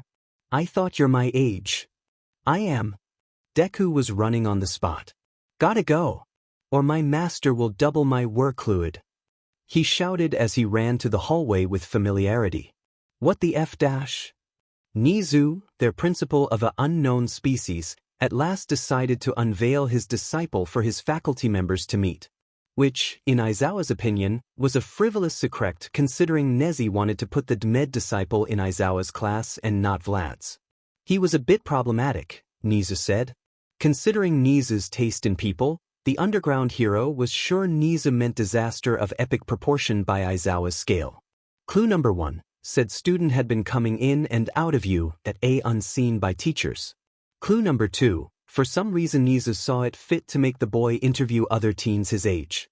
Clue number 3, being exempted from the exams without proper explanation from Nizu. The last one was giving Aizawa shivers as, according to Nizu, there was no point testing the boy. His quirk is quirky, and let's just leave it at that. Nizu had zen-like expression when he said that. Aizawa hated puzzles or any mystery he couldn't solve in general. Good morning. I apologize for my tardiness, said the boy everyone was waiting for, who promptly tripped on his own feet and did a spectacular fall while rolling down the stairs of their viewing theater. I am really sorry. When looking at the boy, the first thing that came to mind was clumsy, followed by harmless. He does look like a problem child, in a sense he would make you worry to death, but the way heroes talked about the mastermind suggests someone with dangerous potential. This harmless appearance with a disheveled white-blue uniform, a lab coat that is one size too big, fluffy curly hair and big eyes framed by glasses. If anything, it made Aizawa even more wary. Why don't you stand on your feet first, kid? That was Midnight, looking very sorry for the boy. Izuku, you're usually not this clumsy. Also, your morning routine is taken into account when I tell you the time. You're just on time. Nezi said. The boy jumped to his feet, standing to his full height of an average 15-year-old boy. I turned it off so my balance is a bit dash. Nizu groaned. He looked so done with his student. Which was a novel sight. Nizu made people exasperated, not the other way around. Maybe you should inform me next time that your quirk also affects your sense of balance. He turned off his quirk? One that connected so closely to his sense of balance? That kind of quirk usually couldn't be turned off. That was like stopping one's heart from pumping blood. And turn it back on, I'd say your morning quota is done for today. Nizu sounded amused. So, how many? A lost kid and a purse snatcher. All Might beamed, very praiseworthy young Midoriya. I see. All teachers looked at their boss as one in disbelief. Principal, this boy is a vigilante. Except for the second case, the boy was a bona fide vigilante. Midoriya Izuku turned to Vlad, who was speaking out. I am sorry, sir, but the Inhar is helping himself to a defenseless girl in front of me. I can't forgive myself if I leave her while looking for a hero with a license. His tone wasn't hostile but stern. The purse snatcher ran towards my direction. Should I make way for him or stop him? Also, I didn't fight with quirk, I abided by the law to the letter. Technically, Nizu added, skirting with loopholes and dancing in the gray area, I am so proud. He wiped non-existent tears. Was that something the principal of the most prestigious hero school should say? Alright, get to work, Izuku-kun. The students are on their way to their battlegrounds. The brat looked forlornly at his clipboard full of papers with names, one all teachers had in their hand. Right. Aizawa didn't understand why the boy had to be in Yugi, and how Nizu was so attentive to the boy like a dragon protecting its hoard. 5 minutes to the physical exam, they knew why, and oh, what a relief that Nizu made the boy attend you. Most interesting, the quirk of examinee number 78 is very fascinating. Dark Shadow is a sentient quirk, it has its own personality. Could it be Tokoyami Fumicage's projection of ID? He calculates his route very well, avoiding a well-lit road, but he also avoids indoors even though his shadow quirk would grow stronger under the shade. Most likely a control problem. In that case, Tokoyami would have problems working at night. Quirk of duplicating arm, which means he can grow flesh, bone and nerves. There's a delay on his newly grown appendage. If he can regenerate, is it possible he is impervious to injuries on his dupli arms? What of his legs then? As expected of Ingenium-san's brother, HM, if the placement of engine greatly affected their fighting style, they're both still speed-based HM. The time needed for his engine to cool down is poor. I suppose that's what their full-bodied armor is for. Even All Might looked wary. You're very sharp indeed, young Midoriya. Who said the boy was harmless with a bit of vigilante problem? He was a disaster of epic proportion. Suddenly the reason Nizu wanted the boy in you, so much made sense. He was running commentary of every quirk that caught his attention and he picked them apart with terrifying ease. How could you be smiling when doing that? Nizu was enjoying himself. Have you done analysis on U.A's teachers? Of course I have. Eraserhead's quirk is especially fascinating. Did this boy seriously forget Aizawa was in the same room? It seems simple in first glance but so complex. The boy sighed in content, as if pulling apart Aizawa's quirk was like tasting fine wine. The trigger itself is fascinating. Target have to be the focus of his field of vision, so, even if it's called erasure, it's more like Aizawa-sensei is interfering with quirk factor.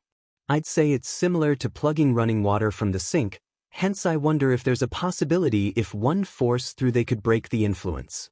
The boy murmured to himself. He sounded very gleeful. After all, most emitter quirk that influence others in some way customarily could be broken by sheer will.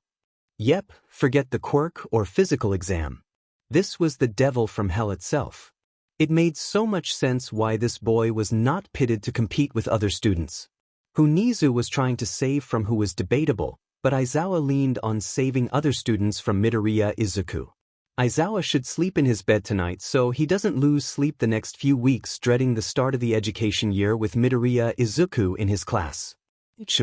From here the top scorer is quite clear. Commented Cementos, a relief from his mental breakdown. Bakugu Katsuki dash. Ectoplasm hummed. His battle sense is well honed for a kid, mastery over his quirk, good mobility with brute power to match. I can't be sure without sound, but from the images alone, this kid needs anger management classes. The boy snorted at Midnight's comment before frowning deeply as the exam almost reached its end. What bothers you so much, Izuku-kun? All top scorers have rescue points, either intentionally or by accident, but for Bakugo-kun to score none at all is concerning. The boy was distracted by his own thoughts. He didn't answer their question as much as speak out loud. Temperature in the viewing room feels like it dropped below zero as the teachers let that seemingly accidental score sink. The implications were terrifying. The rescue points was a second part of the exam. It wasn't kept secret because they wanted to test their future students. It shouldn't need to be said because being a hero was all about saving. It was under the job description. It was above anything else. So for the current top scorer, Bakugu Katsuki, to go from the start to the end of the exam without a single rescue point raised alarm to the rest of U.A's faculty members. It wasn't rare to have unbalanced points, but surely Bakugu must have accidentally saved his fellow examinees at least once in the duration of the exam? Well, the boy will get in. It was Midnight who broke the silence. We will have to monitor him closely though. For a future hero to be so lacking in desire to help others was worrying. On the screen Bakugu Katsuki blew up 5 one-pointers in one go, which was impressive if not for the piece of robot sailing straight to an examinee a few feet behind it. The boy was the second placer, with an almost balanced score for rescue and villain. In fact, the boy made his bulk of rescue points acting as a meat shield for other participants from Bakugu's reckless explosions. Kirishima Ijuru, another good candidate and less worrying than Bakugu. All Might agreed, even if they were rivals in this exam, all heroes have an instinctive desire to save others. For this young man to score non-existent in that regard, it was a dangerous premonition no matter how you see it. All Might winced when another shrapnel made its way towards Kirishima. Nobody noticed Midoriya Izuku face-palming with a pained look on his face. Yurei was a school of dramatics. From the start of the exam, Present Mike already made a jab on spacing out examinees waiting for a start signal. True, in real battle there was no signal, but they came here expecting an exam. For them to pass this exam, they need a combination of skill, speed, power, and focus. Said his master. That certainly is true. Just look at his childhood not-quite friend who racked up points like no tomorrow. He was like at least twice if not thrice the speed of other students. Then he noticed the screen keeping tally of the points, to be precise at the non-existent point in Bakugu's rescue box. You'd think after the disaster in their second year, Bakugo Katsuki would repent and change. Or at the very least reflect on his mistakes, but it seemed the lesson didn't sink in very well. In hindsight, Izuku should know that any attempt at teaching Bakugo the right mindset couldn't come from him. Bakugo Katsuki made the bulk of his gargantuan ego from stomping on Izuku. This was also why Izuku gave up trying to change Bakugo back then. Bakugo had to respect Izuku first for his opinion to be worth anything, but nothing short of whooping his butt could work. If Izuku defeated him, he knows he can. There were two possible outcomes. First, Bakugo's opinion would change and maybe he would start to see Izuku as an equal. Second, his defeat would turn Bakugo's world upside down and the explosive boy would try harder to put Izuku in his place as he knew it. Sadly, at this point, the latter was more likely to happen.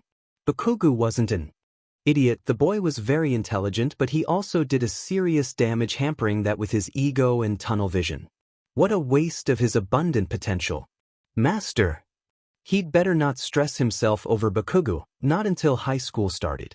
Is there any particular reason to use robots for the test? Personally, I think something like a round robin would be better because some quirks only work on human opponents.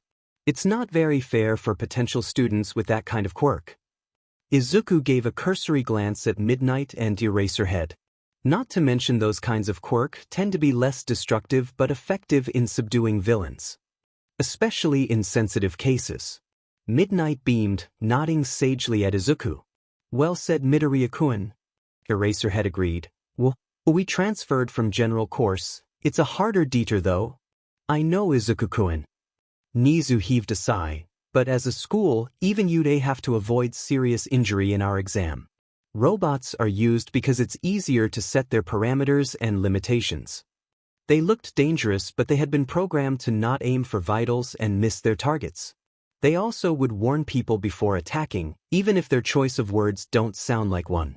So that was the reason it made sense for Izuku. Especially with Bakugo in the exam, it was a super good thing it wasn't a battle against humans because that guy had zero restraint. On the flip side, whoever manages to pass this exam in spite of this handicap is exceptional. There was this invisible participant who used a metal pole she fished out from somewhere to poke the robot's joint. Quite a dangerous tactic if she didn't wear gloves. They can't be naked, right? Izuku doubted this particular examinee got clothes that cater for her invisibility on the market. And after a while the robots used in the exam get very predictable. Their movement follows a simple pattern. They're big, but it's easy to knock them off of their balance. Also, due to their programming, they actually freeze if their target didn't move from their attack's trajectory dash. And the rant went on and on. Midnight turned to Nizu. Principal? I think we all now agree that exempting Midoriya-kun from the exam isn't special treatment. Nizu nodded to himself. It would be a waste of time. Izuku winced when he saw a participant had to dodge a flying robot's limb after Bakugo was done with it. Thankfully this exam was determined by scoring points and not taking away, because Bakugo was a hazard for other examinees sharing the same space with him. It wasn't like he was out of control. In fact, he paced himself very well. On purpose of reserving his stamina, not for others. However, controlled explosion or not, the flying parts and shrapnel he caused were dangerous. That guy with red hair was racking up rescue points because of Bakugo though, and his score was super close with the blondes due to that. Oh my god. Bakugo unknowingly helped someone, depending on timing, Kirishima-kun. Could surpass his score dash. Izuku was shaking with silent mirth. Basically, we're conducting the exam in a safe and controlled environment with not even a 1 mm mistake. Power Loader explained proudly. Putting faith in machines, Izuku's mind wandered again, and a flash of a bulky robot with a tube-like mouth came to mind. I don't know, Master, but considering who one of my closest friends is, a hacker who waltzed through the strongest firewalls like a ghost, I harbor skepticism for anything controlled remotely by computer. The last failure with Senku's robot was painful. It would have exploded in Senku's face if not for Shiro batting it away in a home run with his tail. Nizu cackled. Ha, isn't it because you can't see through machines, Izuku-kun? Izuku frowned, not even noticing Vlad King turned to ask Cementos and Power Loader.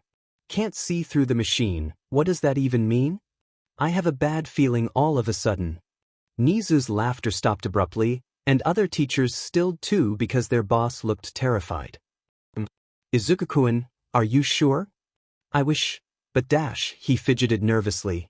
Izuku-kun, I am sure the danger you sense is from the colossal villain robot. We also have full control of that. Nizu assured him, and it's almost time to activate them. And his master brought out a cliché-looking button. I think this is a bad idea. Izuku pleaded, looking pointedly at the red button. Can I call Futaba-chan first? Just in case. Nizu's smile became stiff. I am not giving that little girl a free rein of U.A's system. However, in light of my faith in you, feel free to call her but promise me to convince Futaba-chan to come to school. I will do my best. Izuku promised, pointedly ignoring the confused looks from his future teachers and made the call. Futaba picked up at the second ring. Aizu? Hey, did you see Shiro kicking butt in U.A's exam? It's so cool his tail can make shockwaves like you said. Izuku's mind blanked. Futaba's sound effect mimicry sounded far away as the implication sank. U.A's firewall is good but not good enough. Don't tell Nizu-sensei though. He thinks I can't get in and I didn't correct him Nizu heard everything. Izuku-kun? Why did that demon girl already sneak in without permission? Izuku wanted to dig a hole. She was already inside U.A's system. I am so sorry for her. Why in this life was he doomed to manage unmanageable friends too? Funuchan, we will discuss this later, but I would like you to be on standby, in case something went wrong. Futaba sputtered. Most likely she heard Nizu's voice and knew how much trouble she would be in after this. Is it possible for you to check if there's no tampering on the robots that are still functioning? That's a lot of robots.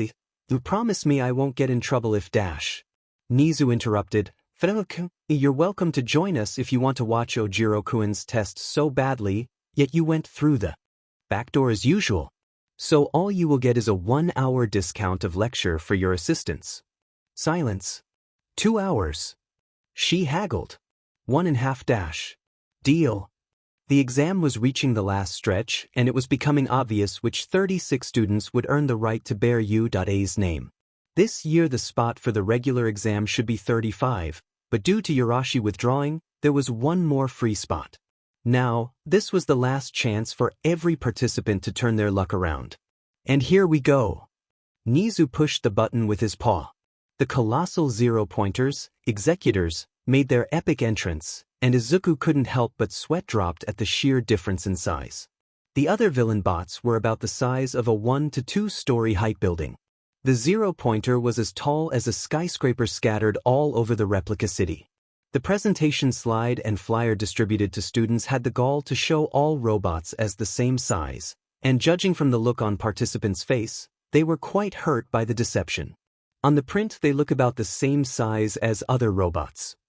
Izuku couldn't help to keep the accusation from his voice. Teach the students not to assume Eraserhead grumbled. And second-guess their superiors? Did they want the students to develop trust issues so soon? All Might's voice boomed, plus ultra young Midoriya. It's our school motto. Their size was ultra indeed. Izuku had to agree with that point. Futaba, everything's okay? Yes so far? I didn't detect any bugs or viruses, and the robots including the giant one is responding to command . Futaba's sudden pause made Izuku's heart gripped by worry. Futaba-chan. Did the programmer of 0.executor.07.11.16 put an Easter egg as a joke in their bots? What does that even mean? Katchan, don't launch a technical explanation because I won't get it. Is it dangerous? Maybe yes, maybe not. It's like that one time Senku's bot started to squeal like a pig out of nowhere. There's code slipped into the system of Zero Pointer. It didn't do anything and I didn't think meddling was a good idea. Izuku looked at the horrified expressions of Power Loader and the rest of the faculty members. Now what? Stop the exam? In the background the Zero Pointer was rampaging, and the teacher in charge of support department paled beneath his large helmet. I found it Dash, he had his own laptop open. We'd better stop before Dash, he in the air sharply. Oh my god, that freaking foreign code just Dash. That didn't sound like a good premonition. On the other end of the line Futaba shrieked, loud enough for everyone in the room to hear as the phone was on speaker. Deactivate all safety mechanism of your robots. Izuku, get Shiro out of there now. All Might succinctly summarized their predicament. Sheet. Midnight jumped to her feet. Just now that kid almost got stomped. The robot didn't stop. It shouldn't move that fast Dash. They had watched Zero Pointers in action often. So the teachers were familiar with their movement. Power Loader. Shut down all Zero Pointers by force if you must. Now. Nizu ordered. Power Loader almost destroyed his laptop in frustration. It rejected my command. I can't deactivate the robots. Futaba. I am trying. Why did you have to send out so many stupid big giants? 5 minutes on each robot. I can't do them all in one go so. Futaba was stuttering. No, maybe 10, but by the end of the day they would be scrap metal so you... I can just add in command for it to walk away or something. Yes Dash. The teacher looked like he wanted to slap himself. Yes, it won't enable the safety mechanism back, but we should be able to reroute it. Nizu asked, will both of you make it in time? Before the executors inflict permanent damage on the children. I don't know. I will try our best. If Shiro gets trampled by that robot, Izuku hissed to himself, he didn't even want to imagine his friend broken. I am diverting their route away from the contestants. Most of them, I am directing them to meet each other in some random spot in U.A's vast forestry. Hopefully they will beat each other up. Power Loader deflated, he was helping Futaba from his end. Dear me, if any of our robots harmed the children permanently, he shuddered to himself. Huh. Now what? Izuku didn't mean to snap, but every pause either Futaba or the teacher made always meant trouble. It didn't help that dread was still swimming in his stomach. The Zero Pointer in Area B can't be diverted, it has refused to give me access. This one is programmed differently. Oh shit, I think this one won't stop until it kills something on its path. Izuku turned to his master, this isn't an accident. The other malfunction was a diversion to buy time. The exam time limit was ticking. If they didn't eliminate that robot before it ended, the participants would notice something was terribly wrong. The panic in the exam area was a controlled one, as the students had faith UA had everything in control. Letting them know would make the situation worse. This was Jabberwocky's case all over again, throwing the regular procedure out of the window and proceeding for swift execution. The teachers in the room were already running, none of them but All Might had the mobility needed to travel all the way to Replica City. The one who had the longest reach here was Snipe, but a rifle could hardly. An image of a blond man in an army uniform using a massive rifle flashed on his mind. Snipe-sensei, lend me your best rifle. The sniper had been silent since the start. Young man, what would you do with it? It's a hero-grade weapon, so it should be fire-resistant to some extent, right? Yes, but... All Might rush to the door. I will be there for them. No one gets hurt on my watch. Izuku panicked. His quirk is about to dim again. He apologized. I am sorry, sir. I will borrow it. Snipe stared at his empty hand and at the young man, who jumped to latch on All Might. I am going out through the hulul, and the hole the number 1 hero made on the wall. Nizu shrieked. That problematic disciple of mine. You're in trouble, young man, if your mother finds out. He shuddered to himself. All of you, Make sure the zero-pointers under Futaba-chan and power loaders control didn't go off of their course. Be discreet. Yes, sir. Replica City Area B. All Might Airlines had terrible service, and Izuku learned a couple of things about flying or moving at high speed in altitude in general. Something he had no worries about in his previous life as a sky and a natural flyer. Air pressure was a beach without thin flame coating Vongola emitted naturally warding it off. Inertia, temperature drop, gravity. So yeah, flying without hyper mode on was a terrible idea, and shall not be repeated even in emergency. Young Midoriya, this is dangerous. What's dangerous is you. Idle or not, idiots deserve reprimand even at 400 feet above the ground. You almost ran out of energy. How could you not notice? It seemed he had really forgotten. Crap, at this rate in our next landing. I will take care of it. Brace yourself, because I am bad at dash. All Might found out what the unfinished sentence meant, because when they were near the ground Izuku let out a burst of soft flame to cushion their fall. It propelled them a few meters above the ground before they crashed again. All Might was already in his skeleton form. Young Midoriya, your landing is terrible dash. His back was in pain, he was really getting old. Cough, Kike. Just stay still all dash. Someone was coming, and this presence. Sir? What are you doing here? A familiar-looking face of a boy with engine quirk popped up around the corner. All Might had ducked behind the debris to hide. Ingenium's brother, Izuku couldn't believe his luck and he didn't bother correcting Ida's way of addressing him. Ida-kun. How did you know my name? Seriously? As if square-shaped eyes and engine quirk didn't scream Ida family.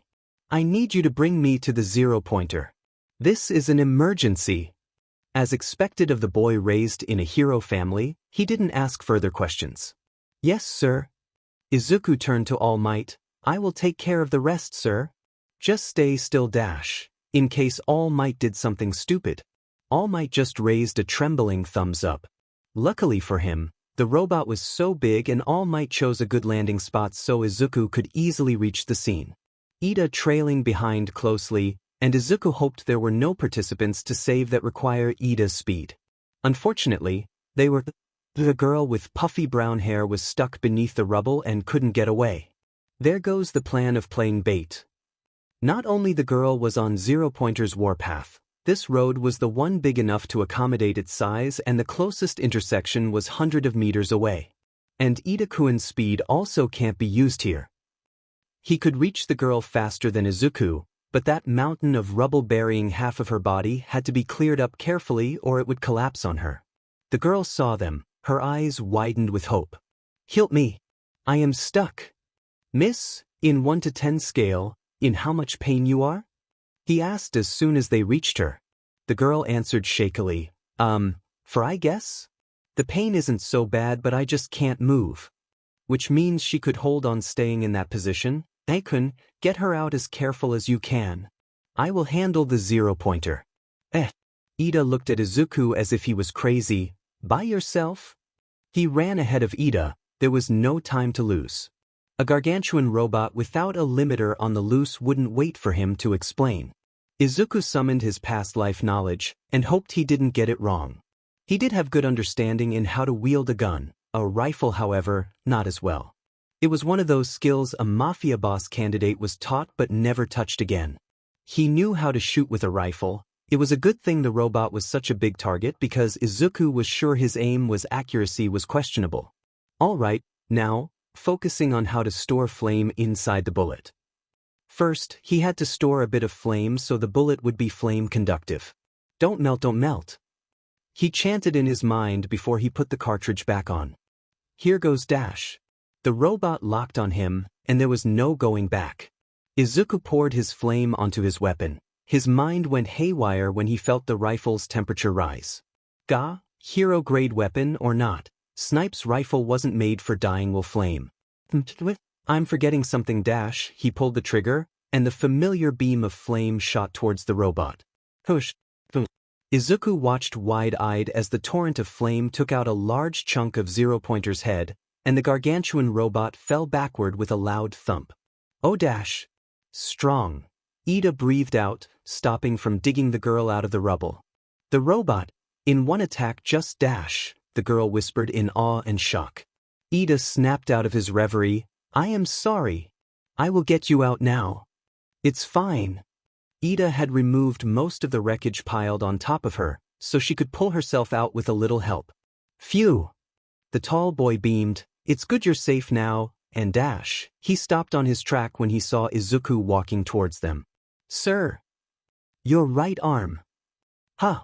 Izuku turned to look at his right, and indeed, the hand holding the half-melted rifle was hanging awkwardly. The sharp pain on his shoulder and arm told him that he had dislocated his shoulder. Ah, so that's why no one in the family uses a rifle, and not until the 7th generation have a Vongola used firearms. The recoil of using flame-amplified firearms was too strong, especially for Vongola who favored using their dying will flame for wide-area attacks. The rifle on their family symbol was pure aesthetics on Jato's part. Don't worry, I can fix it. Much to Ida's. And the brown-haired girl's horror, the green-haired teen promptly popped the dislocated bone back to its socket. That's quite painful to you. Recovery girl, who arrived a few minutes later, was very unhappy to learn about Izuku's self-administered first aid. Your master will hear from me if he doesn't curb this stupid habit of yours. You hear me, young man? But my shoulder is fine now, and I have first aid dash. Your first aid certificate doesn't cover fixing your own dislocated bone.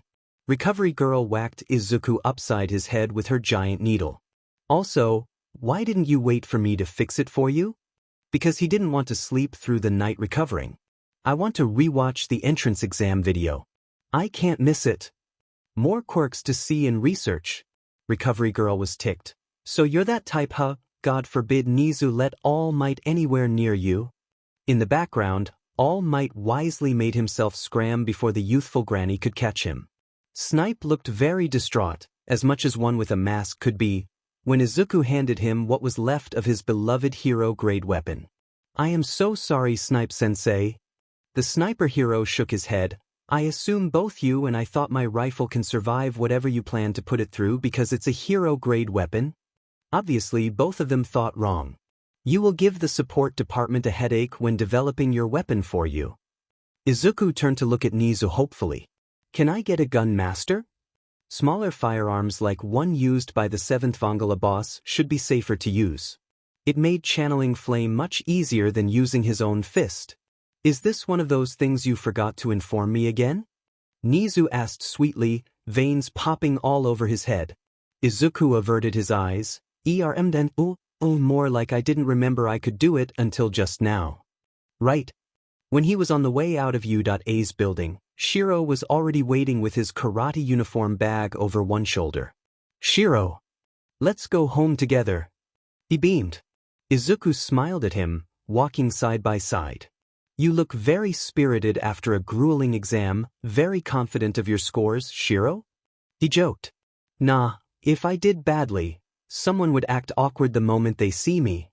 Shiro snickered at Izuku's red face. The tables had turned. I trained with you all the time. Senku uses us as his robot's training dummy. Pretty sure the odds are good for me for the practical exam. The green-haired boy sweat dropped at that. If you put it that way, Shiro wasn't wrong to be confident, not to mention because he was around Izuku all the time, the tailed boy took helping people as part of his daily routine. Pretty sure he had scored highly for rescue points. Izu, during the second half of the physical exam. Shiro trailed off. Did something wrong happen? Green eyes narrowed. You noticed? He nodded. Considering the exciting life I have led since I befriended you, I started to pick up this kind of stuff. Yamamoto-sensei said I have a good instinct. Well, Shiro was pretty sharp even if he was no Izuku. Since it's Shiro, I will tell you but keep it to yourself. The taller boy nodded. Someone tampered with U.A's 0-point villain bot. Those bots were rampaging the stage without their limiter on. Shiro looked calm from outside but inside he was shocked. So Futaba-chan helped to clean up the mess? Yes. Izuku answered. I had a bad premonition so I suggest a pre-launch check for those bots. If I didn't, it's likely nobody would notice they have been tampered with. Shiro frowned. That's so unlike UDA's support department to be so careless. They're not. Izuku refuted, those bots are meticulously programmed so they can be used safely for exams, and they had been cleared for operation 1 hour before the exam. He cupped his chin, which means dash. The culprit got to the robot after. Shiro groaned, which means dash. There was a traitor in Udata High School and attempting to terrorize the school from within. Not to mention this year All Might was going to teach heroics in Udata, and that couldn't be a coincidence. Master, I cannot blame All Might for being the symbol of peace. I admire the man who brings safety and stability to the world. However, the world with one strong pillar as its foundation is fragile. The villain side couldn't help but see him as the king piece. Just like how the sky used to be in Mafia society. If we take out All Might, that's it? You're saying Udata becomes a dangerous ground because of All Might. Izuku looked up. Shiro, you, Futaba, Senku, he murmured softly, you three don't have to come to you, I will negotiate with my master to let you guys off. Shiro huffed, what are you saying? Just because Udata will get dangerous, it won't stop us from coming with you. Izuku blinked at that, tears started to wet his eyes again. Pretty sure danger is part of our friendship deal. Aizu is a trouble magnet, Fuchan is a socially crippled hacker, Senku is a mad scientist. Shiro listed on. Isn't it too late to warn us off? Sob. Izuku cried, sure. Thank you. Though you insulted us all in one breath too. I am so glad. Shiro just nodded sagely as returning the awkward hug. I get it, though, are you sure the waterworks aren't part of your quirk? It's not, sob. A few days later Izuku got a sneak peek of the exam results by email, with a note to keep it a secret from Shiro attached by Nizu. He had been part of the committee that marked the participants' heroic act for grading, but because Shiro was a participant, he wasn't involved with the grading process nor did he know the system. So, he had no idea of how the ranking of U.A's entrance exam looks like. Izuku was more interested in the bottom rank, which consists of students that barely make the cut. The invisible girl, mute boy who could communicate with animals, and the boy with giant grape for hair had occupied the last 3 spots. It made sense, considering invisibility wouldn't help much against robots. I should rewatch the video. I am curious how animals help defeat those bots. Shiro was ranked 13, very close to top 10 with rescue points making up the bulk of his scores. The gravity girl, the unlucky one they had to save, also made it to top 10. It seemed the reason she got stuck was because she was saving other participants, hence her high rescue points. Ida Tenya was in the top 5 too. Because Izuku got him involved, he had scored rescue points too. However, as Izuku himself noted, Ida Tenya, unlike his brother, had one track of mind and suffered from inflexibility during the exam. Which was why his rescue point was low before Izuku dragged him on rescue attempt. Oh well, this ranking doesn't matter so much by the end of the day, only to those who care about competing. The top dog only gets right to give speech in the sport festival and bragging rights anyway dash. His heart almost stopped when he saw the top 2 above Ida Tenya. Kirishima Ijiro 39 VP 39 RP. Bakugu Katsuki 77 VP 0 RP. Ida Tenya 52 VP 20 RP. He rubbed his eyes and mentally calculated the points. It still says that Bakugu took second place and Kirishima was first with 1 more point. Did I dash? Bakugu could be surpassed by Kirishima by accident if the blonde kept throwing chances to score rescues to him. That was what Izuku thought back then. Did I jinx Katchan? Izuku wondered out loud timidly, unknowingly using the old nickname. Nevertheless to say, Shiro and Senku were confused to find their friend during lunch break looking torn between crying and laughter. And a few days later, in a different part of Tokyo, Bakugu Katsuki exploded his bedroom. What the F are rescue points? His mother had moved to the dorm ahead of Izuku, because unlike Izuku, who will become a student in April, his mother had to start acclimating herself with the new job of dorm manager. At the moment, Udata had one general dorm, which housed students of the heroic course from 1st to 3rd year. She had quickly become popular with the students there, especially with the Big Three, who had decided to take advantage of the dorm for their last year in Udata High School. It's the pants guy. That line had slipped the moment he met Togata Mirio face to face for the first time. Togata looked very embarrassed. Yeah, my quirk and clothes don't mix well. He was really sorry for that comment and learned the interesting effect of using one's DNA material as part of the costume. Looking at Mirio's short hair, he couldn't help but wonder if the guy went bald in his first year for the sake of making a costume. His quirk was very strong and fascinating in the application, and also proved to Izuku that his hyper-intuition couldn't really rate a hero's power accurately on quirk alone. Togata's quirk was very unobtrusive to his senses, like something formless, flexible, and intangible. The unassuming Amajiki-senpai's was more pronounced. It was also as scary as hell. Everything he ate became part of him in a literal sense, hence his hero name. His quirk made Izuku imagine an amoeba surrounding its food and taking on shape after shape, and it gets to the point of auditory hallucination of someone munching and gulping whenever he was walking past the timid third year. The big three was very surprised when Izuku absent-mindedly asked if Amajiki-senpai needed to eat, and they found out that he could sense the quirk characteristic. That's so awesome. How does mine feel? Togata-senpai was very enthusiastic, but deflated as soon as he heard Izuku's description that he felt like vibrating air. That's very accurate, but still dash. Amajiki-senpai looked sick. I didn't mean to give out such a disgusting feeling. No, I didn't say that dash. Mine? How about mine next? Hato-senpai pointed at herself enthusiastically, her whole body vibrated with excitement. Futaba, who was hiding behind him, poked her orange head out. It's so big and bouncy. Izuku slapped his hand over her mouth. Futaba-chan, we will review manners again later. Where did her fascination for melons come from? All of her closest friends were male, but none of them ever behaved pervertedly around her. What did Sakura-sen just say? Nijire swore she heard something amazing that shouldn't come out of a little girl's mouth. Don't mind. Izuku almost squeaked. Haru-senpai's quirk is unique.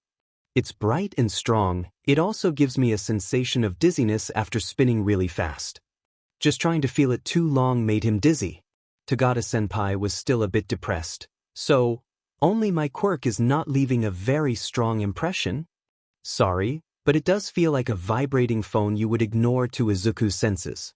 Izuku-kun is a scholarship student and a disciple of mine. Nizu introduced him, very pleased the big three already had a rundown of his ability. He has a multifaceted quirk called World Sync. Apparently, the misleading name he used for his quirk was unacceptable and he had to update it. Thankfully, there was no demonstration needed. Also, the use of Italian was a no-no. To be honest, Izuku didn't think the name made it stand out less. Because the name was a curious term, people would wonder what the heck it does. I am so not looking forward to repeating the long-winded explanation of hyper-intuition and dying will flame. Seriously, why was his power so complicated to explain when what it does was so simple? Basically, he was in sync with the world and drew energy from it. He can use it in the form of flame and ice. He also got the bonus of super intuition. It also came with drawbacks like how his body was still acclimating to using flames without prior adaptation training all Vongolas went through, sensory overload and the world getting to boss him around. I am teaching him to be a hero versatile in strategy and intel. Izuku-kun will also work closely with the police force along with Futaba-chan here. Nizu continued, I will introduce him to Night Eye sometime this year after he gets more training, so look forward to working with my student, Togata-kun. Togata-senpai was brimming with excitement. Midoriya, your quirk sounds really cool. Is it something like Sir's? Sir? Knight? The former sidekick of All Might. What was his quirk again? Nothing physical from what he knew. The man was incredibly intelligent and the brain in his partnership with All Might. Togata nodded. Some sort of clairvoyance? Sort of. It was almost prophetic, but it wasn't looking at the future. Oh well, at this rate he didn't have to worry about the internship PRD. Hawks nagged him too much to intern in his office at the first opportunity anyway. He'd like other options than Nizu's and Hawk's office if possible. Haru-senpai asked if he knew how to make her shockwave come out not in spiral shape. It gets really slow. It could catch villains with average speed, but not so much against agile opponents. Mine come out in the shape of flame. It's malleable, but a shockwave. Izuku trailed off. Once school starts I can help Senpai experiment. Thanks, Midoriya. Apparently, Haru-senpai had been pretty fed up with the limitation of her quirks. Amajiki-senpai still made sure to keep 3 meters distance from him, as if Izuku's range of hyper-intuition was that short. He felt quite guilty for making the dark-haired senior so wary of him, even if Togata-senpai assured Izuku that the Sun Eater was like that to everyone he was unfamiliar with. Here, senpai, it's not much of an apology, but I got my friend to make these. He handed Amajiki 3 bottles of capsules. Togata blinked curiously. What are these? There's a label with a picture of an elephant, cheetah, and eagle. Izuku frowned, wondering if it wasn't obvious. These are supplements mixed with DNA of elephants, cheetahs, and an eagle. I thought it would be very useful for Amajiki-senpai's manifest quirk. Amajiki-senpai stared unblinkingly at the bottles. I've never eaten those animals. Because they were never part of the cafeteria menu and he wasn't desperate enough to eat elephants or cheetahs. Also, since it's in tablet form, I think the effect lasts shorter than food you consume normally, but I hope it will work well for you, senpai. Izuku continued to explain. I hope they will serve you well, though, my friend would be very happy if you drop by to tell us how effective they are. Also, if there's any other animal or plants you're interested in to add in your repertoire. We have friends in the Wild Animal Reserve and Mustafu Botanical Garden. Oh, Midoriya, this is very useful. Later when Izuku was out of earshot, Mirio spoke to his childhood friend.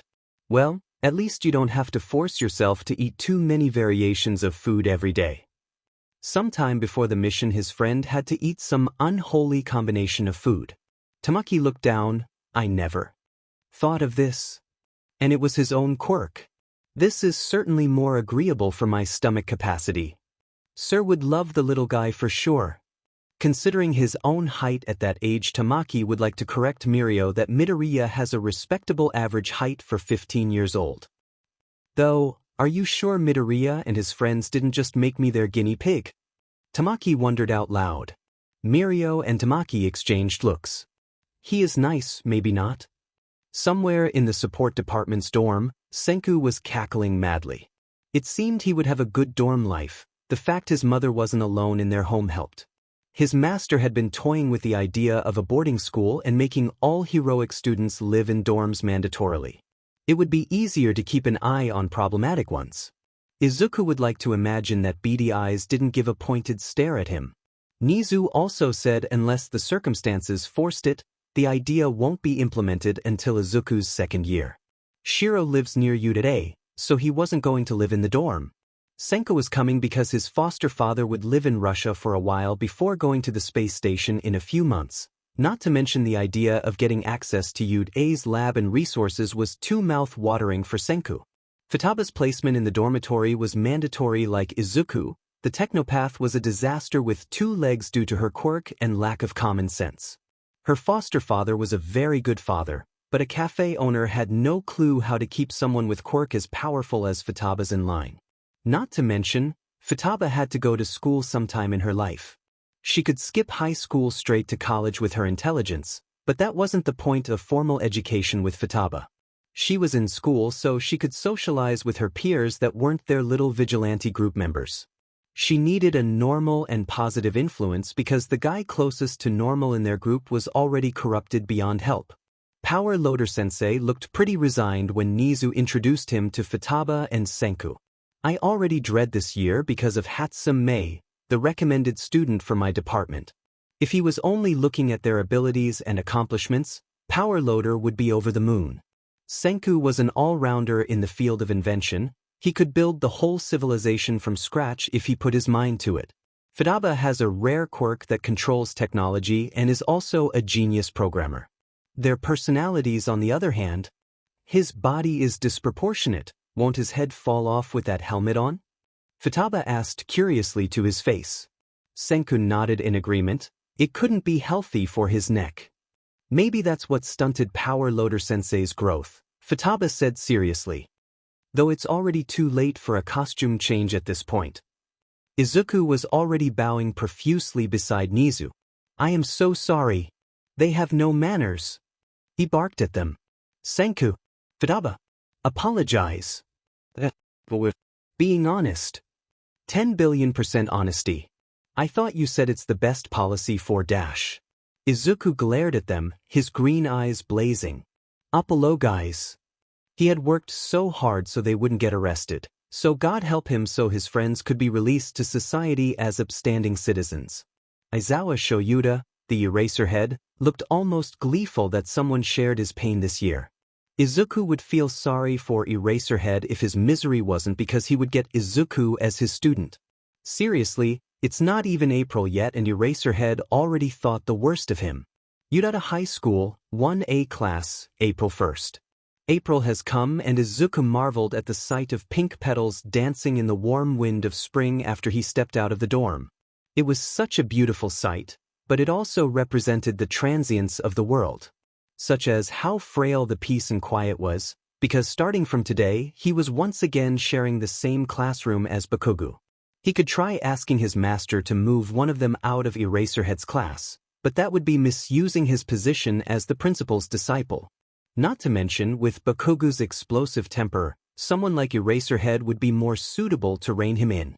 Izuku was fine with the idea of being taught by Vlad King, but Nizu was adamant to push Izuku to Eraserhead. It didn't help that Todoroki Shudo was in 1A2, and Izuku himself was the one who wanted to keep an eye on the boy. Then there's Shiro. He'd rather not imagine what his increasingly dangerous karateka friend would do in the same class as Bakugo if Izuku didn't keep him in line. He missed the pure and chivalrous Ojiro. This new Shiro was starting to develop a black heart that didn't match his nickname. He heaved a sigh as he rested his forehead against the window of Class 1A, watching the pink petals fall as if mocking him. The confetti of nature, as if today was worth celebrating. Well, this was supposed to be the big day of his life if he was the same Midoriya Izuku when he was 13. The first milestone of his dream to be a hero, but that wasn't his dream anymore. I am half threatened, half bribed to come to this school. The old him would be ashamed, and Izuku once again questioned his resolution. It should be fine as long as he could protect his mother and friends, no more dreams of Messiah's grandeur. He might as well slip in Senku's grand ambition to travel beyond the stratosphere somewhere in his life plan. Must be nice to leave the earth. Shudo had run to Yaoyorozu 1 hour before class started, and both of them were so early on their first day for a completely different reason. Yaoyorozu was plainly excited for her first day and planned to explore the school before class to familiarize herself. In Shudo's case, he had woken up earlier than usual simply to avoid Endeavor's redundant lecture about his conduct. Even though he detested getting into UA by Endeavor's recommendation, this was still the school of his dreams. He rejected Yaoyorozu's offer to explore the school as he wanted to find their class first. So they walked together to class, and surprisingly they weren't the first one to arrive in class. There was no mistaking that green hair and lab coat. It was Midoriya Izuku. The boy was sighing in a melancholic fashion as leaning to the window. He and Yaoyorozu, by a silent agreement, tiptoed to approach the shorter boy standing at the back of the class. Then one line slipped from the boy's mouth, "Must be nice to leave the earth." Shudo wondered if it was normal to wish for space travel first thing in the morning instead of more snooze time he often craved, but his shitty old man never deigns to spare. "Oh, Todoroki-kun and Yaoyorozu-san." The boy called their name out before turning to greet them. "Good morning, you came very early for your first day." Shudo looked out the window. The weather outside was so sunny there was no chance the window was reflective enough to serve as a mirror. "Morning," he returned, staring impassively at Midoriya. "Do you have eyes on your back?" "Todoroki-san." Yaoyorozu looked scandalized by his question. The boy didn't look offended, so Shudo was sure he didn't commit a social faux pas or anything. "Oh dash," he laughed softly, "it's one of my quirk's facets. I am very sensitive to people's presence, especially those with strong quirks like yours." Yaoyorozu looked very impressed. "That's wonderful, Midoriya-san would be skilled in recon." His eyes narrowed. "And to emotions, I presume?" Midoriya looked sheepish. "Ah yes, I am sorry that my quirk is intrusive to privacy, but I might. His face darkened. Kill myself if I turn it off. So sorry I can't turn it off. Shudo flinched. I am sorry, I didn't mean that. It's okay as long as it's on a flat ground, I think. Midoriya trailed off, rubbing his head, and Shudo spotted a small trail of flame from his fingertips. Oh, did you come early to explore the school? Yaoyorozu nodded enthusiastically. Yes. Can you be our guide, Midoriya-san? You seem pretty familiar with you.A already. Of course. Midoriya started to walk away, depositing his bag on the second chair from the right back corner. Shudo tossed to the one next to Midoriya's, and Yorozu put hers on the other side of Midoriya's. Midoriya was only 5 feet away from his original spot before he tripped over his own leg and kissed the ground. Midoriya-san. Yayorozu shouted in worry. Are you all right? Midoriya stood up shakily as Shudo pulled him up. Apparently I can still trip on flat ground. Midoriya lamented with the most pitiful puppy eyes they had ever seen. Sorry, just activate your quirk back? Invasive or not, Midoriya wasn't kidding of how reliant he was to his quirk. It's not like you're the type to gossip. Midoriya was the meddling type who couldn't leave people in need alone, but he didn't pry on privacy. So far he hadn't asked Shudo about his scar or his father, even if the boy was observant enough to piece the clue together. Which in Shudo's opinion was even more annoying, because usually when people pry he had all the right in the world to shut them down. In Midoriya's case, it made Shudo feel like he owes the green-haired boy something instead for helping him without asking for details. So where do you guys want to go first? They couldn't cover everything in one morning, so Midoriya suggests they stick with facilities they would use most often, such as general training ground, audiovisual room, infirmary, cafeteria, faculty room, etc. The dorm is over there. He pointed at a smaller building in the distance. So far we only have a dorm for heroics and the support department. I also live in the heroic department dorm. Midoriya explained. A dorm, if only. Endeavor would give consent so he could get out of the house. Yairozu-san has to be careful when you walk past the support department area, you might get kidnapped, Midoriya warned her seriously. Yairozu's eyes crinkled with mirth. Midoriya-san, you have a wonderful sense of humor. She laughed daintily. Shudo had a feeling Midoriya was deadly serious and most likely right. Their last stop was the faculty room. The school wasn't as empty anymore and most students had arrived. Midoriya knocked on the door, startling him and Yayorozu as they thought he was just going to show them where it was. Excuse me, Aizawa-sensei asked me to pick him up? Why was there a question mark in that sentence? Ah, young listener, hello. That was the present mic. Taking advantage of your student on the first day? The voice hero shook his head. Your homeroom teacher is that yellow caterpillar over there. Midoriya, Yayorozu, and Shudo turned to the right where the biggest caterpillar in the world laid. Our homeroom teacher? Yayorozu echoed in wonder. A hero with a scandalous outfit poked her head from the table across present mic, the R-rated hero Midnight. Just drag that yellow bundle, no need to be gentle or anything. Was it all right to treat a teacher like that? Midoriya accepted that advice and proceeded to grab one end of the yellow caterpillar, dragging it across the room. Midoriya-san, that's... Aizawa-sensei won't dislike me any more than he already does for this anyway, he said in a deadpan voice. Shudo contemplated for a moment before lifting the other end. At least now they didn't drag their teacher. Thank you, Todoroki-kun. Yayorozu couldn't help but comment. This isn't how I imagined we will meet our homeroom teacher. A soft snore could be heard from the cocoon. Shudo couldn't see their teacher's face, which was covered by his thick black hair. Don't worry, I am sure your first impression of him would go much better than mine, Yayorozu-san. Shudo shrugged. Aizawa-sensei. He wondered which hero the content of this sleeping bag was. I don't think this counts as meeting him. Shudo was pretty envious of extra sleep their homeroom teacher got this morning. Not to mention, Wham! Yairozu covered her yawning mouth. Excuse me. I'm sure it's still a bit cold outside, but inside the temperature is comfortably warm. Yurei has excellent temperature control. She wiped her tearing eyes daintily with a handkerchief. Even back during our interview the temperature was excellent. The yawn was infectious as Shuto followed her example. Indeed. Midoriya just laughed sheepishly. Haha. Shuto chose not to tell Yaoyorozu that Midoriya was a walking heater. Midoriya embarrassed himself enough for one morning. When Izuku and the two recommended students arrived in their class, they were greeted by the sight of Bakugo arguing with Ingenium's brother of all things. The topic of argument was also super petty. Ida disagreed with Bakugo's chosen footrest and the blonde mocked him for coming from elite private school.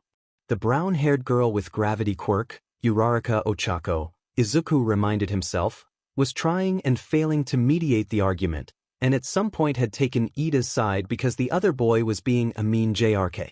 The redhead, Kirishima, took her place as the peacemaker. He didn't do a very good job either. Chaos. Summarized Todoroki-kun curtly. Izuku didn't think he should speak up here, so he gave Yaoyorozu a pointed look and, bless her quick uptake, she stepped forward and spoke out in a stern voice. Our teacher is here, please be seated, everyone. Bakugo looked ready to snap at her before he processed what she just said. This was Ida, and he knew better than starting a problem with an authoritative figure so early. Izuku would laugh at the wide-eyed look from Ida and the Uraraka at his entrance. Aizawa-sensei, wake up please. The situation wasn't a good time for laughing, however. The giant caterpillar wiggled from their hold and Izuku watched bemusedly as the pro-hero stood up to his full height, still wrapped in his sleeping bag. Good morning. He unzipped the bag at last and Todoroki followed Izuku back to their seats. Izuku high-fived Shiro, who was sitting in front of him, wisely walking on the left side of his table's row to avoid Bakugo. Izuku didn't put it past Bakugo to not trip him or something if he walked past the blonde's desk. My name is Aizawa Shoyuda, your homeroom teacher. Introduced the dark-clad hero. Welcome to U.A, and without further delay. He whipped out U.A's sports uniform. Put this on and we will begin our assessment. What about the opening ceremony? Uraraka asked. It's a waste of time. The principal does it every year and the content of his speech never changes. Trust me, you don't need it. Then Eraserhead gave Izuku a pointed look. Be a good messenger boy and pass that to your master, will you? Izuku waved his hand in negative. As a student, it's not my place to send a complaint on behalf of a teacher.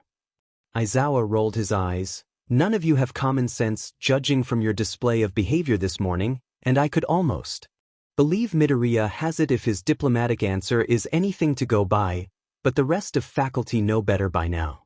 As one, all eyes turned to him. Bakugo's eyes were twitching. Shiro had an understanding look in his eyes and nodded sagely. Where did my chivalrous friend who will never mock people go? Izuku lamented. He stopped on his tracks. You'd think living in a dorm would spare him from his morning quota. Apparently not, as this familiar feeling of dread alerted him of disaster on the horizon. There was a bad feeling of something dangerous would happen to people he cared about. There's an annoying twinge of not-so-urgent call for help like cats on trees, or villains incoming. This one, however, it was something I don't want to get involved with is happening alert. Hell, Eraserhead. Skipping orientation as usual, said the flamboyant voice as she slammed the door open. Every single year you never fail to skip it. It was midnight, and she looked amused by the attention she got. Eraserhead frowned. What do you want, Kiyama-sensei? She grinned. Don't worry, I am not here to rain on your parade. I need to borrow Midoriya-kun over there. Heh. Midnight turned to his direction. Midoriya-kun, there's a case that needs your assistance for a bit, so you will be excused from Aizawa's shoddy test. My test isn't shoddy.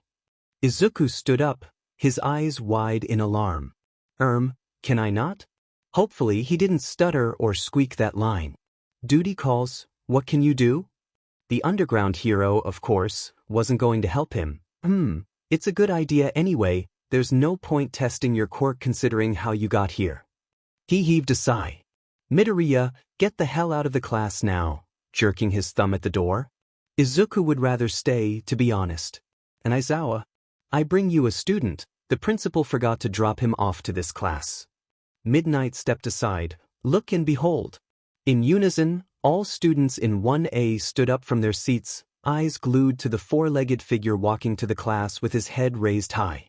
Gao! AF lion cub? Natsu! The girls burst to a loud squeal, so cute. Aizawa-sensei cleared his throat, accepting the note from the R-rated hero. This is Nizenzu. He let out a snort at the made-up surname. He is the principal's adopted son.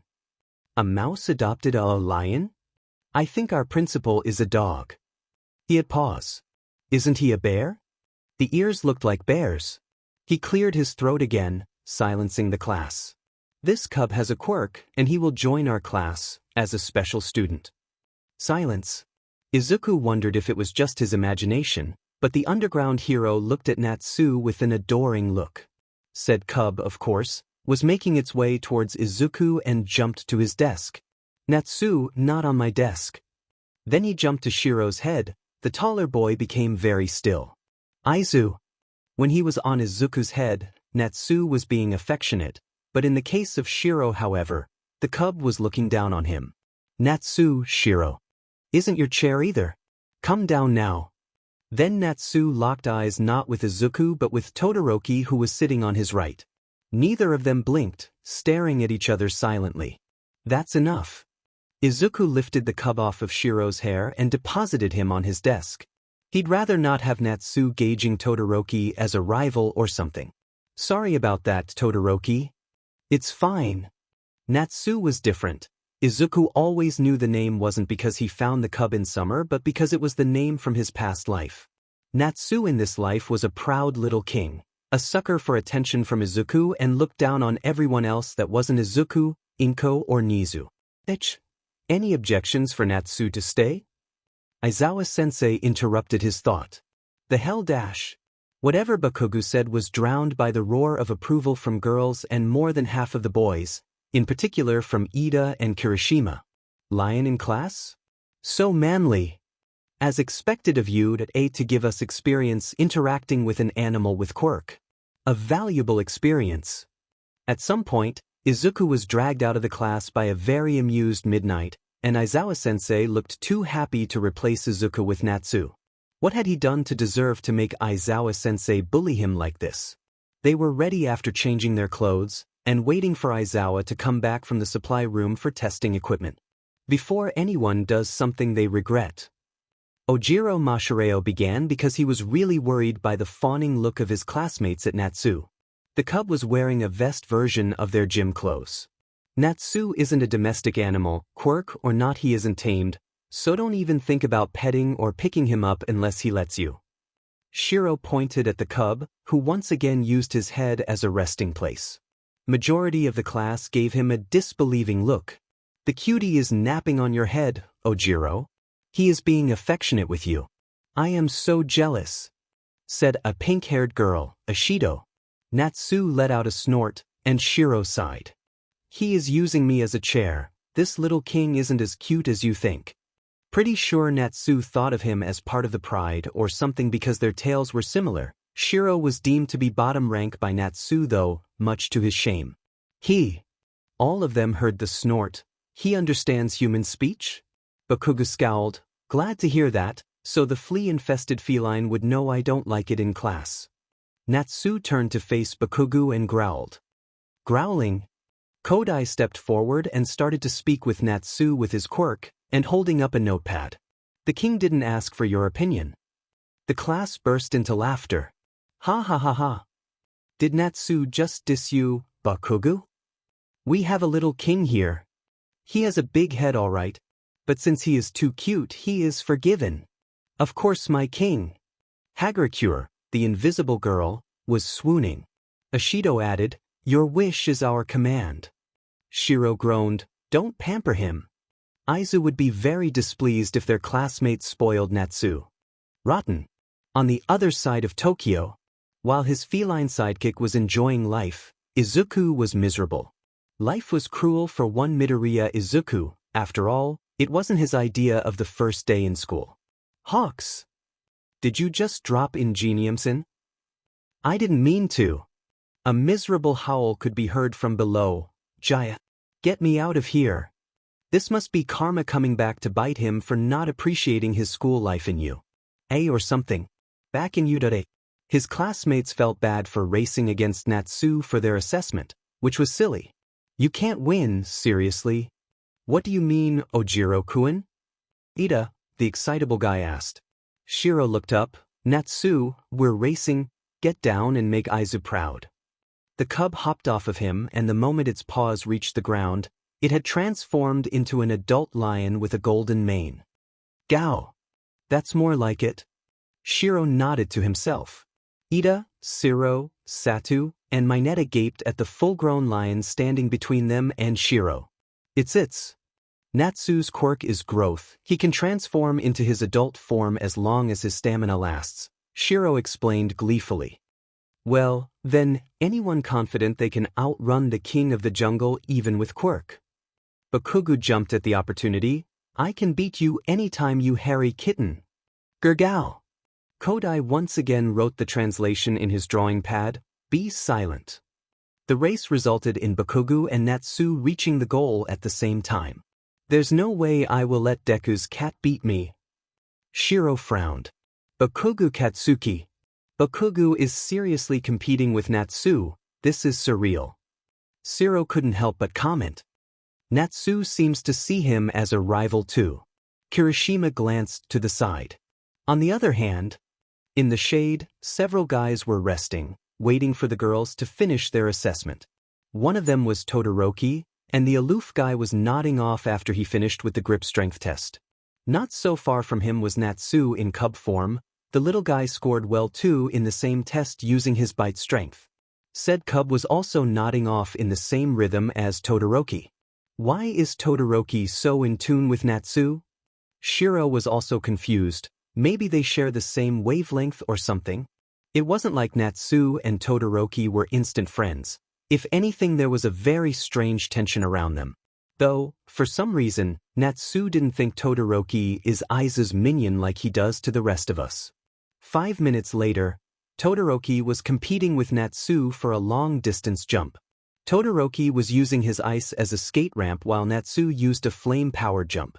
Todoroki won, but he didn't look very happy after he realized he just competed seriously with a big cat. Shiro's sweat dropped. On second thought, never mind. Shuta's POV. Maybe this year wasn't so bad if he had a cat in class. A very big cat, but it made up for the trouble of Midoriya Izuku. Well, the boy wasn't the only problem child. From this assessment, he already could spot a number of them. There were many. With a minor problem he could overlook and correct easily, like Aoyama's dramatics, Ida's rigid mindset, Kuda's timidness. And there are glaring ones Aizawa had to wreck his head on where to start with.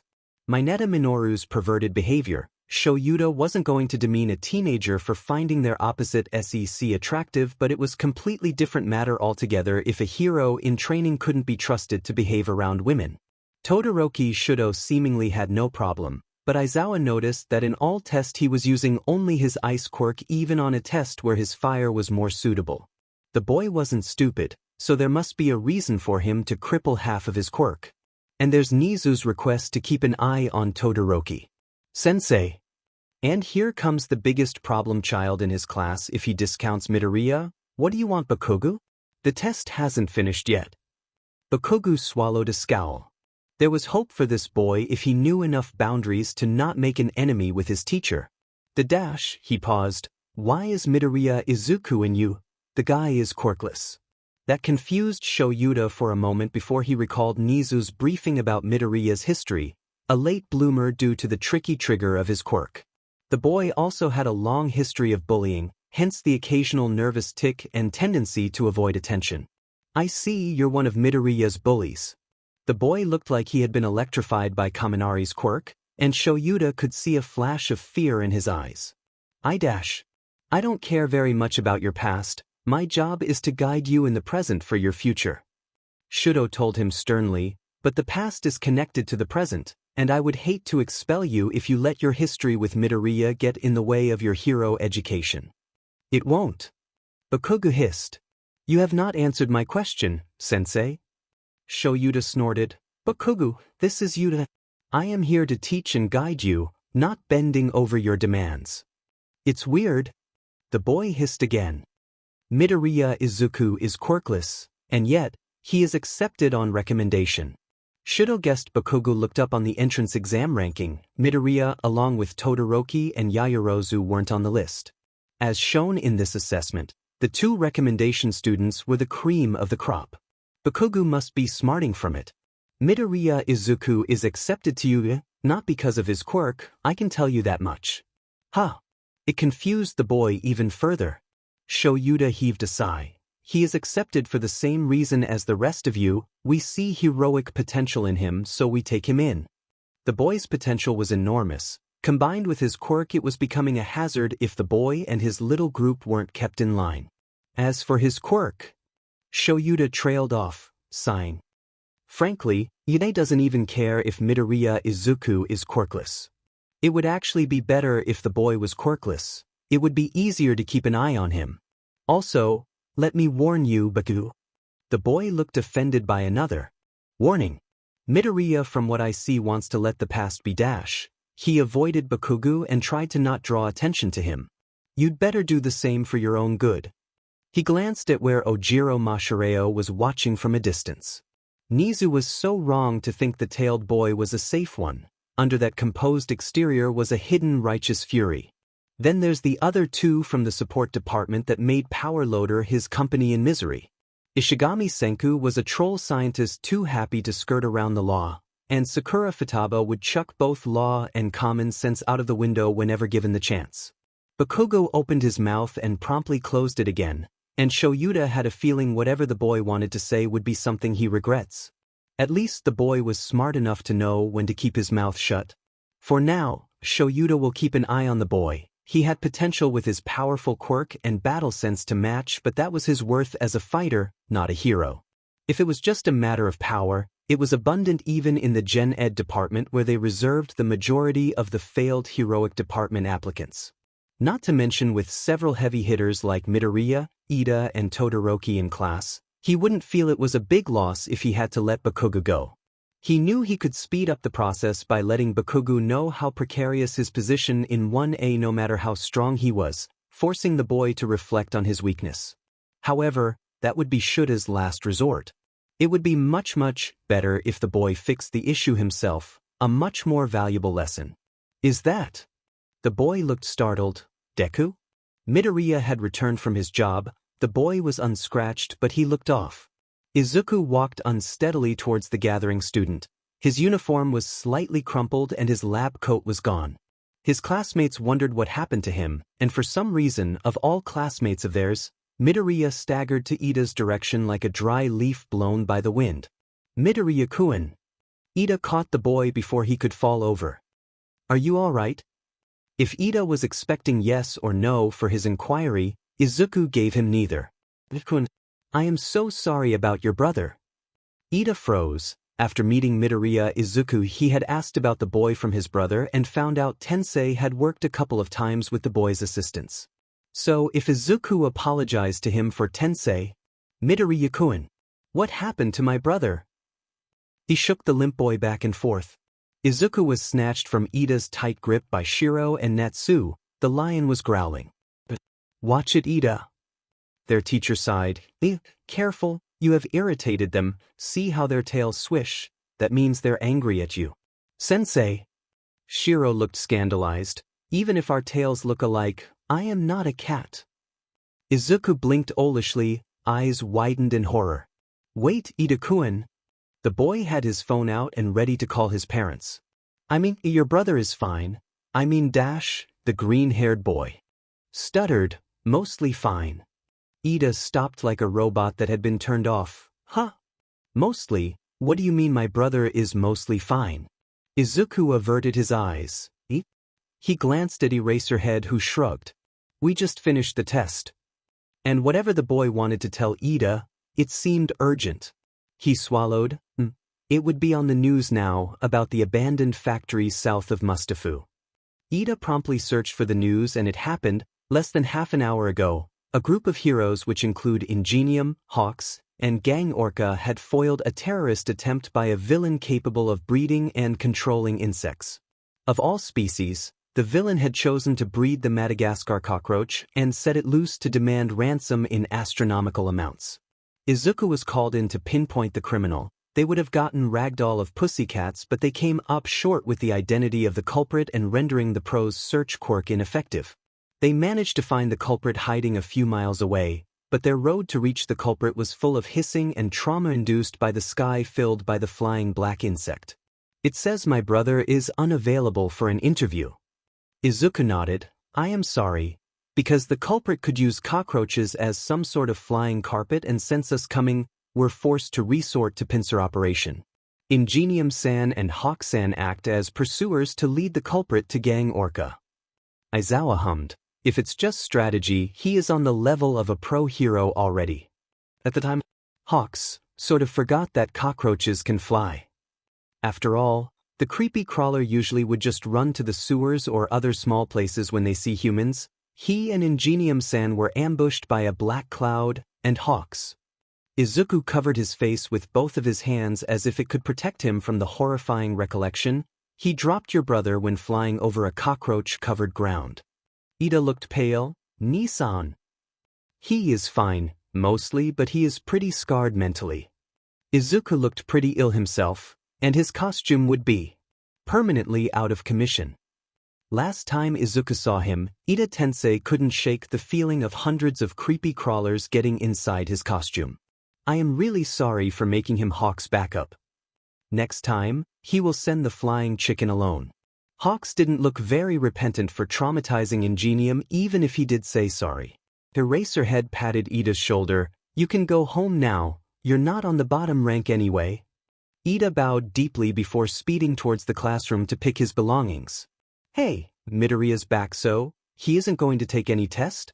Kaminari Denki wondered out loud. Wait, more importantly, why does Midoriya work with pros already? Shiro was quick to defuse the situation. Aizu has a very convenient quirk to search for villains. Working under supervision is within our right, you know? Besides, it's not like Aizu gets to fight, his job is in the rear. Like Deku can fight in the first place, Bakugu grunted. Also what quirk? He is dash. Aizawa clapped his hands, stopping the explosion user from finishing his sentence. All right, gather around students. I have finished grading and ranking you. The rank was revealed and Bakugu scowled when he saw he was third, right below Yaoyorozu and Todoroki. I am not number one again. He sort of can accept Kirishima coming first. He was still the strongest as he beat more villain bots, but this? Shudo was slightly disappointed he was second, but it made sense because Yaoyorozu's quirk allowed her to have a very large repertoire of tricks.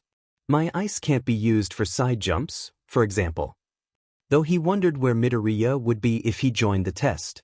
He already knew from Endeavor that Midoriya was more of a strategist than a frontline fighter, but the green-haired boy wasn't a slouch either if his ease in disabling villains was anything to go by. Not to mention, the boy was already working with pro heroes as a strategist, so when it comes to field experience, Midoriya was above everyone in the class. The last rank was Mineta Minoru, in which his quirk only helped him inside jump and nowhere else. As promised, Mineta, you're out of the heroic program. Izuku pried one eye open from his position leaning on Shiro's shoulder. Seriously, Eraserhead-sensei is enjoying this a bit too much. I really have to ask Master if making your students skeptical of everything you said won't be counterproductive in the long run. The underground hero was testing Mineta's resolve to be a hero. He wasn't going to expel anyone. Izuku could see the glint of amusement mixed with determination in Eraserhead's eyes with this ruse.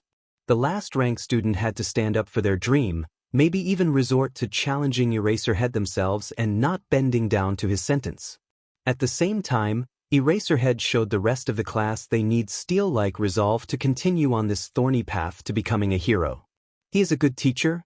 If this was the standard of today's teacher, Izuku was getting really worried for All Might as he was the only teacher without a teaching license. Oh well, I will think about it later. Soon this drama should be wrapped up. All Mineta-kun have to do is showing his resolve, and dash. The short boy with grape-like hair started to beg and whine pitifully. But, I just got here. How can I get popular with girls now, and I didn't get to enjoy the high-level girls in our class yet? And he jinxed his last chance spectacularly. If his childhood friend Bakugo Katsuki was the aggression with 2 legs, Mineta Minoru was energy in human form. The comparison was jarring, but Izuku could imagine the anime and Lovecraft's lover in Futaba would comment about the 2 boys being one of the 7 sin avatars. Wrath and lust to be precise. It was obvious from Mineta's speech the boy had no filter and most likely a mild case of mental issues, which made his mind wander once again to a certain orange-haired girl he had adopted as a little sister in spite of being the same age. It doesn't help Futaba develop a strange interest for a certain body part of her gender. Without any chance with girls, what should I live for? On second thought, he'd rather not see Futaba in Mineta Minoru. His honesty for an impure reason to be a hero is quite amazing in a way. After all, almost every hero and heroine training out there would answer with a variation of wanting to help people if their purpose to be a hero was asked. Izuku included, but well, he was never a good example considering his past life as a half-baked messiah. How should I know? Eraserhead asked back gruffly. This is unfair. Mineta sobbed again. Life is unfair. You think a hero's work is ever fair? He looked at the whole class in front of him. Villains, natural disasters, random terrorists attacking our society is a form of unfairness on its own we heroes have to deal with. Izuku could agree with that, as even justice the heroes sworn to protect wasn't a form of fairness. That's why Vongola was born. Mineta ruined Aizawa's epic speech with latching on the man's leg, his pop-off quirk stuck stubbornly on Eraserhead's pants. The entrance exam physical was hard for me. My quirk wasn't suited for combat at all. I worked really hard until I bled to get here. Come to think of it, Mineta was one of the injured participants listed by Recovery Girl. Actually, Izuku could imagine how devastating Super Sticky Ball would be with correct application, especially if one was logged on someone's orifice. Or if it gets someone stuck to a train or other dangerous surfaces with no escape. Aizu, Shiro called him, snapping him out of his musing. You're scaring our classmates. What did we tell you about letting your train of thought run ahead of you? And indeed, as Shiro said, they were looking at him with various degree of horror. Midoriya, cease your muttering, especially if it involves using someone's quirk to kill. Eraserhead's voice looked impassive, but Izuku could tell from a slight shake and his dilating pupil, the underground hero shared everyone's sentiment. Sorry. He covered his mouth himself. Bakugo looked especially terrified. Izuku couldn't help but note. You dash. Mineta was borderline hysterical. I always throw lots of them when I am in a panic. He trailed off. If someone got stuck during the exam. He looked ready to faint. Apparently the great boy never imagined what an accident hazard his quirk could be. Even if they were newly formed, at that moment one, as shared a united thought. It's super lucky he hasn't killed someone by accident. On the other hand, Midoriya was scary. Why did his mind go there when thinking of Mineta's pop-off quirk? Midoriya, for safety's sake, all suggestions on quirk you give should be documented and given to me before you pass it to your classmates. Did he get another rule made up on the spot? Just for him? The teacher then used his quirk to make Mineta's sticky ball to slide off of his leg. As for you, Mineta winced as he fell on his butt. How? Perhaps your potential isn't zero after all. At least the boy showed care of what accident his quirk could cause. That was good enough for Shoyuta at the moment. But you're still on thin ice.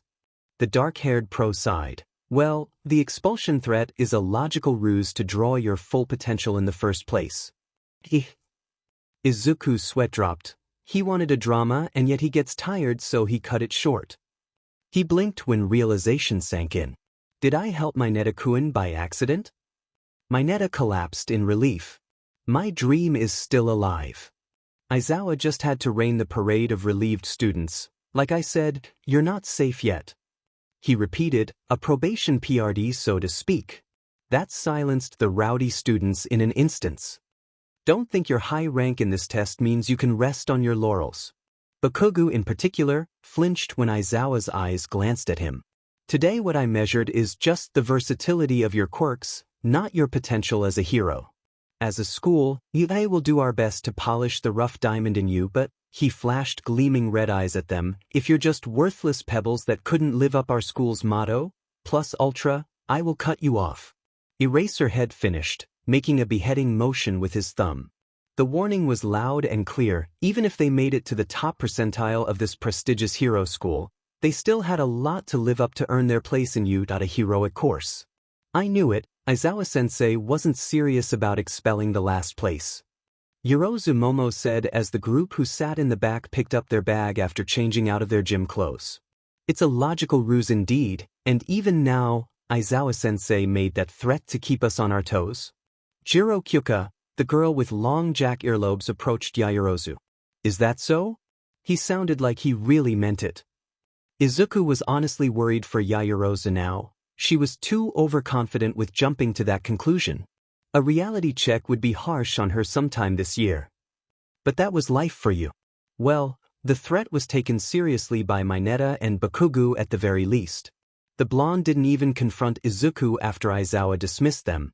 But if he avoids me, that means whatever the blonde up to wasn't on a civil ground, and it was just a matter of how long Bakugu could keep his temper in check. Midoriya. Todoroki-kun. The others had gone ahead of them, including Shiro, who had an appointment with their martial arts teacher. What is it? Todoroki glanced around, making sure the class was empty aside from them.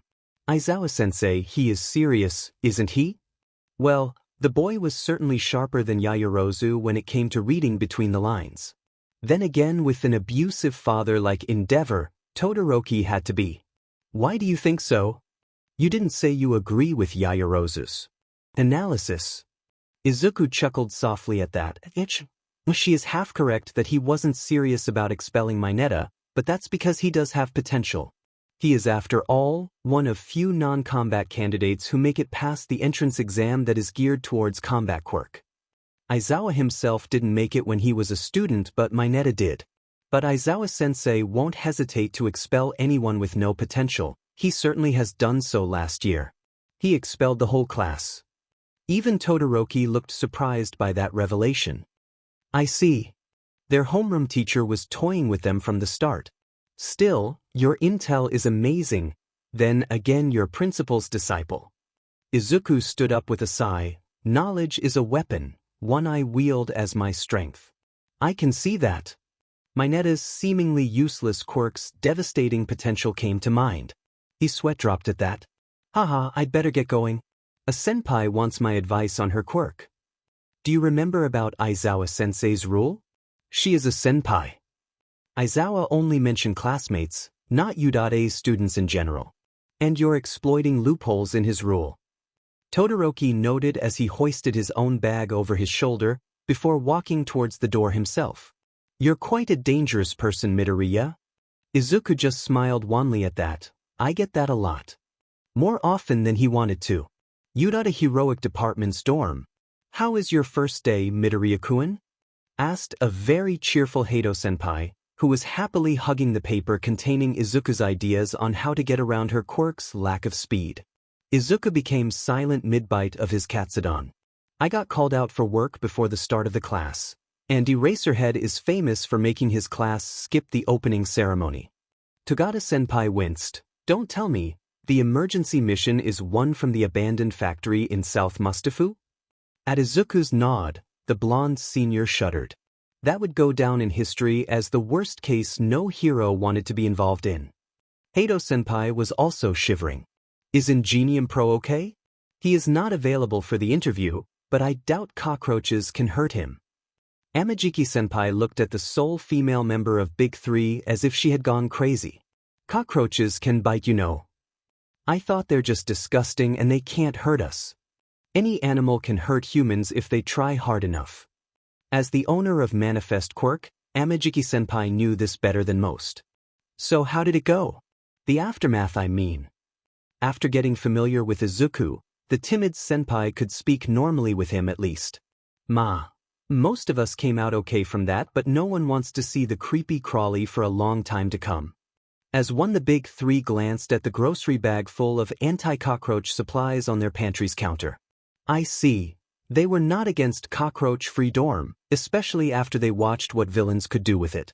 Ingenium Pro gets the worst of it, but that's only because Hawks Pro dropped him too. Izuku stopped himself from finishing. Next time, I won't trust him to carry anyone off of the ground, absolutely not. They sweat dropped. Well, if they ever found themselves working with Hawks, they won't ask him to help them up in the air either. It was a good thing Nijire and Tamaki could fly themselves. They changed the subject. Nobody wanted to remember the case from this afternoon if possible. By the way, with All Might in town, the crime rate sharply dropped in Mustafu. Togata-senpai began. As expected of the number one hero and the man Sir respected. Izuku frowned at that. Is that the only reason? Heh. The drop in criminal activity because the presence of All Might is definitely the case. Izuku stated confidently, however, the timing is wrong. If it happened a few months ago when All Might just arrived, I could understand, but since the exam started, All Might has been very busy preparing for his job in UA to teach in our department. Togata cupped his chin, and yet, it's steadily dropping according to Sir's statistical data? And that data also includes low-level crime, right? Togata looked up at that. Ah, I see. Amajiki frowned at his childhood friend. What do you mean? It might seem a bit petty, but All Might don't really go out his way for low-level crimes like purse snatcher or minor thugs prowling in the back alley of city. He is a top-ranked hero, and it won't look good if he didn't let his juniors to have some action themselves. The sad side of the heroic world where everyone saves people because their income was on a commission basis. Even the symbol of peace has to be considerate of his inferiors. Which is why Master and I got suspicious of this phenomenon, and he has checked with the police force. The number of arrests for criminals below B rank has dropped to almost nil. In fact, Izuku hadn't run to those kinds of criminals at all lately, hence why he noticed when his morning and afternoon consist only of perverts, cats, and lost kids. Togata smiled at that. If we're being positive, they're all repenting in fear of All Might. If only. Izuku snorted. My guess, he trailed off. They're up to something, and someone with big influence is planning something big so these criminals lay low to avoid arrest so they can become part of the plan. Hato-senpai looked pale. That's an ominous prediction, Midoriya-kun. Amajiki-senpai didn't look better, and I hate how much sense that makes. Did the principal ask you to tell us this? He shrugged. You will know soon anyway. Master will inform all intel-based hero agencies about this. If Nightai Pro didn't figure it out himself. He certainly would. Then it would go to the heroes with the best patrol record like Fatgum, which would involve Amajiki-senpai. Then to heroes who specialize in organized crime like Ryukyu Pro. And ended with Haru-senpai's mentor. All Might's presence in UA will be a catalyst to change the underground world, now that the hero had a permanent living arrangement. The big three winced. That's a bit unfair to blame All Might. Nobody blames him, but it's a fact he is a walking trigger to villains, being the pillar of society and everything. Togata's frown was getting deeper. Sir would be very displeased. Aren't we all? Izuku heaved a sigh. It will be a very busy year for us. Nizu already got Futaba to investigate an underground forum frequented by criminals, and while the hacker girl hadn't found anything concrete, she had mentioned the criminals from top to bottom have been strangely more active lately online. That wasn't a good sign for sure. I am hungry. As one Izuku and the big three jumped on alert, startling the hell out of innocent Uraraka Ochako who came down from her room for a snack. Silence fell in the pantry, and broke as Uraraka's stomach growled in protest. Oh! Uraraka-san. She beamed, her cheeks pinker than usual. Midoriya-kun. You live in the dorm too. Haru-senpai gushed. Who is this cutie? Her cheeks were round like mochi and this adorable kohai just gushed happiness by her mere presence. Can I call dibs? Her mentor would love this girl. Nijire, don't scare our kohai. Hush. Haru-senpai scoffed at Togata-senpai before offering the bubbly girl the plate of mom's homemade cookies. Have some cookies, dear. It would be a while until dinner, so don't eat too much. Uraraka's eyes widen with gratitude. Thank you, senpai. And she start to nibble on the black sesame cookies, filling her cheeks like a squirrel. So delish. She was even crying tears of happiness. She must be terribly hungry. Izuku definitely had to introduce Uraraka to Futaba. This girl was a bundle of positive influence Futaba needed. "Hey, can I call you by a nickname like Ojiro-kun does?" she asked in between nibbling cookies. "I don't know anyone else other than you and Ida-kun and—" she trailed off, deflating. "Ida-kun won't let me." It was impossible to refuse her when she looked so much like a squirrel. Sure. Ida must have a heart of iron. She was beaming again. Mito-kun, Izuku-kun, Dori-kun. An image of a spacey blue fish came to mind. Izuku-kun is fine. Then she gave him an expectant look. Izuku didn't need hyper-intuition to know she was waiting for him to nickname her. Cha-cha. Hadu-senpai decided for him. She reminds me so much of this magical girl show I watched as a child. That was a bit too NTMT for Izuku's taste. Cheiko-san. He tried. That's cute too. Well then. Deku had changed since 1.5 years ago, and it showed by how the extras in their class flocked to him. Not just extras, the top 2 who ranked above Katsuki sat beside him and talked with Deku amicably. Though in the case of the half-half BSG it was more like he only talked more than one sentence with Deku, and ignored everyone else. Katsuki could see why. Deku had connections and heroes need those. Then there's his sidekicks, the monkey and the lion. Katsuki really hated that cub, maybe? Even more than Deku. The little sheet was so full of itself, and the majority of the class was head over heels for it. Not that Katsuki would do anything stupid to Yudare's principal's son. How an unknown species of a mutant like Nizu adopted a lion was a mystery. The monkey, however, was a different case altogether. After his transfer, his parents tried to enroll him in a more traditional martial art class in the hopes it would teach Katsuki better DSPLN than modern ones like boxing he attended prior to the incident in middle school. It didn't work so well for Katsuki because most of the teachers were stuck-up prudes. They all complained about Katsuki's conduct and didn't want to deal with him. The last one lasted longer until Katsuki's temper got the best of him, this time because a senior wanted to bully him and they ended up expelled together. In that short PRD of training, however, Katsuki got to watch a tournament where a senior represented their dojo in the Kanto regional competition. That was where Katsuki saw the boy with a tail. He was the winner of the Kanto District Karate Tournament and won the middle school level national championship in his 3rd year. The monkey was undoubtedly one of the best hand-to-hand combatants in class if they discount quirk. And he is Deku's sidekick. Then again the guy was from Taiku. From what he heard it was a private school too and on the same level as Glass's old school. From his observations, Deku had 4 sidekicks. In their first few days in 1A, the other 2 had visited a couple of times. Both of them were part of support department and had quickly become famous enough to be called Triple Ace with some other girl. There's one guy with crazier hair than hair for brain in their class, and another was a shut-in orange-haired girl. Futaba, you can't send a robot to replace you in class. Deku howled to his phone on the 2nd day of the school when real classes started. Should I pick her up from the dorm? Asked the monkey guy. Deku looked conflicted. She has to grow up, at least she should start with walking to her class herself. The crazy hair guy nodded sagely at Deku. So true.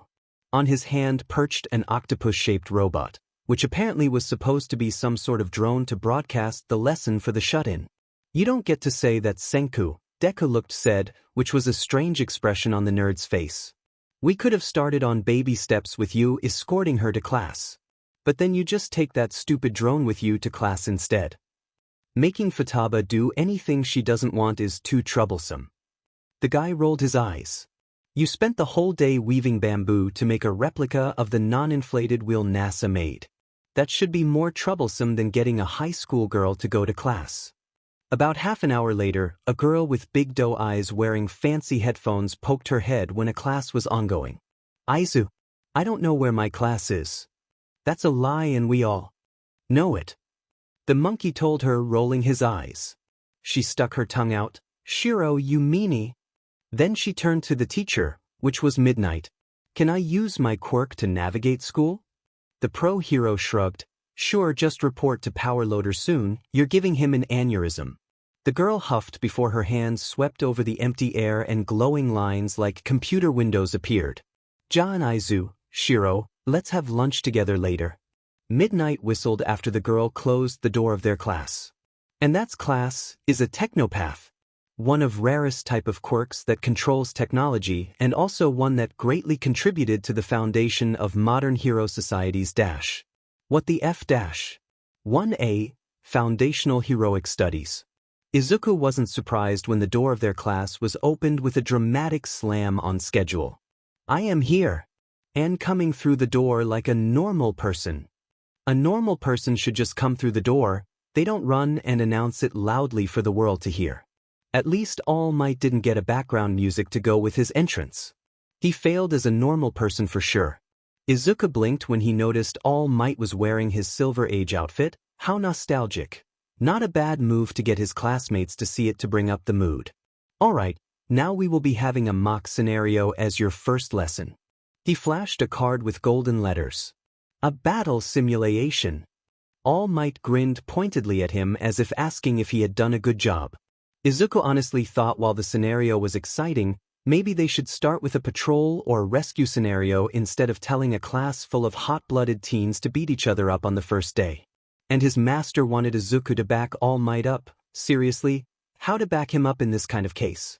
Well, the majority of his classmates seemed to be the sensible sort sans a couple of problematic cases. As long as All Might didn't pit Bakugo as his opponent, all should be well. His costume was stored in a suitcase with a number 15 on it, his seat number. Izuku opened it and marveled for a while at another milestone he had been dreaming of since he was a toddler. This costume Senku and members of support department put so much effort on looked nothing like the doodle in his childhood. Some part of him was saddened by the lost chance, but for the most part, he was relieved. Izuku, this is the kind of costume you want? What's with that look? Senku Futaba? Is the costume I drew ugly or something? Izuku had gotten very good at drawing after years of making notes on heroes and villains. The two geniuses exchanged a glance before saying, "It's far from ugly, in fact it looks more sophisticated." Futaba decided on the word to describe Izuku's costume. Then majority of things your classmates submitted. Senku nodded, especially the one that girl Yaoyorozu asked for. It's sorta practical for her, but he shook his head. If you take the cloak off it doesn't look like hero costume anymore. And even with it Futaba added, if you don't mind we will add some decorations so it won't look plain. As long as it looks nothing like Senku's doodle. Oi. Speaking of added decoration, they placed a symbol on the upper part of his sleeves. He could see Futaba all over it. I wonder which game she took this motif from? Izuku's sweat dropped. Wait, isn't this the symbol that represents harmony, perfection, and balance in alchemy? It looked like capital 2 mirrored capital D and larger Roman number for 1 in the middle. He chuckled softly. Senku and Futaba are as thorough as ever. You're like wearing almost nothing, Shiro commented at Kirishima. The redhead shrugged. With my quirk, wearing armor or skin-tight suit like the rest of you would be pointless. Kirishima whistled when he observed the costume of their choosing. Wow. Bakugo's clothing screams explosive and manly. Huh. Bakugo snarled at them. Are you that bored of living, fuckers? Kirishima had to say Bakugo got his costume down with the explosive theme. Now if only he didn't get angry all the time, he would be popular. Kirishima knew he was first by pure fluke. In terms of raw power, Bakugo had him beat. I will never tell him that my rescue points are thanks to him. More of their classmates emerged from the changing room. Some of their designs felt plain lazy to be honest. Not that Kirishima thought he could talk. Sada was just wearing a plain yellow tight suit. Kuda's was just slightly better. The color was very cheerful and clashed a bit with his shy personality. At least he could tell it was a costume. Kaminari and Jiro could pass their costume as street clothes. Ojiro just added some fur in his karate uniform. His belt wasn't a plain black belt but a utility belt with a lot of pockets. He was also tapping some part of his muscular tail. Kirishima, look at Todoroki, whispered Shiro to him. The redhead turned. They had been curious of what the top-ranked folks got for their costume. Bakugo's was cool, but Todoroki's? All white and half of him are iced. Was that his own ice? Without it, Todoroki would be just wearing a white dress shirt and pants then? It was sorta similar to what Ojiro did. just some touch to normal clothes to give personality, but Todoroki was a whole new level of lackluster. Then again, maybe because he was so pretty he didn't need anything fancy. Go figures, the Bishinen folks don't need cool clothes to look good. Speaking of being fancy, Ida and Aoyama went all out. Aoyama is one thing, but Ida wore a full suit of armor, Shiro added. If the guy wasn't so loud they wouldn't recognize him at all. Then again, his robotic movement was very telling. His armor made him even more robot-like. Yo boys. It was a Shido, and her costume fit her personality to a T. The alien theme really fits a Shido. Thanks. Ajui's costume was very appropriate for her mutation quirk, so was Uraraka's. Uraraka looked like an astronaut, which was one of the smarter themes to go for a costume with her gravitational quirk. He and Shiro became speechless at what Yaoyorozu and Hagakure wore, or rather the lack of it. Is that even allowed? Ashido whispered, "Dunno about Hagakure, but she is invisible, so maybe that's why it's okay."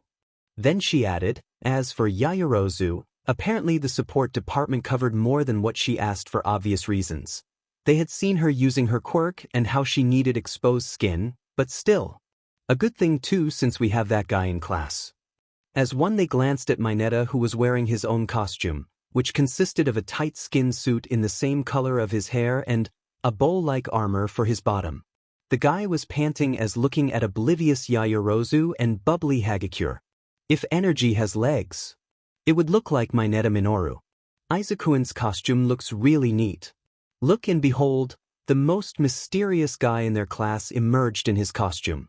Midoriya's choice of costume was different. It was a suit in a dark green color that matches his hair. He had a mint-colored undershirt and black tie with the flame motif. The jacket suit reached halfway to his thigh. The sleeve stopped a bit past his elbow and there was a white-colored symbol on his arm. There was a utility belt like Ojiro's but strapped on his right thigh instead, and his feet were wrapped in dark green knee guards and black boots with the same flame motif on the soles. Thanks. If it wasn't for the decoration and boots, the costume could pass as formal clothes. Is it normal in this age to wear suits for hero costumes? It wasn't uncommon for adult heroes, but for teenagers like them, it looks odd. So Senku and Futaba couldn't veto the tie and dress shirt collar? Ojiro asked, snickering. Midoriya shrugged. They said it would be an accident hazard if someone pulled it or something. I can manage. I am not so stupid as to let people use it against me. They did a big favor with making your costume look as heroic as it could. The design you gave them almost looks like a uniform, you know. Well, I am used to fighting in it. What? In hindsight, Senku and Futaba saved him from dressing like a typical Vongola. I just can't stop the habit. Fighting in a suit that was quite a restricting choice of apparel was a tradition, and some part of Izuku felt like he was cheating if he didn't wear it. Like I broke some school regulations. But his friend had a point about the tie and collar shirt. At least his costume managed to squeeze into the well-dressed category somehow, so he could wash off the niggling feeling that someone would kick him on the back of his head for dressing sloppily. He missed his hoodie and other comfortable baggy clothes, but he couldn't bring himself to wear them anymore since he got his past memory. Oh, I almost forgot. Shiro passed him a suitcase, which was about half the size of their costume suitcase. A drone just flew this over. It's from Senku and Futaba. Izuku accepted the suitcase and keyed in the password he always used. He opened it and promptly closed it again before anyone could peek over his shoulders. They could have given this to me somewhere more discreet. Shiro had a eureka look on his face. Oh, the thing you asked Senku and Metallurgy Division of Support Department to figure out how to make? I heard you objected to using tungsten since it's too heavy. And using that won't work anyway. In the first place, dyeing wool flame wasn't a natural flame, and dealing with it using the metal of highest melting point wasn't a solution. High temperature resistance wasn't equal to dyeing wool flameproof.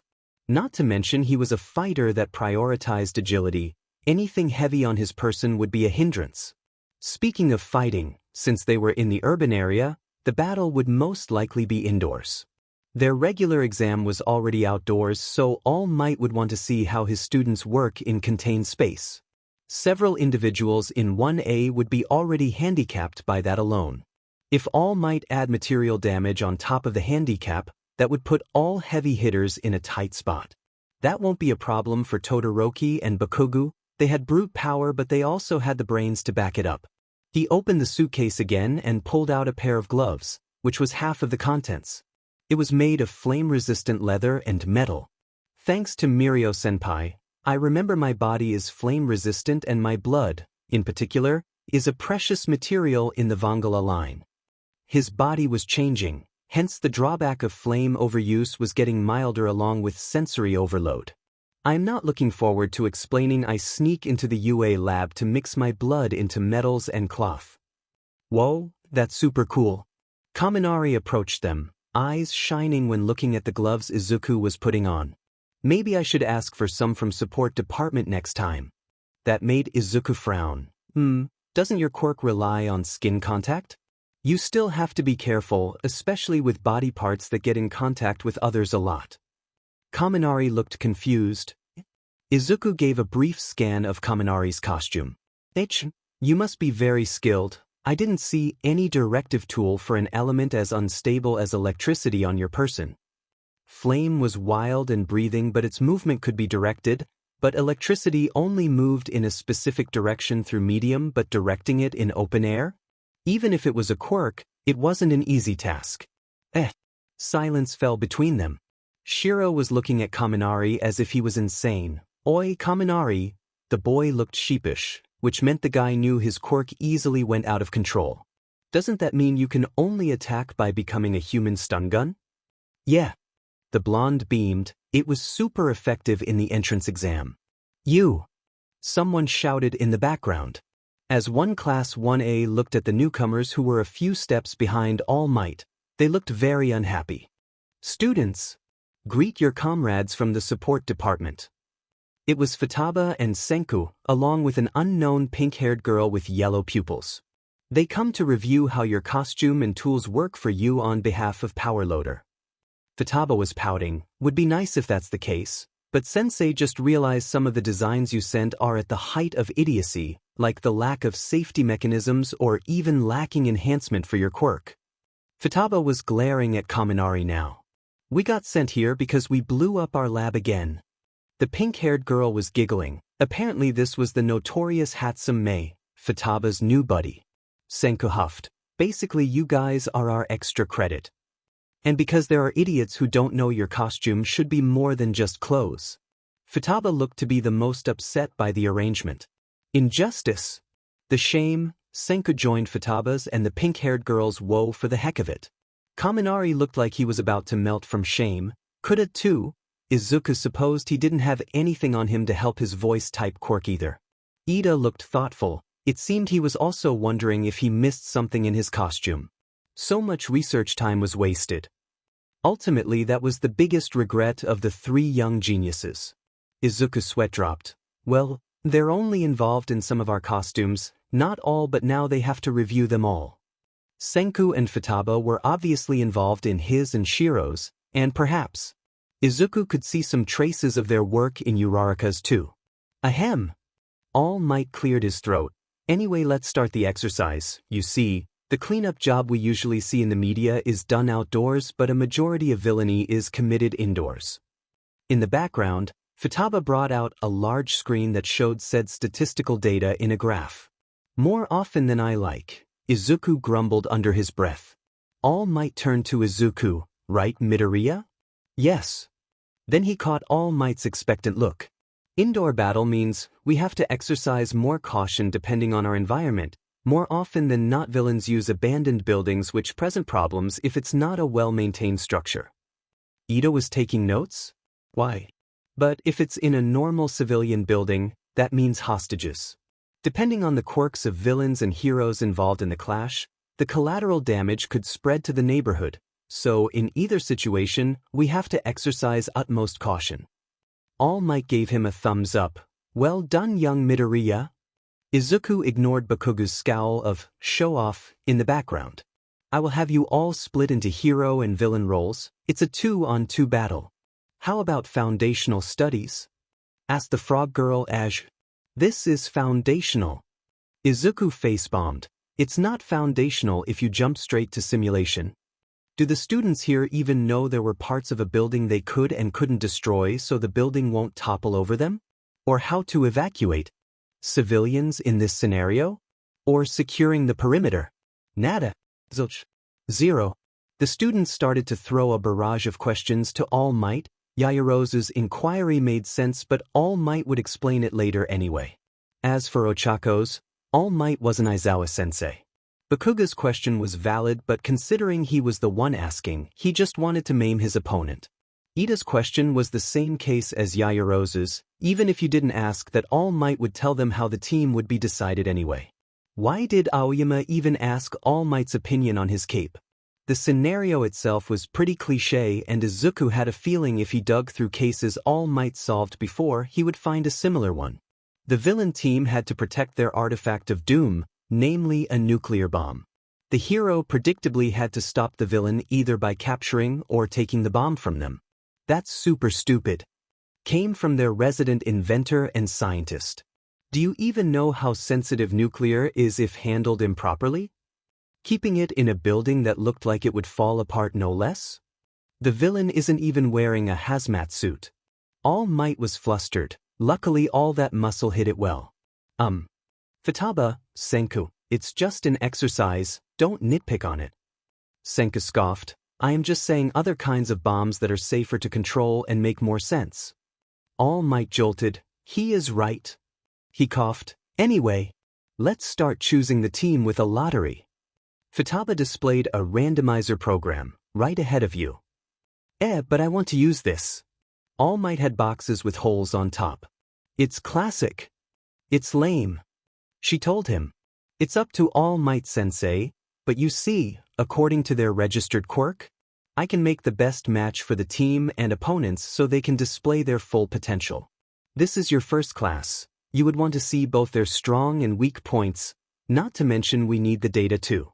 All Might looked almost convinced, but he really liked his lot box. Most likely the guy made it himself. Pro heroes are, more often than not, teamed up with other heroes they didn't know very well, so it would be good to use a manual lot instead. Izuku had a soft spot for All Might. It should be fine to spoil the guy this one time, right? Or so Izuku thought.